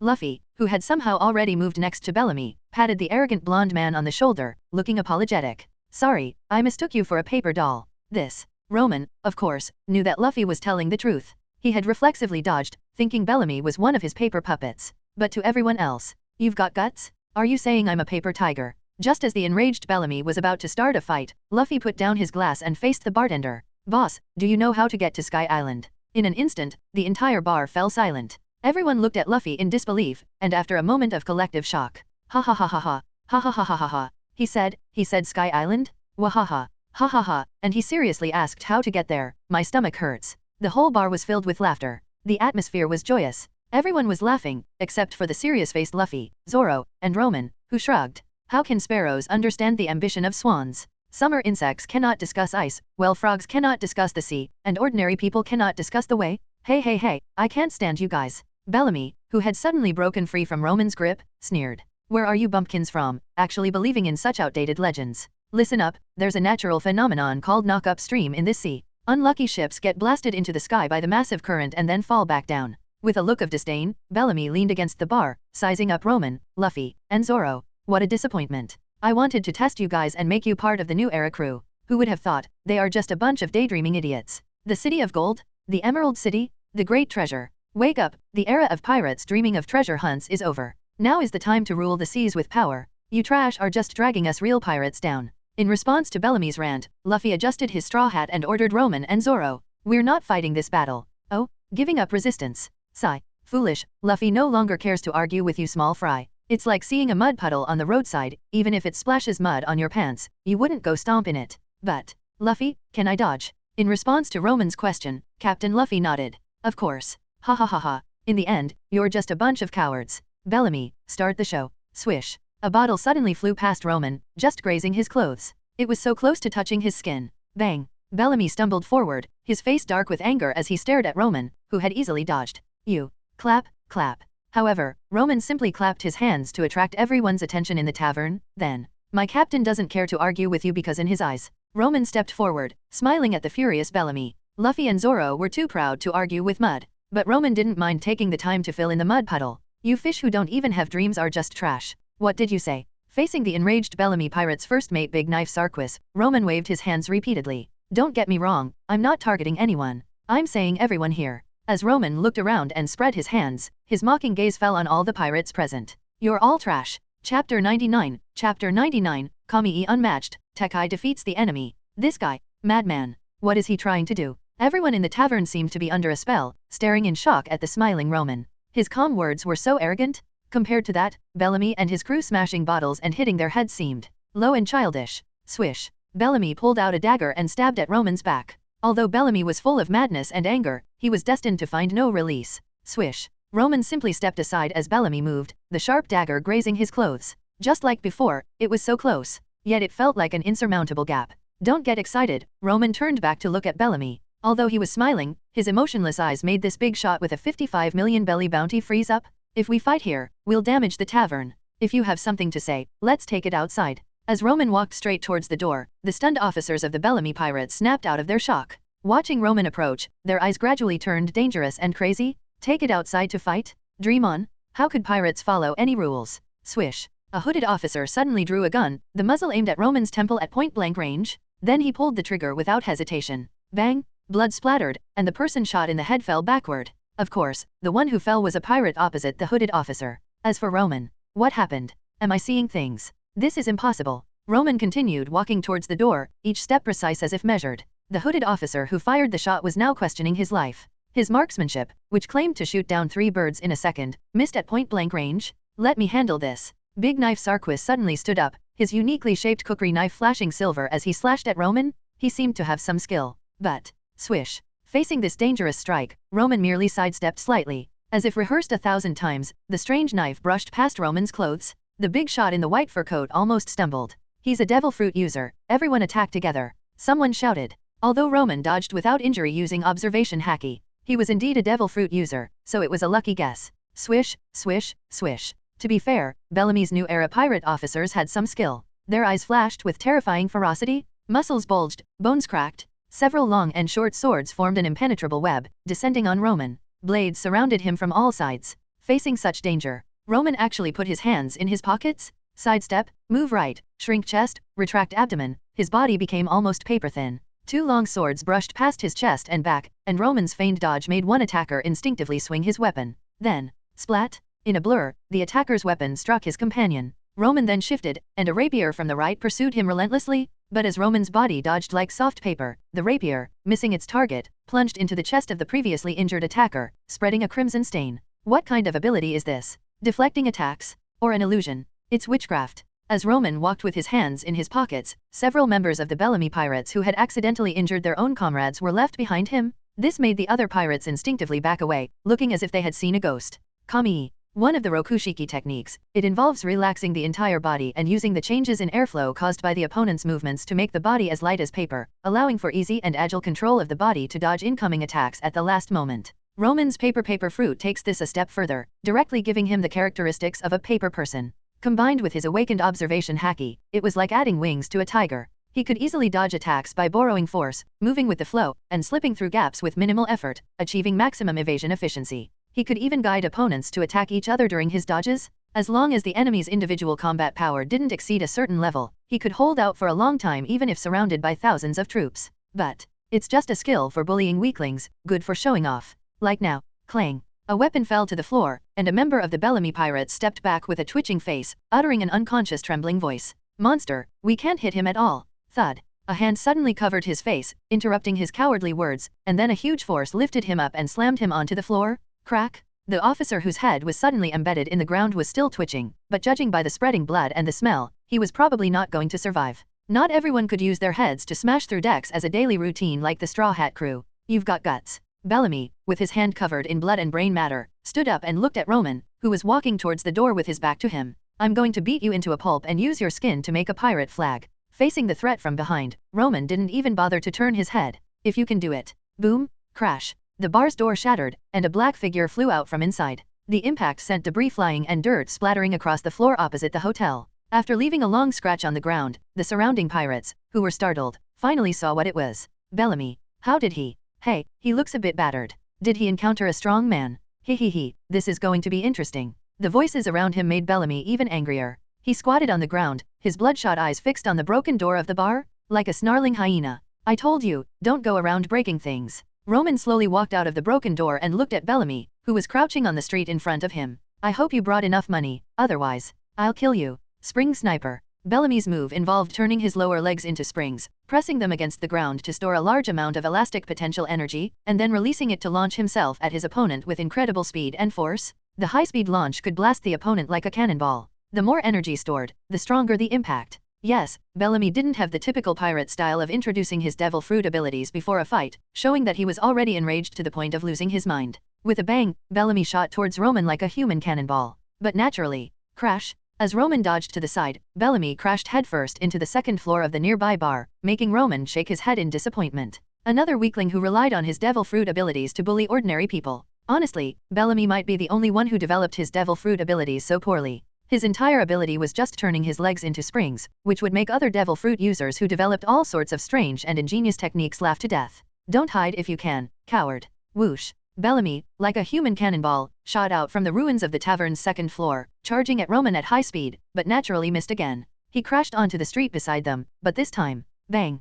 He suddenly changed direction, landing on his feet, his spring-like legs compressing on the street to build up power. Then Bellamy shot towards the clock tower, once again stomping hard to compress and gain more momentum. Whoosh, whoosh, whoosh, whoosh. This time, Bellamy didn't attack immediately but kept bouncing back and forth between the surrounding buildings. Each bounce accumulated more kinetic energy, getting faster and faster. It was like a barrage of cannonballs surrounding Roman. But, Useless. Such an impressive, whirlwind attack was laughable in the face of Kamui. Roman stood still, not even moving his feet. He let Bellamy attack from all directions. Roman's figure was elusive, like a feather under a hammer. The hammer hadn't fallen, but the wind had already arrived. And as long as there was a breeze, it was enough to make the feather dance with the wind. No matter how the hammer roared and swept, it couldn't harm the feather in the slightest. Lackey? Trash? Coward. After attacking repeatedly for a long time without even touching a hair on Roman, Bellamy was furious. He spoke without thinking. Have the guts to stand still and let me hit you. This. No one would listen to your nonsense. Amid the onlookers' comments, Roman calmly responded.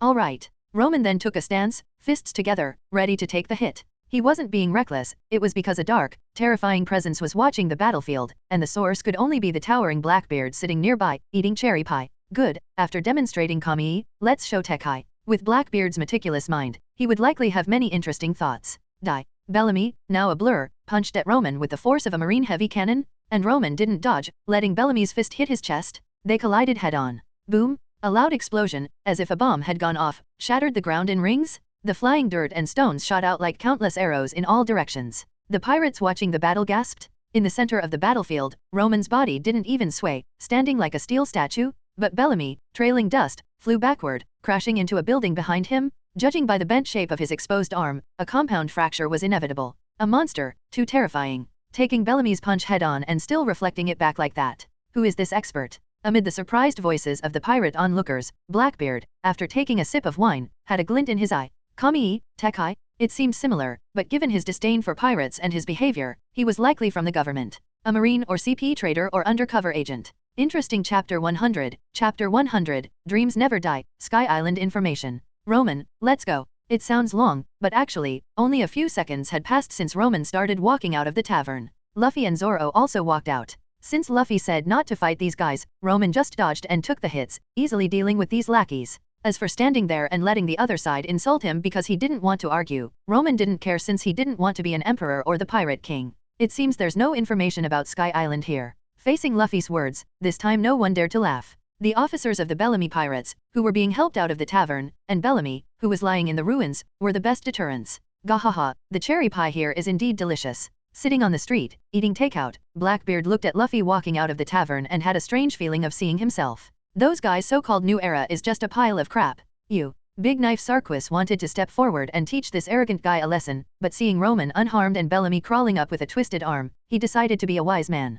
A wise man knows when to retreat, so he decided to leave and recover first. What do you mean the era of pirates seeking treasure is over? Gahaha. Facing Luffy, Zoro, and Roman, Blackbeard placed the bottle on the ground. Despite his rotten teeth, wearing the cheapest sailor clothes, eating the cheapest cherry pie, and drinking the cheapest rum, his arrogant aura was like a monster swirling and soaring in the eyes of the three, devouring everything. Human dreams will never end. Facing Blackbeard's words, Luffy just looked at him seriously, instead of running up laughing as usual. Am I right? As long as you set your goal, let others laugh if they want, as long as you achieve. You and I, Luffy looked seriously at the man sitting on the ground, interrupting him, are different. Is that so? As Blackbeard stood up, his over 3-meter-tall imposing figure loomed over them. It seems I disturbed you. He glanced at Roman, left a meaningful remark, and turned away. You have a good crew member. If only we could go, Sky Island. He turned and left cleanly, drinking the cheap wine as he walked. Today's wine is especially good gahaha. Dash. As Blackbeard turned and left, the serious-faced Luffy, Zoro, and Roman also walked in the opposite direction.